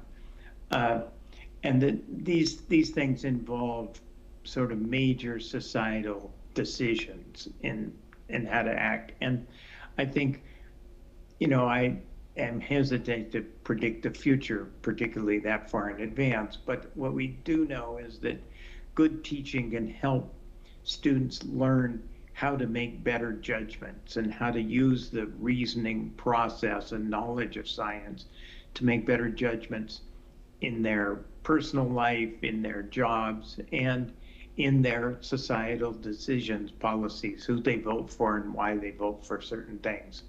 And so, I think it's vitally important that people do, that societies do recognize better what they have to do to deal with the challenges the world faces, and that if we don't have good education that allows people to do that we're going to be in very serious trouble as a human race.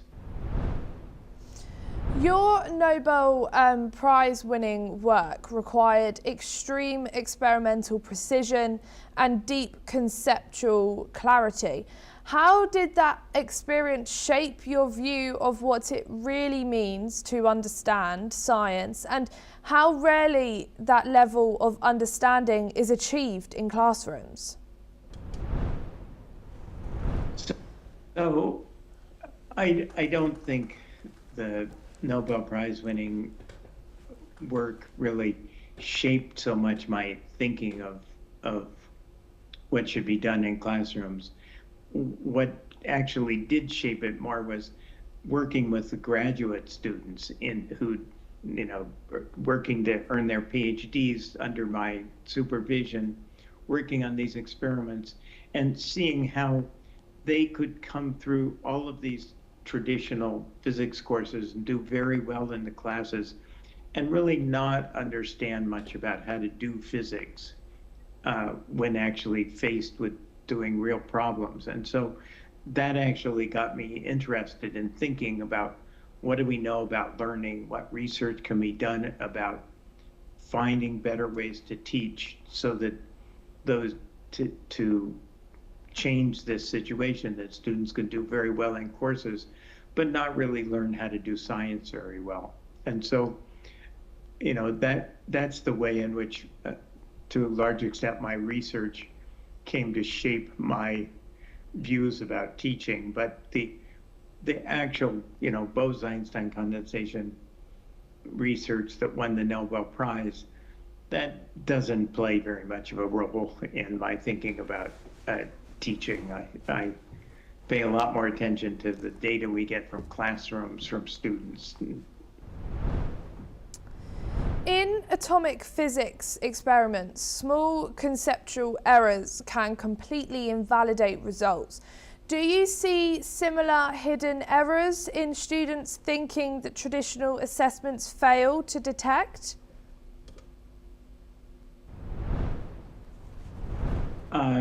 Yeah, so, we know a lot about atomic physics now, and so there's very seldom that we haven't, you can have a mistake that makes a small difference in your understanding, but it's very unlikely to have a tremendous error in your thinking about it from what could happen. It's just, we just know too much now. With students and assessments, I think the assessments we give to students, there it's much more problematic what they're really telling us, what they really mean. I think very much of the kind of high stakes tests that are used so heavily throughout the world, in India and in students' futures and so on, those really don't measure very well at all the ability of a student to kind of think scientifically, to solve authentic problems. There's really such a different context and reasoning process required that I'm kind of very skeptical about what we really can learn about students from these high stakes assessments, that it seems like you can be quite badly misled about a student's capabilities from how they do on such tests. Some critics argue that scientists should not tell educators how to teach. How do you respond to that, given your transition from frontier research to education research? Well, so I kind of feel that scientists shouldn't tell educators how to teach without, in my case, I've spent something like 30 years now actually doing research on education, actually trying things in classrooms, measuring results, getting data on educational results. And so I feel that I'm, quite qualified now to talk about education. But I hear a lot of scientists who just think because they know science, they should know how to teach it. And I know from all of my education research that that's just nonsense. And so I'm one of those people who are very skeptical that somebody who's a scientist is actually qualified to tell people how to teach it. Did winning the Nobel Prize change how seriously your arguments about teaching were taken, and what does that say about authority in education? Yeah, I mean, you know, it says that people aren't thinking that carefully about what they take as authoritative. I mean, it's clear that, you know, I was doing research on education well before I won the Nobel Prize, but it's clear that people paid a lot more attention to what I had to say after I got the Nobel Prize, even though it was, of course, for nothing to do with education. So it just says that people, you know, see authority as in very different ways. And, you know, it's the same way that they go out and will buy shoes because some celebrity says says they should do it. And that's just as silly as people thinking that because someone has a Nobel Prize, they should be an expert in teaching. But, you know, so while I clearly recognize that, I think the fact that people do pay more attention to what I have to say about teaching makes me somewhat more feeling a sense of responsibility, that I have to know what I'm talking about and have to have things that are important to say, because people will listen to it. And what part of scientific training do you think is most underrepresented in how science is taught today? And that's a little bit of a difficult question. I mean, what I think is the most important aspect of science is really the nature of problem solving, how one goes about solving a science problem, and a set of decisions and judgments one makes in that as part of that process. And I think that's what gets most serious. That's what's most important, but it also is what gets most seriously neglected, because that's not just learning, memorizing facts and procedures, which is what so much of the teaching is. It's really learning how to think, learning how to make judgments, and practicing that thinking. And that's really what's most important, but is sadly neglected. Thank you so much, Dr. Carl Wieman, for sharing your insights on our show, Nobel Laureates. For more stories, stay tuned to NewsX World.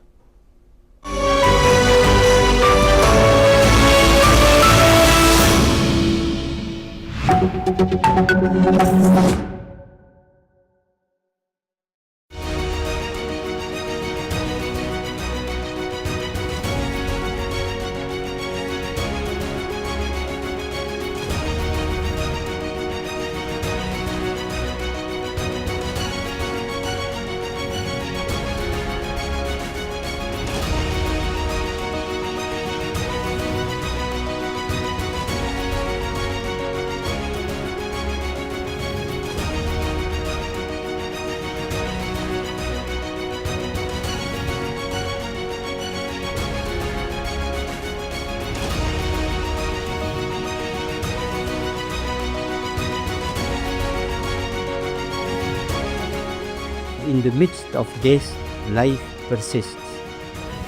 In the midst of untruth, truth persists.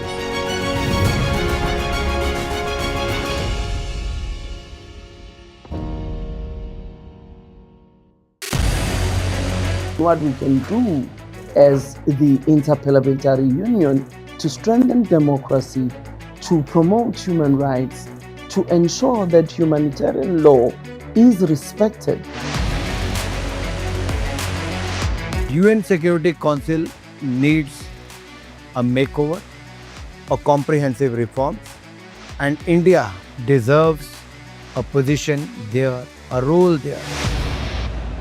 Prime Minister Modi during Operation Sindoor made it amply clear that war has never been India's choice. We are with the side of peace. We are neither neutral nor indifferent. We are with peace. We would have dealt with US a whole lot on trade and those kinds of things, and that's not as certain these days. So we have to go back and look at our European partners, our Asian partners. An opportunity to exchange, to have a dialogue, to have a debate on a different perspective on finding the solution of the conflict. First thing that is important to have a common ground, and that we do have with humanitarian laws and human rights, but also to say, okay, what does it mean for us as a country to act on these laws, and how can we work together? When we realize that there's something wrong with democracy, the institutions and policies, values come together and we take stock, and it's possible then to improve and chart a new course for democracy. It's the people's right to self-determination, and if they want to be independent, they should be independent. We will not start a war against Greenland.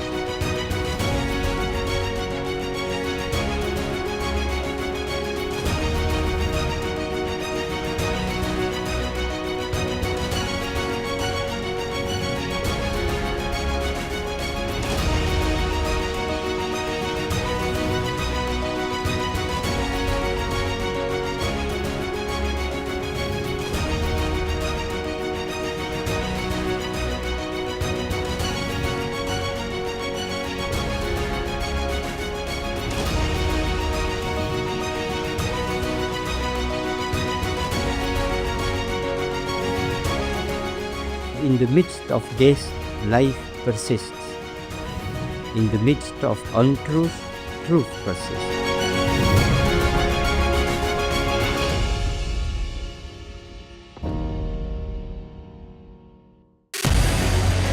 What we can do as the Interparliamentary Union to strengthen democracy, to promote human rights, to ensure that humanitarian law is respected. UN Security Council needs a makeover, a comprehensive reform, and India deserves a position there, a role there. Prime Minister Modi during Operation Sindoor made it amply clear that war has never been India's choice. We are with the side of peace. We are neither neutral nor indifferent. We are with peace. We would have dealt with US a whole lot on trade.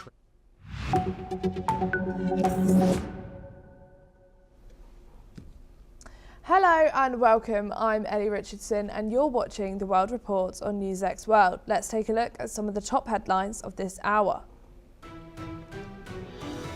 Iran's Foreign Minister Abbas Araghchi said he will meet the UN nuclear watchdog chief on Monday, ahead of US-Iran nuclear talks to tackle their dispute over Tehran's nuclear program and avert conflict as US warships deploy to the Middle East. Israel's cabinet has approved further measures to tighten Israel's control over the occupied West Bank and make it easier for settlers to buy land, a move Palestinians called a de facto annexation. The Kremlin has rejected a baseless assessment by 5 European countries that Russian opposition leader Alexei Navalny died from poisoning while in an Arctic prison 2 years ago. We naturally do not accept such accusations, says Kremlin spokesperson Dmitry Peskov. The mother of the deceased Russian opposition leader Alexei Navalny said Monday she felt vindicated by a European assessment that her son died of poisoning. Navalny's mother has called for justice as his supporters marked 2 years since his death in prison. A Globe Artificial Intelligence Summit kicks off in New Delhi with big issues from job disruption to child safety. Indian Prime Minister Narendra Modi inaugurates India AI Impact Expo at Bharat Mandapam in New Delhi. According to Indonesian Army spokesperson Doni Pramono, Indonesia is preparing 1,000 troops for possible deployment to Gaza by early April as part of a proposed multinational peacekeeping force. Pramono said the final decision rests with the government, adding that a total of 8,000 Indonesian soldiers will be ready for deployment by June. Investigators have obtained a DNA sample from a glove that was found near Nancy Guthrie's Arizona home and appears to match the pair worn by a masked brawler seen in doorbell camera footage before she was abducted 2 weeks ago. China's Russian oil imports are set to climb for a third straight month to a new record high in February as independent refiners snapped up deeply discounted cargoes after India slashed purchases, according to traders and ship trafficking data.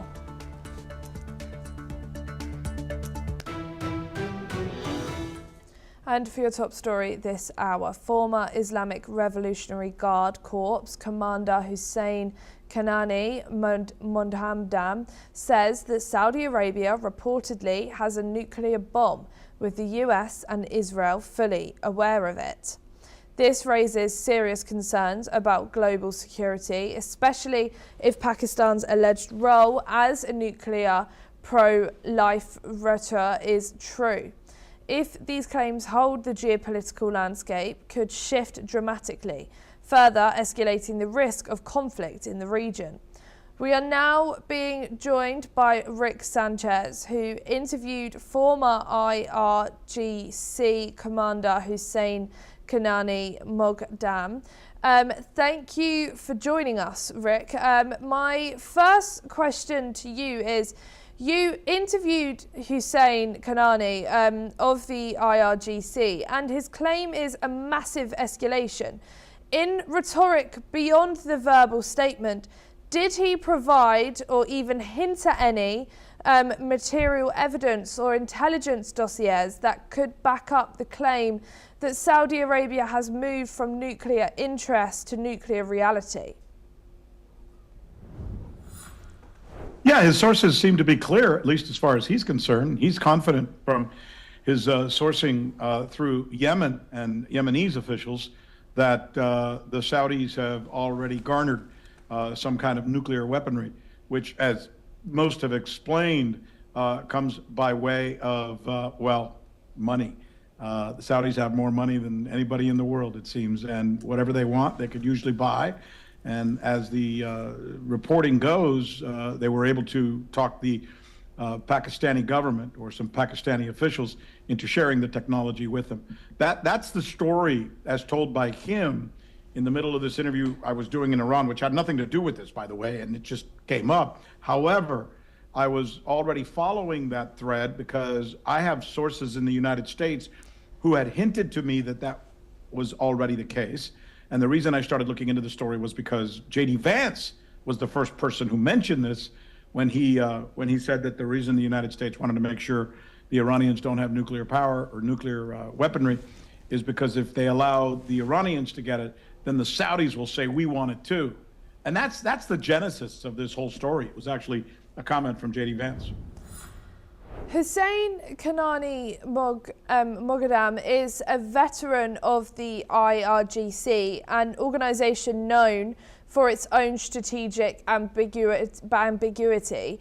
In your assessment, was this a genuine whistleblower moment or a calculated piece of Iranian psychological warfare designed to pressure the West into rethinking regional security?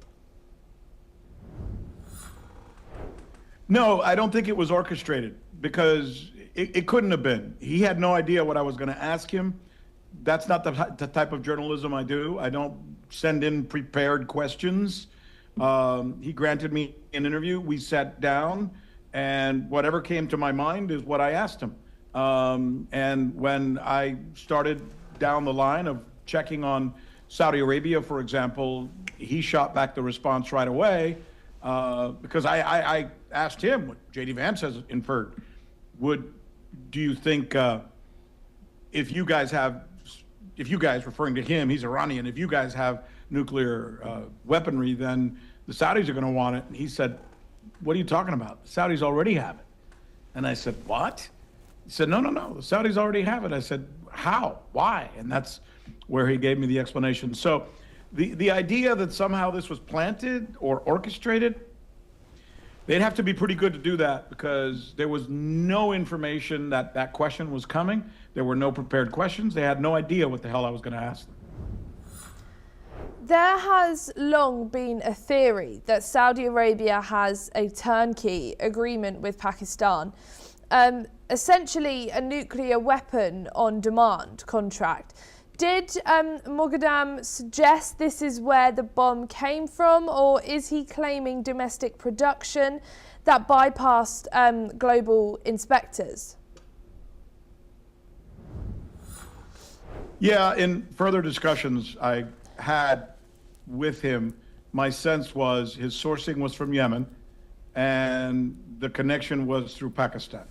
And where it leads to in Pakistan, or specifics about that, I didn't get a chance to drill down on, because I was covering a story in Iran at a time with very little internet, and I was flying by the seat of my pants, following officials, covering the story, talking to people on the streets. So the emphasis of my coverage was not Saudi Arabia and its nukes. It was more about the situation between the United States, Iran, and Israel. If this intelligence is needed solid, it effectively ends the non-proliferation treaty era in the Middle East. Did you get the sense from your interview that Iran now feels justified in crossing the nuclear threshold themselves, citing a Saudi precedent? Well, I think this is problematic for the whole region, especially given the escalatory level we're at right now between Iran and the United States, because the ones who are most in the thick of things here are the Gulf states. All of the states in that region, from Kuwait all the way through UAE to the Saudis, Oman. And if this thing escalates, that whole area will turn into a conflagration. And if that thing turns into a conflagration and one of those countries has to defend itself on its own right because they are not confident or want to add to whatever it is the United States is doing against Iran, and they have that type of weaponry, then yeah, there's reason to be concerned. Now, to be fair, the moment we got that response from the former Revolutionary Guard commander, who I found to be, by the way, a very approachable, honest person. I didn't think he was a BS artist, as we would say in the business. We immediately reached out to the Saudi officials, and they haven't given us a full response yet. I know there's denials out there, but I immediately went on the air and clarified that the Saudis have consistently been signatories to the non-proliferation agreement in the Middle East. So that doesn't mean that they haven't tried to acquire, have acquired or are in the process of acquiring. I can't speak to that. I can only say that in fairness to them, they have always said that they abide by and will continue to abide by a policy where countries in that in that region of the world do not have nuclear weaponry. Finally, we understand you've just returned from a week-long trip to Iran. What can you tell us about the situation on the ground in the country, and what were some of the more interesting things you witnessed or experienced there? I think what I experienced most of all that I found somewhat surprising is that Iranians are no different than any of us. They're just people, and they have concerns and they have worries, and they talk to me from their hearts. I talk to mullahs, I talk to school children, I talk to moms and fathers and widows. I talk to the people who were involved in these protests. I talk to people who lost loved ones in the protests. It's a very difficult time in Iran, domestically, outside of the United States and Israel and everything else, because right now their currency is in a very, very difficult situation. Not just difficult, it's remarkably difficult. It's 1.2 million of their reals, of the Iranian real, their currency, for $1 American. Think about that. That's an inflationary level that I've never even heard of. So the currency is such in a bad state that it's causing the economy and for the people of Iran to really suffer. And that's why they're protesting. And they have a right to protest. They should be angry. And I'm not sure that, and I said this to the government, I said, you know, you guys blame everything on the United States, and yes, they may have manipulated your currency, as they've admitted to, but you're still responsible. These are your people. They're suffering, your economy. And they admitted to me. They said, yes, we are culpable as well. There are things that we need to do. I also wanted to chase the idea of how many people were actually killed and how many people have been affected who were protesters, who were castigated as a result of what they did. And I asked the government, I said, look, regardless of what their crimes may be, I know that there were some horrible things that happened here. You say they were instigated by the Mossad, maybe by the CIA. I've seen those reports as well. Regardless of what you say happened, these people all still deserve a fair trial. Can you guarantee me that they're going to get a fair trial? And they did. You know, all I can do is ask the question. So this is the underpinning of what's happening right now in that country, and it's a very difficult situation. As for the potential for a war, in my conversation with the foreign minister, who was at the time meeting with Mr. Witkoff and Mr. Kushner, my sense is that they're doing everything possible to come up with a deal that affords the level of limited enrichment that the United States is asking for and gives Trump just a little bit more than he got from the JCPOA in his deal with Mr. Obama.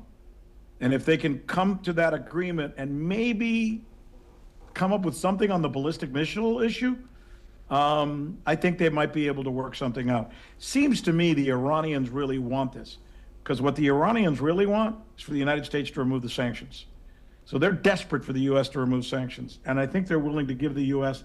whatever it wants at this point. Well, let me take that back. Not whatever it wants, but something that would satisfy them, the Iranians believe. What exactly that's going to be, I don't know. But I hope to God they can work on it and make it happen, because speaking as a human being, I think this could get really ugly.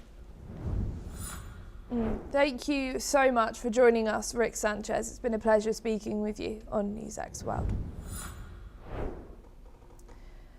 US Secretary of State Marco Rubio said making a deal with Iran would be difficult due to the country's leadership by clerics, noting that Iran making policy decisions based on pure theology. Rubio made these comments during a visit to Budapest as part of a European tour. The US and Iran resumed nuclear talks earlier this month, but there's little sign of compromise.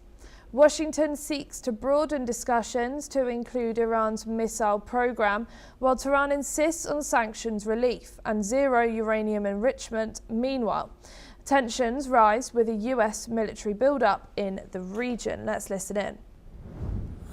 Look, doing a deal with Iran is not easy. I said it yesterday, I'll repeat it again today. I mean, we have to understand that Iran ultimately is governed, and its decisions are governed by Shia clerics, radical Shia clerics, okay? These people make policy decisions on the basis of pure theology. That's how they make their decisions. So it's hard to do a deal with Iran. We've always said it's hard, but we're going to try. That's what the president is trying. I'm not going to prejudge those talks. I'm certainly not going to negotiate with Iran here in front of the press and on the stage. Our negotiators are on their way there now. They'll have meetings. We'll see what happens. We're hopeful there's a deal. The president always prefers peaceful outcomes and negotiated outcomes to things. He's a president that's shown his willingness to talk to anyone and meet with anyone. And I think if there's an opportunity here to diplomatically reach an agreement that addresses the things we're concerned about, we will be very open and welcoming to that. But I don't want to overstate it either. It's going to be hard. I mean, we're dealing, you know, it's been very difficult for anyone to do real deals with Iran because we're dealing with radical Shia clerics who are making theological decisions, not geopolitical ones. But let's see what happens. I hope it works out. We all hope it works out. We are now being joined by Ambassador Mahesh Sachdev, who's a former diplomat who's joining us from New Delhi. Thank you so much for joining us here today on NewsX World. How might Iran's insistence on its nuclear rights and enrichment capabilities complicate negotiations?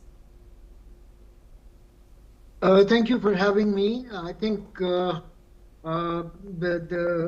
red lines that the United States has put in the name of negotiating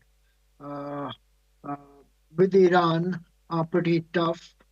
To name them, they don't want any enrichment activity. They want the enriched uranium to be sent out of the country. They don't want the missile to exceed a certain range, and they don't want Iran to have any tie-ups with the so-called proxies or excess of resistance in the region. Yeah.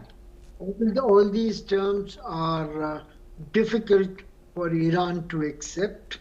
These have been part and parcel of their defense doctrine, and that is where the rub lies.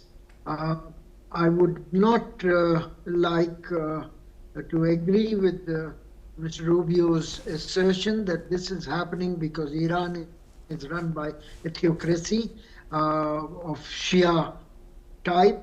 I think they have their own logic from their own perspective, and so does the United States, except that the logic on the two sides are fairly different. Thank you. Don't go too far, as we will be coming back to you very shortly. Germany and France have initiated talks on enhancing European nuclear deterrence, with discussions between Germany Chancellor Friedrich Merz and French President Emmanuel Macron still in their early stages. A German government spokesperson clarified that these talks aim to explore deeper cooperation in nuclear deterrence, but do not seek to diminish the US's central role in NATO's defence structure. The spokesperson emphasised that the discussions are focused on supplementing and strengthening the US protective shield, ensuring that the US continues to play a crucial role in NATO's nuclear deterrence strategy in the future. We are now being joined again by Ambassador Mahesh Sachdev. Thank you for joining us back here on NewsX World. What do early stage discussions between Germany and France on nuclear deterrence signal for the future of European security cooperation? It's an interesting question, and the situation is fast evolving as United States security doctrine is fairly ambivalent about its commitment to NATO.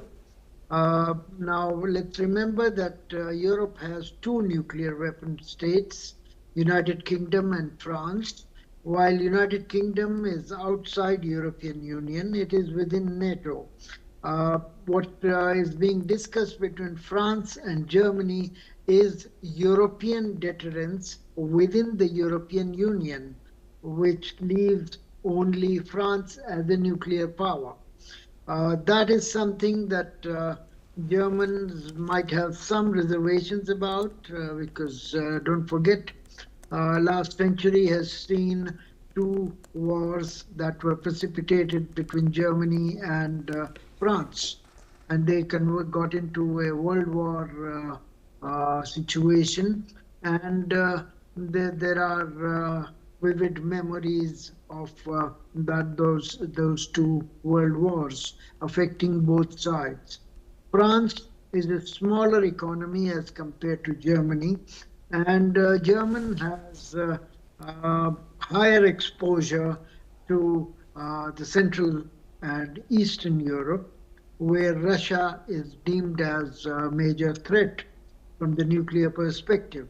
Now, the nuclear treaty between United States and Russia has ended earlier this month, and the new treaty is not, at least for now, being negotiated. So both sides, Russia and United States, are free to add new nuclear weapons. Russia already is supposedly the country with highest number of nuclear warheads.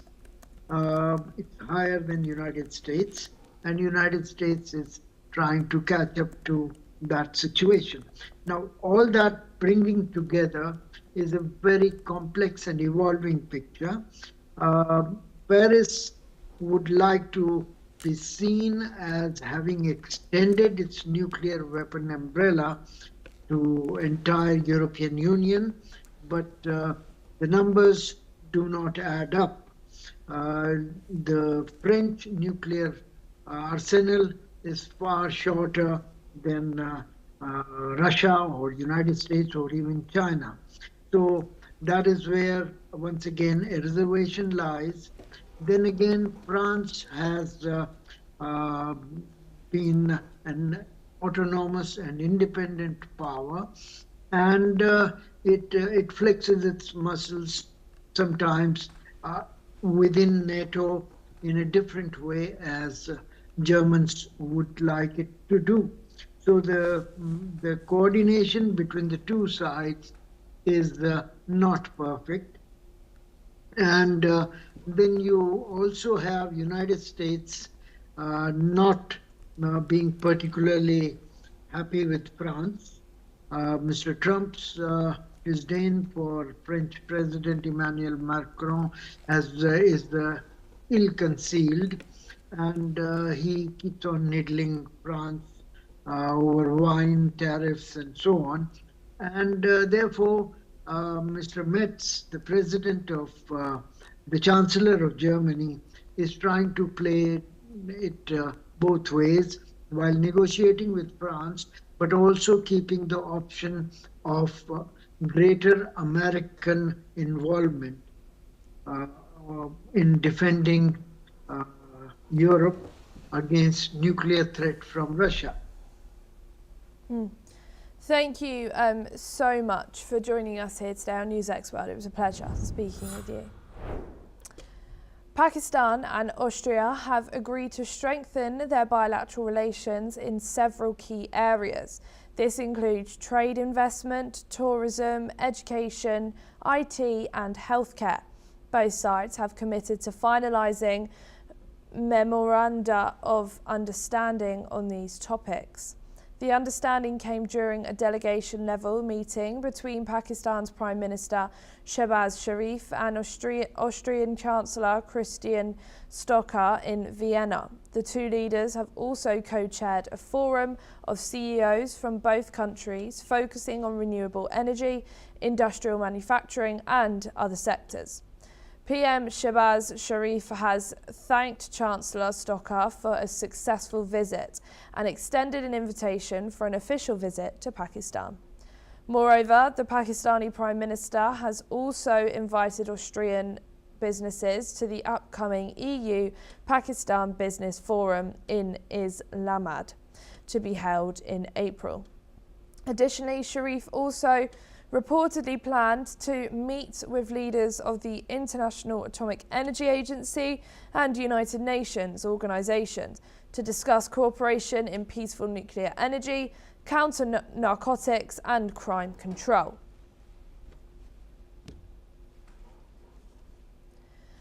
The European Union has condemned Israel's recent approval of a process to register land in the West Bank, labelling it a new escalation. EU Foreign Affairs spokesman Anor El-Anoui emphasised that these actions are part of a broader effort to extend Israeli control in the occupied region. He reiterated that an annexation is illegal under international law, urging Israel to reverse its decision. The EU's stance signals growing concerns over rising tensions in the Middle East and calls for renewed efforts towards peace. Listen in. Notre position, elle a toujours été très claire et consistante, dans le sens où nous avons depuis longtemps la position de ne pas reconnaître la souveraineté d'Israël sur les territoires occupés par Israël, et ce depuis juin 1967, conformément aux résolutions du Conseil de sécurité des Nations Unies. Et nous rappelons que l'annexion est illégale au regard du droit international, et nous appelons. British Prime Minister Keir Starmer said all AI chatbots must be held accountable after Elon Musk's Grok chatbot was found to generate non-consensual sexualized images. He explained that the government acted quickly to remove the harmful feature, stressing that the current situation is not good enough, especially when it comes to protecting children. He has promised to take a quick action with new regulations within months to address the issues around AI bots and the addictive nature of digital devices. Let's listen in to his statements on the issue. Really clear, the status quo, things as they are now, is not good enough. Nobody can make the argument that things can be left as they are. They can't, they're not protective of children, and we intend to act. We can't have 8 years when it comes to social media and whether we ban it or massive restrictions in place. So we've taken the powers now, we're taking the powers to make sure we can act within months, not years. We also need to act very quickly, not just on the age concern, but on the devices and applications that mean the sort of auto-scrolling, the constant gluing to the machine, that you can never stop scrolling and it just encourages you, or that one thing follows from another. We have to break that habit to stop the addictive nature. We also need to do with AI bots. This is something relatively new. That's all we have time for. Keep watching NewsX World for more news updates from around the world.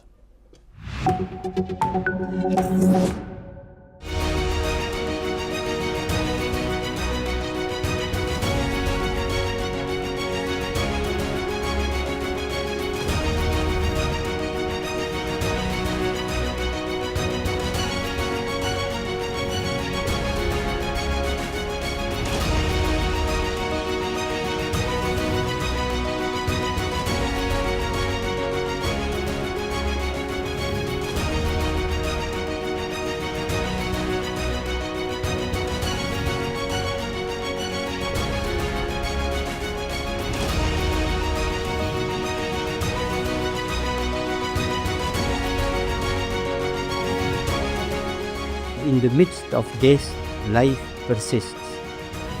In the midst of untruth, truth persists.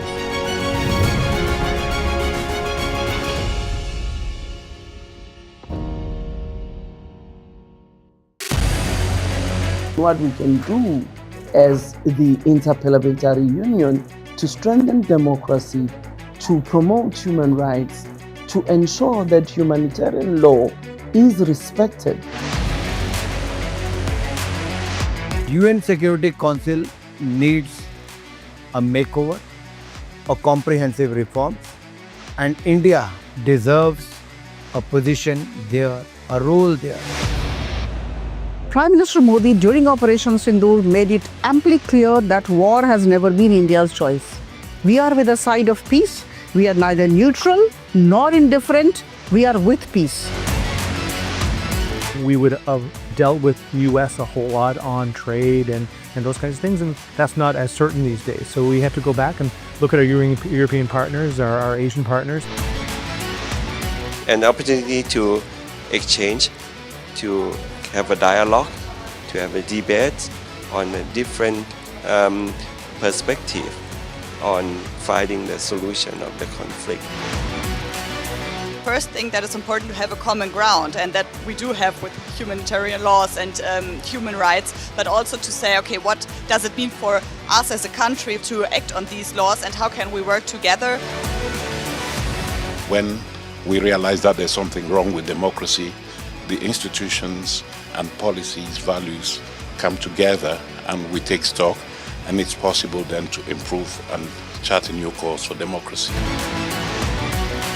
It's the people's right to self-determination, and if they want to be independent, they should be independent. We will not start a war against Greenland.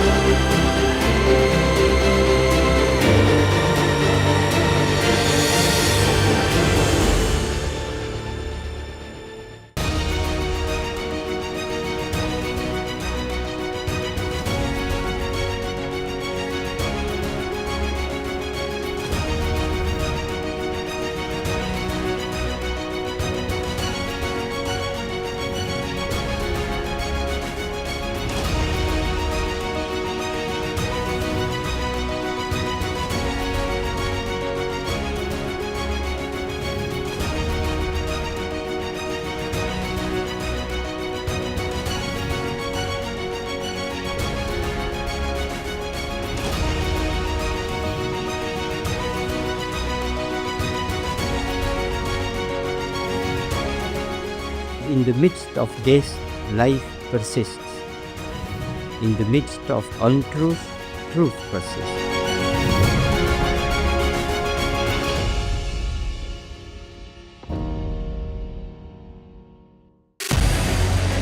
What we can do as the Interparliamentary Union to strengthen democracy, to promote human rights, to ensure that humanitarian law is respected.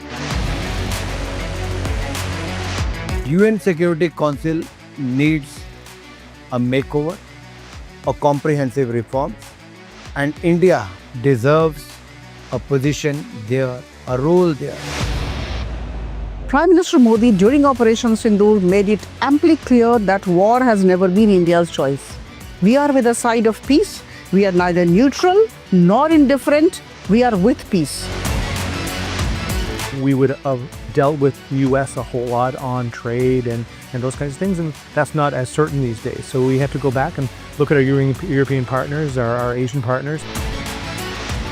An opportunity to exchange, to have a dialogue, to have a debate on a different perspective on finding the solution of the conflict. First thing that is important to have a common ground, and that we do have with humanitarian laws and human rights, but also to say, okay, what does it mean for us as a country to act on these laws and how can we work together? When we realize that there's something wrong with democracy, the institutions and policies, values come together and we take stock, and it's possible then to improve and chart a new course for democracy. It's the people's right to self-determination, and if they want to be independent, they should be independent. We will not start a war against Greenland.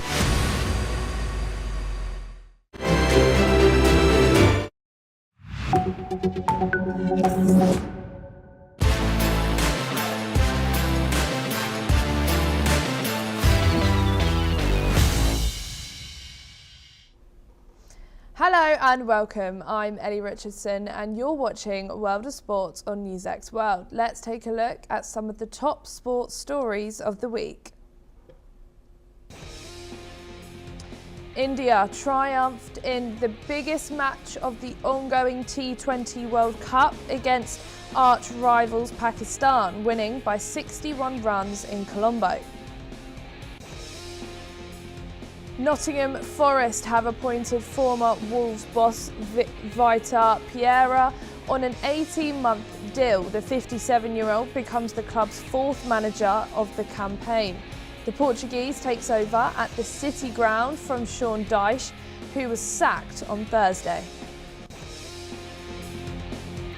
Anthony Kim completed a remarkable return to golf with a victory at the Live event in Adelaide, his first tournament win after a 12-year absence during which he battled drug and alcohol addiction.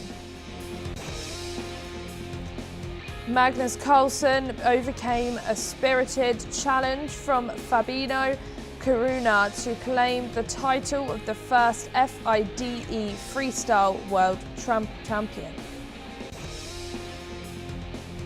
Tyler Redrick took the checkered flag at the annual Daytona 500 race, driving for Michael Jordan's 2311 racing team.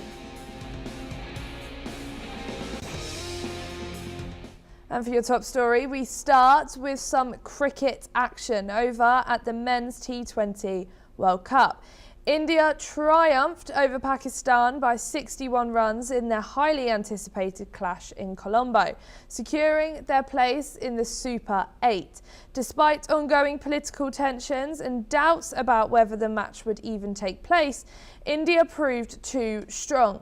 The victory added to their recent dominance over Pakistan in completed matches. Ishan Kishani's explosive 77 from 40 balls provided a solid foundation for India, setting a challenging target of 176. Despite Pakistan's spinners, including Saim Ayub, trying to fight back, the total always seemed daunting early breakthrough from Hardik Pandya and Jasprit Bumrah, who claimed key wickets in the first 2 overs of Pakistan's chase, all but sealed the game for India. Pakistan's chase faltered early on as they found themselves at 34-4, with Hardik sending Shehzad Khanum back for a duck and Bumrah claiming 2 crucial wickets. Usman Khan's militant 44 was the highlight of Pakistan's innings, but they were dismissed for just 114 in 18 overs.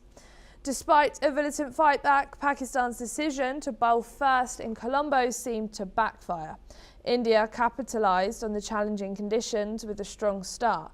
Pakistan's bowlers tried to apply pressure, but their late changes in strategy, including holding back Usman Tariq, proved costly. The result leaves Pakistan with a must-win game against Namibia to qualify for the Super 8, as their defeat to India pushed them to 3rd in Group A. India, on the other hand, remain on track to defend their T20 World Cup title, building momentum as they head into the next phase of the tournament. We are now being joined by Rithik Dhanani, who's a sports commentator and presenter, joining us from New Delhi. Thank you for joining us here today. Despite the early dismissal of Abhishek Sharma, Ishan Kishani's explosive batting changed the course of the match. What set him apart from the other batsmen who struggled? Yes, thank you for having me. I think, yes, Ishan was clearly the difference between both the sides. But yes, I think the major difference I'll say is the mindset with which he is playing. I think in last few months, he has batted the best throughout his career. So I think, yes, I think the major difference was the mindset. And I think more importantly, if you look at the second over, when Shaheen Shah Afridi walked in, that first ball was very decisive. He hit him for a 6 towards mid-wicket. It's very easy to say that, but the way he delivered it, from there on, the pressure shifted back to Pakistan and he never allowed them to come back. So I think, yes, just to counter-attack, that's what Gautam Gambhir and the entire ideology of this Indian team has been, to counter-attack and to kill the game in the first 6 overs. So that's what something he did really well. And I think in addition to that, because he batted in the power play, so the ball was new, it was not dripping that much as it was in the last 5 overs of the innings. And more importantly, because there are only 2 fielders outside in the first 6 overs, so there are bigger areas to target. So I think Ishan got the foundation really well and then carried on nicely for the team.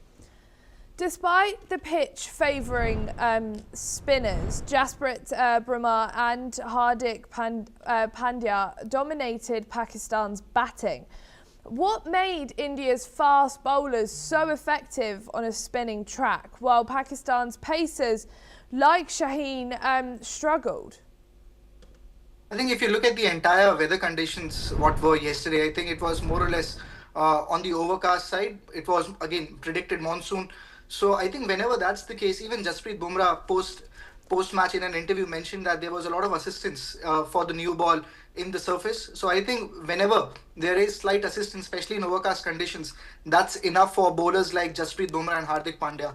And I think the bigger reason why Pakistan collapsed was the kind of pressure they were batting in. Of course, 175 on this sort of a surface is almost impossible for a lineup like that to chase. So I think, of course, the skill set of Jasprit Bumrah and Hardik Pandya with the assist in the conditions, and in addition to that, the kind of pressure they were batting in. Even if you look at the dismissals, how Farhan got out, how their captain Salman got out, just clearly tells us it was more pressure than the bowling that did the damage for them. And did Pakistan's decision to bowl first impact their performance in the match against India? I think yes, the result would have still been the same, to be honest. But yes, whenever you are playing a high-pressure match like India-Pakistan in the T20 World Cup, where everything is on the line, you always prefer to bat first. But I think, yes, even if Pakistan would have batted first, I think the result would have still been the same. Probably the margin would have been lesser. But I think, yes, wouldn't have made a big difference if even Pakistan would have batted first. Thank you so much, Rithik, for joining us here today on our sports channel on News Expert. Turning our attention now to the snowy slopes of Milan, where the 2026 Winter Olympics are underway in full swing. Norway continues to lead the medal table with a strong showing anchored by cross-country dominance, including a record 9th for Johannes Holsflot after anchoring the men's relay. Italy is having its best Winter Games ever, surpassing its previous total of 20 medals with 22 overall and 8 golds, fueled by performances across alpine skiing, biathlon, skeleton and snowboarding cross. Great Britain and other nations have also made history with breakthrough golds in skeleton and snowboard crossed mixed team. The biggest headline from the Games is from the ice hockey court. Team USA men's hockey team may have found a short-term formula to survive the rough patches of these Olympics. When all else fails, add Brady Ottawa. Senators captain Brady took through hands in the first period against Denmark, scored the equaliser in the second and injected life into a flat American side. Even so, the game was far closer than it should have been. The United States trailed at the halfway point against a Danish team with just 5 NHL players. A late offensive surge sealed the win, but it did little to quiet concerns about chemistry and consistency. Meanwhile, in figure skating, the Olympics have witnessed the greatest upset possibly of all time. For nearly 2 years, men's figure skating has felt inevitably with the ILIA Millennium at the centre of it. But on Olympic ice near Milan, the sense of certainty collapsed. The overwhelming favourites saw the gold medal slip away after an error-filled free skate that will go down as one of the biggest upsets in Olympic history. Kazakhstan's Mikhail Shidov capitalised, roaring from 5th to 1st with a season best 291.58.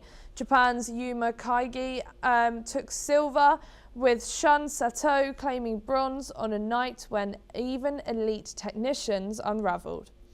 Millennium, who entered with a 5-point lead and the most difficult programme ever attempted at the Olympics, missed a quad axel, fell on another quad and finished 8th. His 2-year unbeaten streak shattered.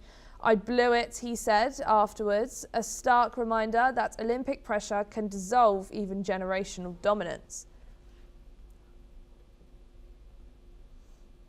Pre-season testing in Bahrain has brought a fresh wave of anticipation for the 2026 Formula One season. The biggest technical overhaul in the sport's history is underway, with new engines, new chassis, and a shift to carbon-neutral sustainable fuel. These changes have forced teams to adapt to an entirely new way of racing, the energy management now playing a central role in performance. Max Verstappen, however, has been vocal in his criticism of the new regulations, describing the 2026 cars as Formula E on steroids.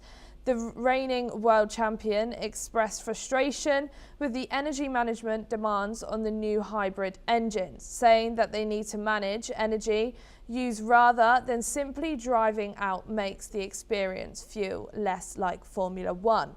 Verstappen noted that the new regulations, though equalising performance, have stripped away the pure driving thrill that he enjoys.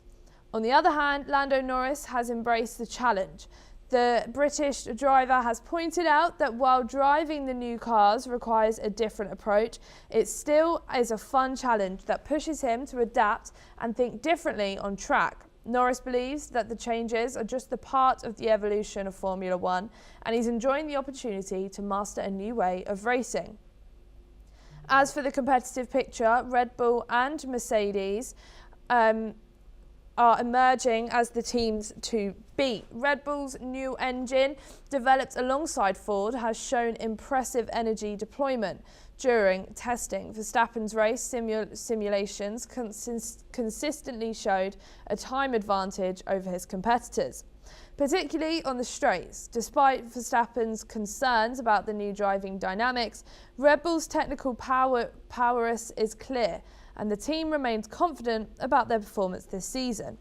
Mercedes, however, is under scrutiny due to claims that they may be exploiting a loophole in the engine compression ratio rules. There are accusations that Mercedes is running its engine at a higher compression ratio than regulations permit when operating at hot temperatures, giving them a potential performance edge. While Mercedes has not confirmed these claims, the FIA is set to address the issue soon, with a final ruling expected before the season opener in Melbourne. With all eyes on Melbourne Grand Prix, the first real test of 2026 season will provide crucial insights into how these new regulations affect team performance. We are now being joined by Charanjot Singh Kohli, who is a senior F1 writer, joining us from New Delhi. Thank you so much for joining us here today on NewsX World. Is Max Verstappen's criticism shared across the paddock, or is he an outlier among top drivers? So Max Verstappen, essentially, it's not really a case of Max not being happy with the new regulations that we have. It's essentially a case of drivers either being in different stages of their careers. Now, on one side, we have Lando Norris, George Russell, Charles Leclerc, the drivers that are the new breed and who have not tasted success in the sport yet. So they are more malleable when it comes to adapting to different kind of cars. On the other hand, you have drivers like Lewis Hamilton, a 7-time world champion, Fernando Alonso, a 2-time world champion, and Max Verstappen, a 4-time world champion. These drivers have they've been at the top of the mountain. So when it comes to Formula One, they not only are part of it for just for the competition, but also because this is a sport they grew up watching and being passionate about. The direction that is taken right now, it's a bit different. The sport has moved on from cars being more limited when it came to the aerodynamic side of things, where drivers didn't really need to focus on the power unit. Now we have an entirely different formula where power management is the key focus. So essentially the situation that we have here is there are two set of drivers, ones who are probably at the later stages of their careers, who have achieved a lot. They are willing to speak out. And then you have the other side who are more malleable. But if we are looking at a consensus, ideally drivers are not really fan of these cars, but they're willing to adapt. And at the end of the day, that's Formula One. How much of race performance in 2026 will come down to energy management rather than outright race? It will play a major role because at least for now, in the initial stages, the regulations, they will be power unit dependent. So whichever power unit supplier is able to optimize that particular area, that particular team and the power unit manufacturer, ultimately they are going to have an edge over the rest of the field. So even in the so we've had 3 days of pre-season test in Bahrain, and there was 3 days of running in Barcelona as well, the shakedowns. Teams have not even focused on optimizing their cars in terms of their setups and other suspension and other areas. The focus has essentially been on learning how they will manage power throughout a lap. And that essentially shows how much of an emphasis is on specific areas, right? So ultimately, if we are looking at the key to success in the 2026 F1 regulations, it's going to come down to how teams and especially specific cars are able to manage the power across a lap and then across a race stint. And do Red Bull's early gains in energy deployment suggest they've cracked the new regulations faster than their rivals? So when we are talking about Red Bull, essentially, first of all, the job that they've done, it's remarkable. This is the first time that the Red Bull powertrain is building a power unit. They don't really have a motorsport legacy in terms of building power units or being an automotive, something that Ferrari, Mercedes, McLaren, as to a large extent, Audi and Honda have. The fact that they, for now, the fact that they are able to build a power unit on first go, which is competitive, I think that alone is remarkable. But the bigger thing is where these teams and where these power units ultimately fall in the pecking order. It's too early to say because every team will be trying to hold some, they will not be trying to reveal all their cards, at least for now. They're going to give, at least until the final preseason test and until the first qualifying in Australia, things are still going to be under wraps to a large extent. Yeah. Thank you so much for joining us here today on World of Sports. Thank you. We're now going to shift our focus to football action in the FA Cup, where Arsenal stormed into the 5th round with a ruthless first half display, hammering Wigan Athletic 4-0 at the Emirates Stadium. The Gunners scored 4 times inside the opening 17 minutes, with Noni Madueke, Gabriel Martinelli and Gabriel Jesus all on target before a defensive error resulted in an own goal. The comprehensive win keeps Arsenal's hope of a rare quadruple firmly alive.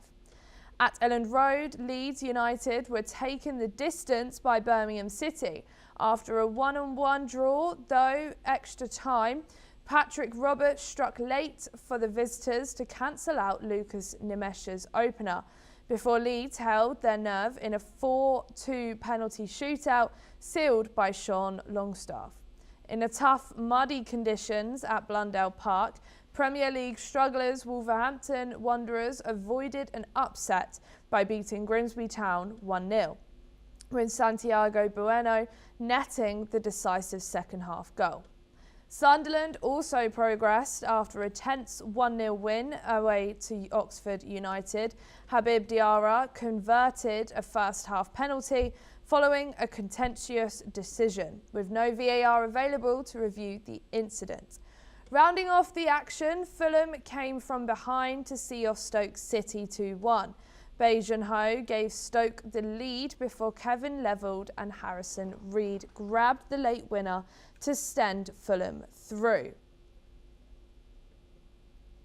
We're now being joined by Praduma Temboka. Thank you for joining us here today on News X World for our World of Sport. Now, people talk about the FA Cup and they talk about the magic of the FA Cup and what it does for teams in lower leagues going against the Premier League teams. For example, Mansfield won 2-1 on Saturday with a comeback win over Burnley.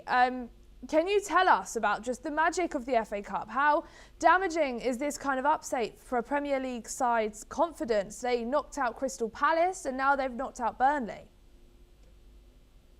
Well, firstly, thank you so much for having me here. And the magic of FA Cup, I mean, being the oldest domestic,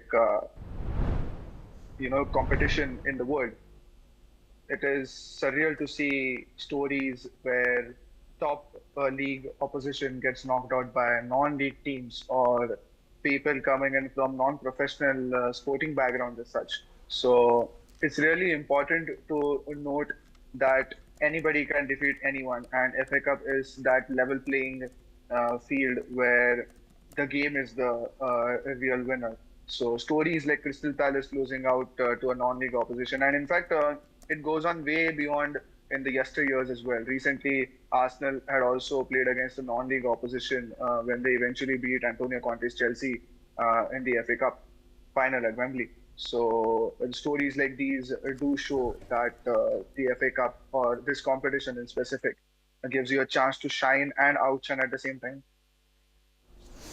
And Wolves struggled on a muddy pitch at Grimsby. Does this result mask any deeper issues for them in the league, as we know they are struggling at the bottom of the table? Again, the magic of FA Cup. Where else would you see muddy fields or non-polished grass or uncut dugout fields in any competition that is on such a grand scale in the world? But yes, Wolves having to struggle through that sole 60th minute goal from Bueno just goes to show that the momentum, even if they gain momentum, they'll look as if they're losing it very quickly. So if they continue to just hop on to smaller segments in the game, as we call it in sports psychology, focusing on the controllable moments, I guess Wolves should be able to see success over the next few games. I'm not saying by results, but at least from the game they play. Thank you so much for joining us here today on World of Sport. Thank you.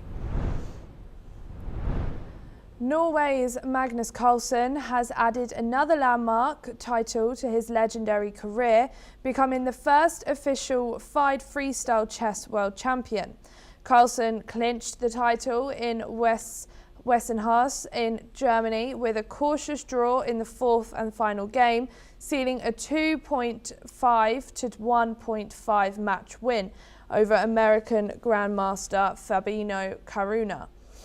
The decisive moment came in Game 3, where Carlsen engineered a remarkable comeback from a seemingly lost position, swinging the match firmly in this behaviour. Needing only a draw in the final game, the world number one held firm in an equal endgame as Caruana failed to capitalise on late chances.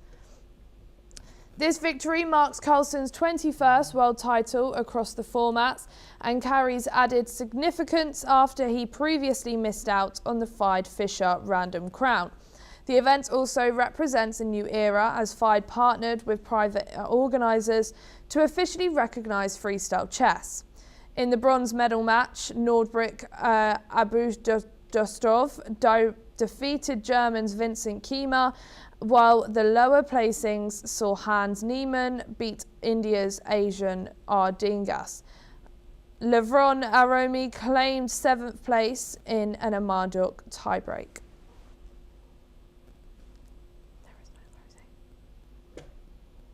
There's no outro.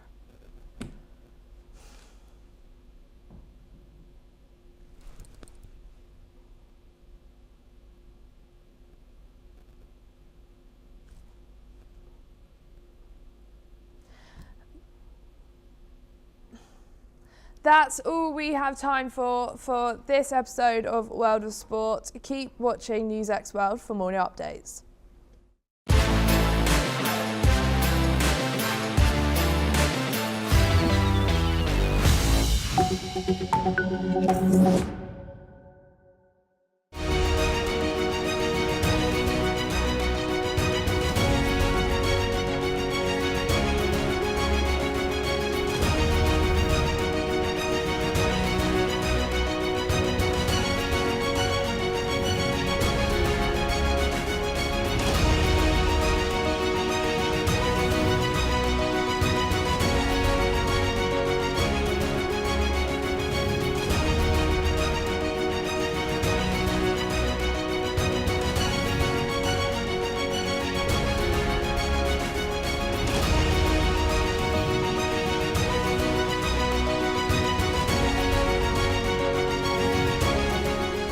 In the midst of this, life persists.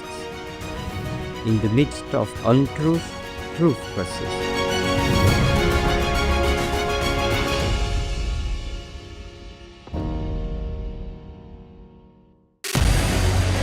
What we can do as the Interparliamentary Union to strengthen democracy, to promote human rights, to ensure that humanitarian law is respected. UN Security Council needs a makeover, a comprehensive reform, and India deserves a position there, a role there. Prime Minister Modi during Operation Sindoor made it amply clear that war has never been India's choice. We are with the side of peace. We are neither neutral nor indifferent. We are with peace. We would have dealt with US a whole lot on trade and those kinds of things, and that's not as certain these days. So we have to go back and look at our European partners, our Asian partners.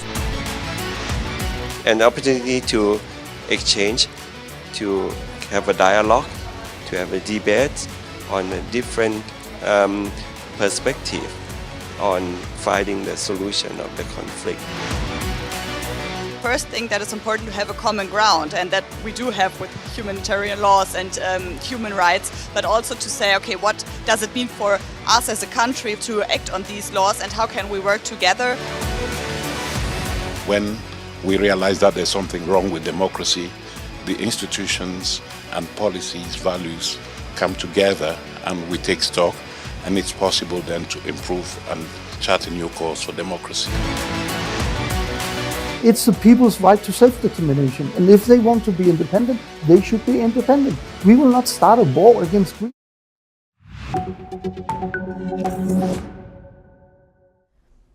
Hello and welcome, I'm Ellie Richardson and you're watching The World Report on NewsX World. Let's take a look at some of the top headlines of this hour. Iran's Foreign Minister Abbas Araghchi said he will meet the UN nuclear watchdog chief today ahead of US-Iran nuclear talks to tackle their dispute over Tehran's nuclear energy program and avert conflict as US warships deployed to the Middle East. Israel's cabinet has approved further measures to tighten Israel's control over the occupied West Bank and make it easier for settlers to buy land, a move Palestinians called a de facto annexation.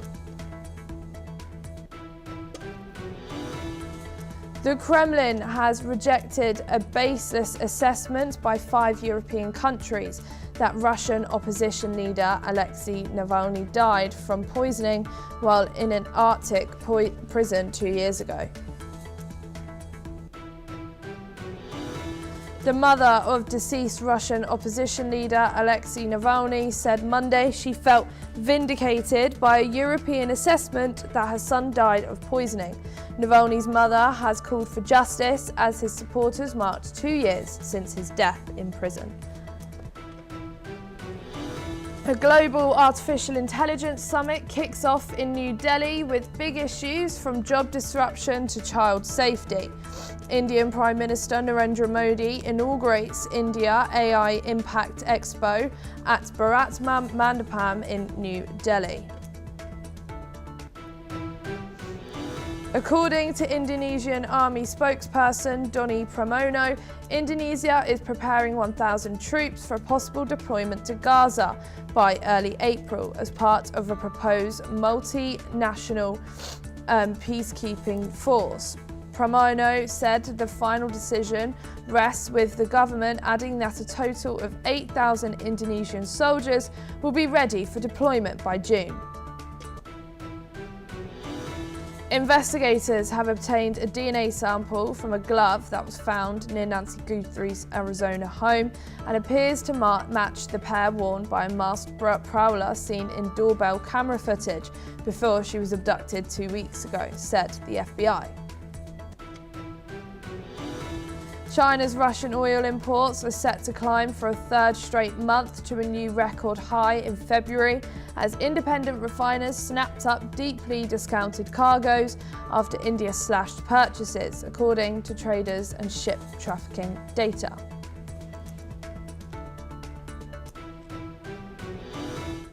And for your top story this hour, Iran announced that the US position on its nuclear program has become more realistic. This comment comes ahead of the second round of talks in Geneva tomorrow. Iran's foreign ministry spokesman Ismail Baqi said the discussions so far have led to a cautious assessment that the US have revised its stance. Baqi stressed that these developments indicate a shift in the US's approach to the nuclear issue, but more clarity will come after the next round of negotiations. We are now being joined by Martin Sarares, who's an international affairs expert, joining us from Ecuador. Thank you so much for joining us here today on News X World. What does Iran mean when it says the US's stance on nuclear issues has become more realistic? And is this a genuine shift or strategic messaging? I think it's a genuine shift in the fact that the new reality of Iran is pushing for accepting a nuclear deal with the US, not because they want, not because there's a shift in the ideology of the Ayatollah regime. They are still fanatics and Western haters. The reason is because of the developments in the world. We can see the Venezuelan invasion and the force that the US is applying in the world. They are afraid of their regime falling down. They know that their end is close. And right now, the economy of Iran has never been in a worse situation. Iran is in a bridge of collapse, and the only way that this regime is trying to survive is to approach to a deal with the US. That's the shift, basically. And how significant is the narrowing of focus to just the nuclear issue, excluding missiles and regional disputes, for the prospects of a deal? So basically right now, the huge issue about the military and bellic infrastructure of Iran is whether they're willing to give up on their willingness to destroy Israel or not. This Iranian minister, Baqi, said that the US is serious in a deal with Iran and they are open to discussion and to approach to a deal. However, Iran is trying to send a message that they don't want Israel involved and they don't want the interests of Israel.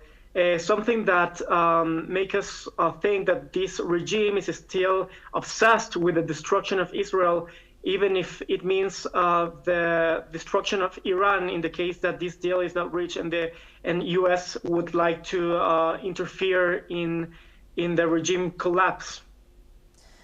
And can this perceived realism on nuclear matters translate into concrete progress in the second round of talks in Geneva? I think there will be a progress, but it will not be a genuine progress for peace, for stability, or for complete give up on the bellic interest in the region of Iran. They want to control the Middle East, and they definitely want to keep endangering the area by threatening Israel. I think the only change that we will see is a deal between the US and Iran in the fact that nuclear weapons will be more will be controlled and will be monitored by the US. However, the threat of Iran and this regime will be still there in the Middle East and will be a huge problem for the stability of the region. And does Iran's emphasis on discussing only nuclear issues suggest a reluctance to address broader concerns like its regional activities or missile programs? Of course, we need to remember that Iran is still a geopolitical actor in the Middle East. We see a Cold War in the Middle East between the Shia and the Saudi Islam. We see that Shia Islam wants to control the Middle East by their proxies in Lebanon and other areas like in Yemen. So I think Iran wants to keep their weapons for a small proxy war, but they want to give up on the big nuclear nukes because they know that otherwise their regime will not survive with an American intervention. Thank you for staying with us, and thank you for talking to us on NewsX World. French police have raided several locations, including the Arab World Institute in Paris, as part of an investigation into former French Culture Minister Jacques Lang. The raids target alleged financial links between Lang and convicted sex offender Jeffrey Epstein. Lang, who led the institute from 2013 until stepping down earlier this month, has denied any wrongdoing. The investigation is focusing on potential tax fraud involving Lang and his daughter. This comes after documents released by the US Department of Justice, which also prompted a review of evidence tied to Epstein. A special team has been set up by the Paris Prosecutor's Office to examine these links and investigate any potential involvement of French nationals in Epstein's network. The probe also includes re-examining the case of Jean-Luc Brunel, an associate of Epstein who died in 2022, and 3 other individuals named in the recently released documents. We are now being joined by Ben Aris, who's a former Moscow borough chief, and for the Daily Telegraph, who's joining us from Berlin. Thank you so much for joining us here today on NewsX World. My pleasure. What does the raid of the Arab World Institute reveal about how the Epstein files are reshaping accountability for political elites in France? Well, it's turning into a nightmare for everyone, and it's also exposing that there's a sort of international elite circle. I mean, largely it's centered on the elite in the US that ranges from politicians through to pop stars, but it goes beyond that. And Epstein himself, what the files reveal, was traveling the world, apparently on the hunt for girls for his network. And he turned up in many countries, but he was obviously a charismatic man and well connected, and he made connections with important people everywhere. And now this has spread its tentacles into the French elite. Lang himself is a bit of an icon. He took over as culture minister in 2013, doubled the budget, and had a massive impact on French profile as a cultural center. It always had a strong one, but he made a huge difference. And he himself says that he made this mistake of being friendly with Epstein. There's no evidence, as far as I know, that Lang was actually involved in the sex circle, but nevertheless, he was friendly with Epstein. They had business together. His daughter, in particular, set up a gallery to buy and sell paintings, and the tax fraud charges come in because she registered that company in the BVI together with Epstein 50-50, but she, so she says naively, failed to declare that company to the French tax authorities, which is tax evasion or money laundering. And how might this investigation affect France's cultural diplomacy, given the Institute's role in promoting Arab-French relations? Well, it's obviously a bad look, isn't it? And again, it's like the French elite have been involved in feathering their own pockets by doing, insider deals that Epstein threw some money at this Lang and his daughter, 5 million. I think went into the company. He contributed all the cash, she nothing. And at the same time, particularly at the moment, there's this row going on internationally between the Global South and the Global North. And the Global South is accusing the Global North of wanting to return to its old colonialist values. And the Arab, particularly Algerian and French relationship is very fraught. It was colonial power. It did occupy particularly Algeria, but threw its weight around in a lot of that part of the world, and they already looking down on France. And Macron as well has proved himself to be pretty arrogant when he goes traveling in those parts of the world and lectures to the locals, saying like, you know, everything you have we gave you as the French when we were in charge, and they don't like it. And all this does is sully an already a fairly tarnished image at a time when the global north, the west, transatlantic, however you want to call it, is trying to woo these countries back into global trade deals as a way of countering the rise of China, as a way of diversifying away from the States. So it's just another, you know, straw that's going on the camel's back. It hasn't broken it. It just makes everything a little bit worse. And are the legal responses in France raise preliminary investigations? Are these likely to prompt similar actions in other countries referenced in the Epstein files? As we know, some countries are now taking legal action, but not all. So do you think this will urge other places too? I can't say. I mean, the whole Epstein saga has caused trouble for everyone, that each country has to respond to it if laws have been broken. And the interesting thing here is that the charges that are being talked about have nothing to do with, you know, sex trafficking or prostitution or some of the charges that have been leveled in the States. They're simply tax evasion, this hidden company in the British Virgin Islands that's avoiding to pay taxes. So there's something concrete like that that comes up, then yes, I think investigations will begin and prosecutions may follow.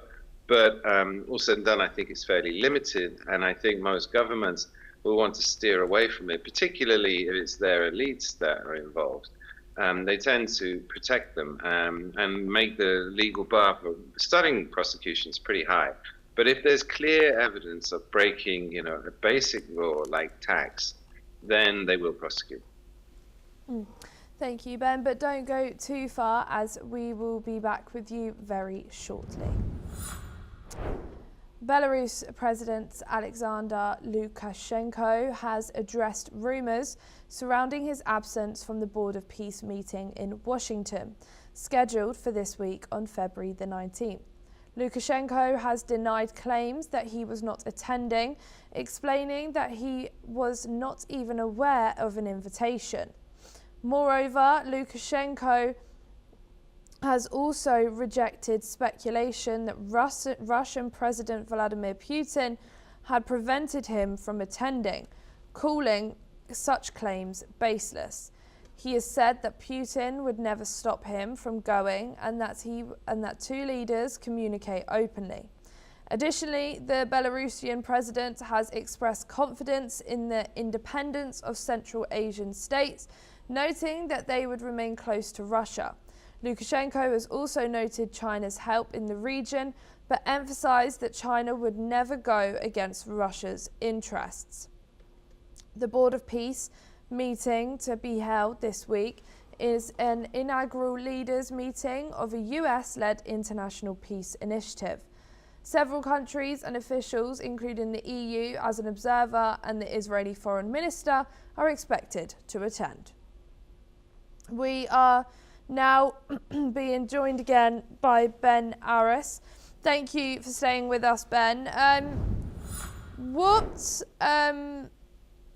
Does Lukashenko's denial signal genuine independence in Belarus's foreign policy, or is it primarily a public relations move? You can't take anything Lukashenko says at face value. He's a consummate diplomat in so much as his game is to play the West off against the East, and he says whatever he needs to say in order to get what he wants. In this particular case, it's an interesting setup. The Board of Peace is supposed to be a conflict resolution international organization, specifically tasked to begin with dealing with the Gaza conflict. However, what it is, I mean, we already have an international organization to bring peace in the world. It's called the UN. And what this whole vehicle is being created by Trump because he put himself as chairman and he gives himself a veto. and it's there to undermine the UN and to make, create an equivalent, or to gut the UN of its power and to create some sort of equivalent that Trump leads.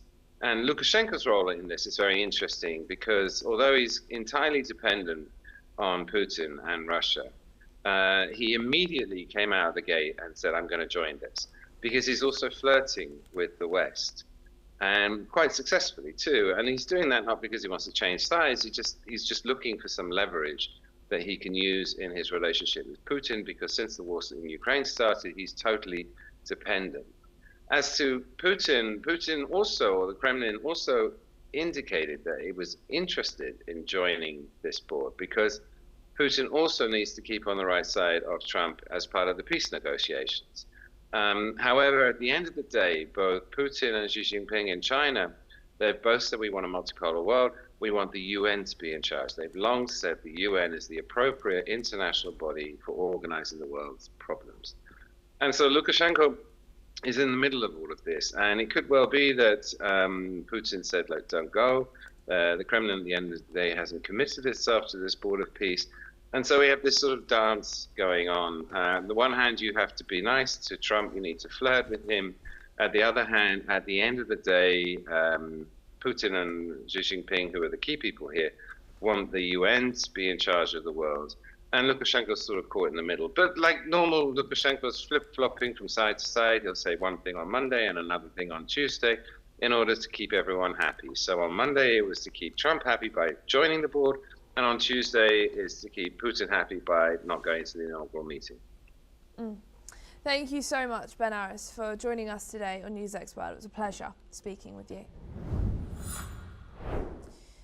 The United Kingdom's Financial Conduct Authority fined the former Chief Executive Officer of Caroleon, Richard Holson, for misleading statements before the company collapsed. Caroleon was one of the largest contractors in the United Kingdom, but went bankrupt in January 2018 with £7 billion in liabilities. The FCA found that Holson acted recklessly and breached market regulations. The fine was imposed after he withdrew his challenge to the findings. The FCA also fined 2 former Caroleon finance chiefs for misleading investors earlier this year.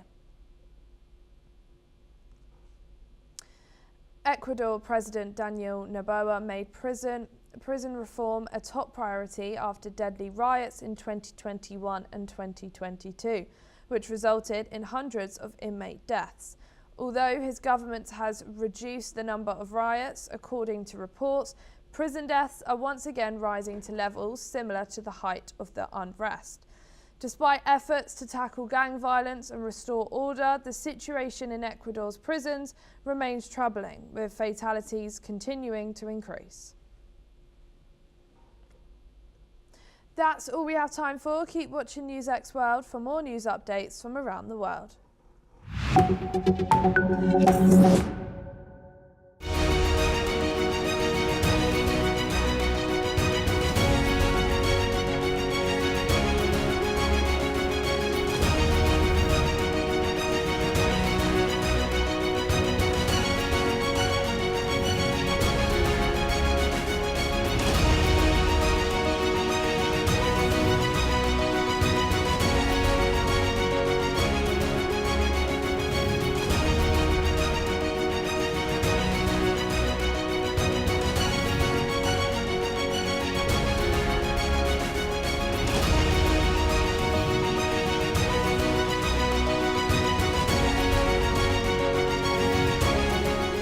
In the midst of this, life persists. In the midst of untruth, truth persists.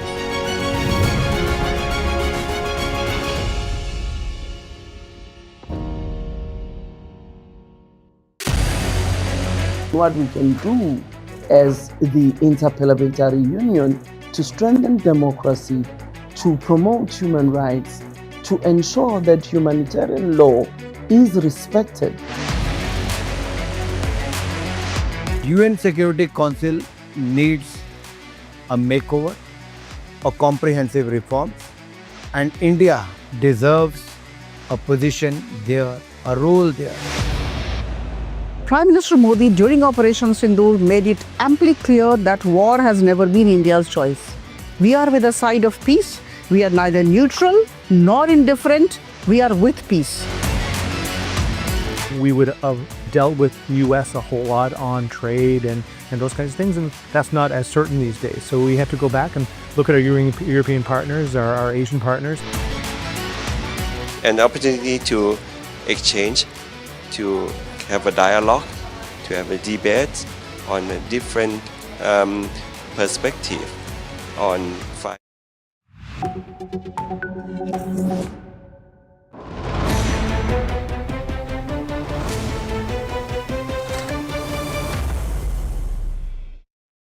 Hello and welcome. I'm Uday Pratap Singh. You're joining us on this special interview as part of our Focal Lens series on NewsX and NewsX World. We are in conversation today with the Minister for Economic Development, Trade and Job Creation for Ontario in Canada, Vic Fideli.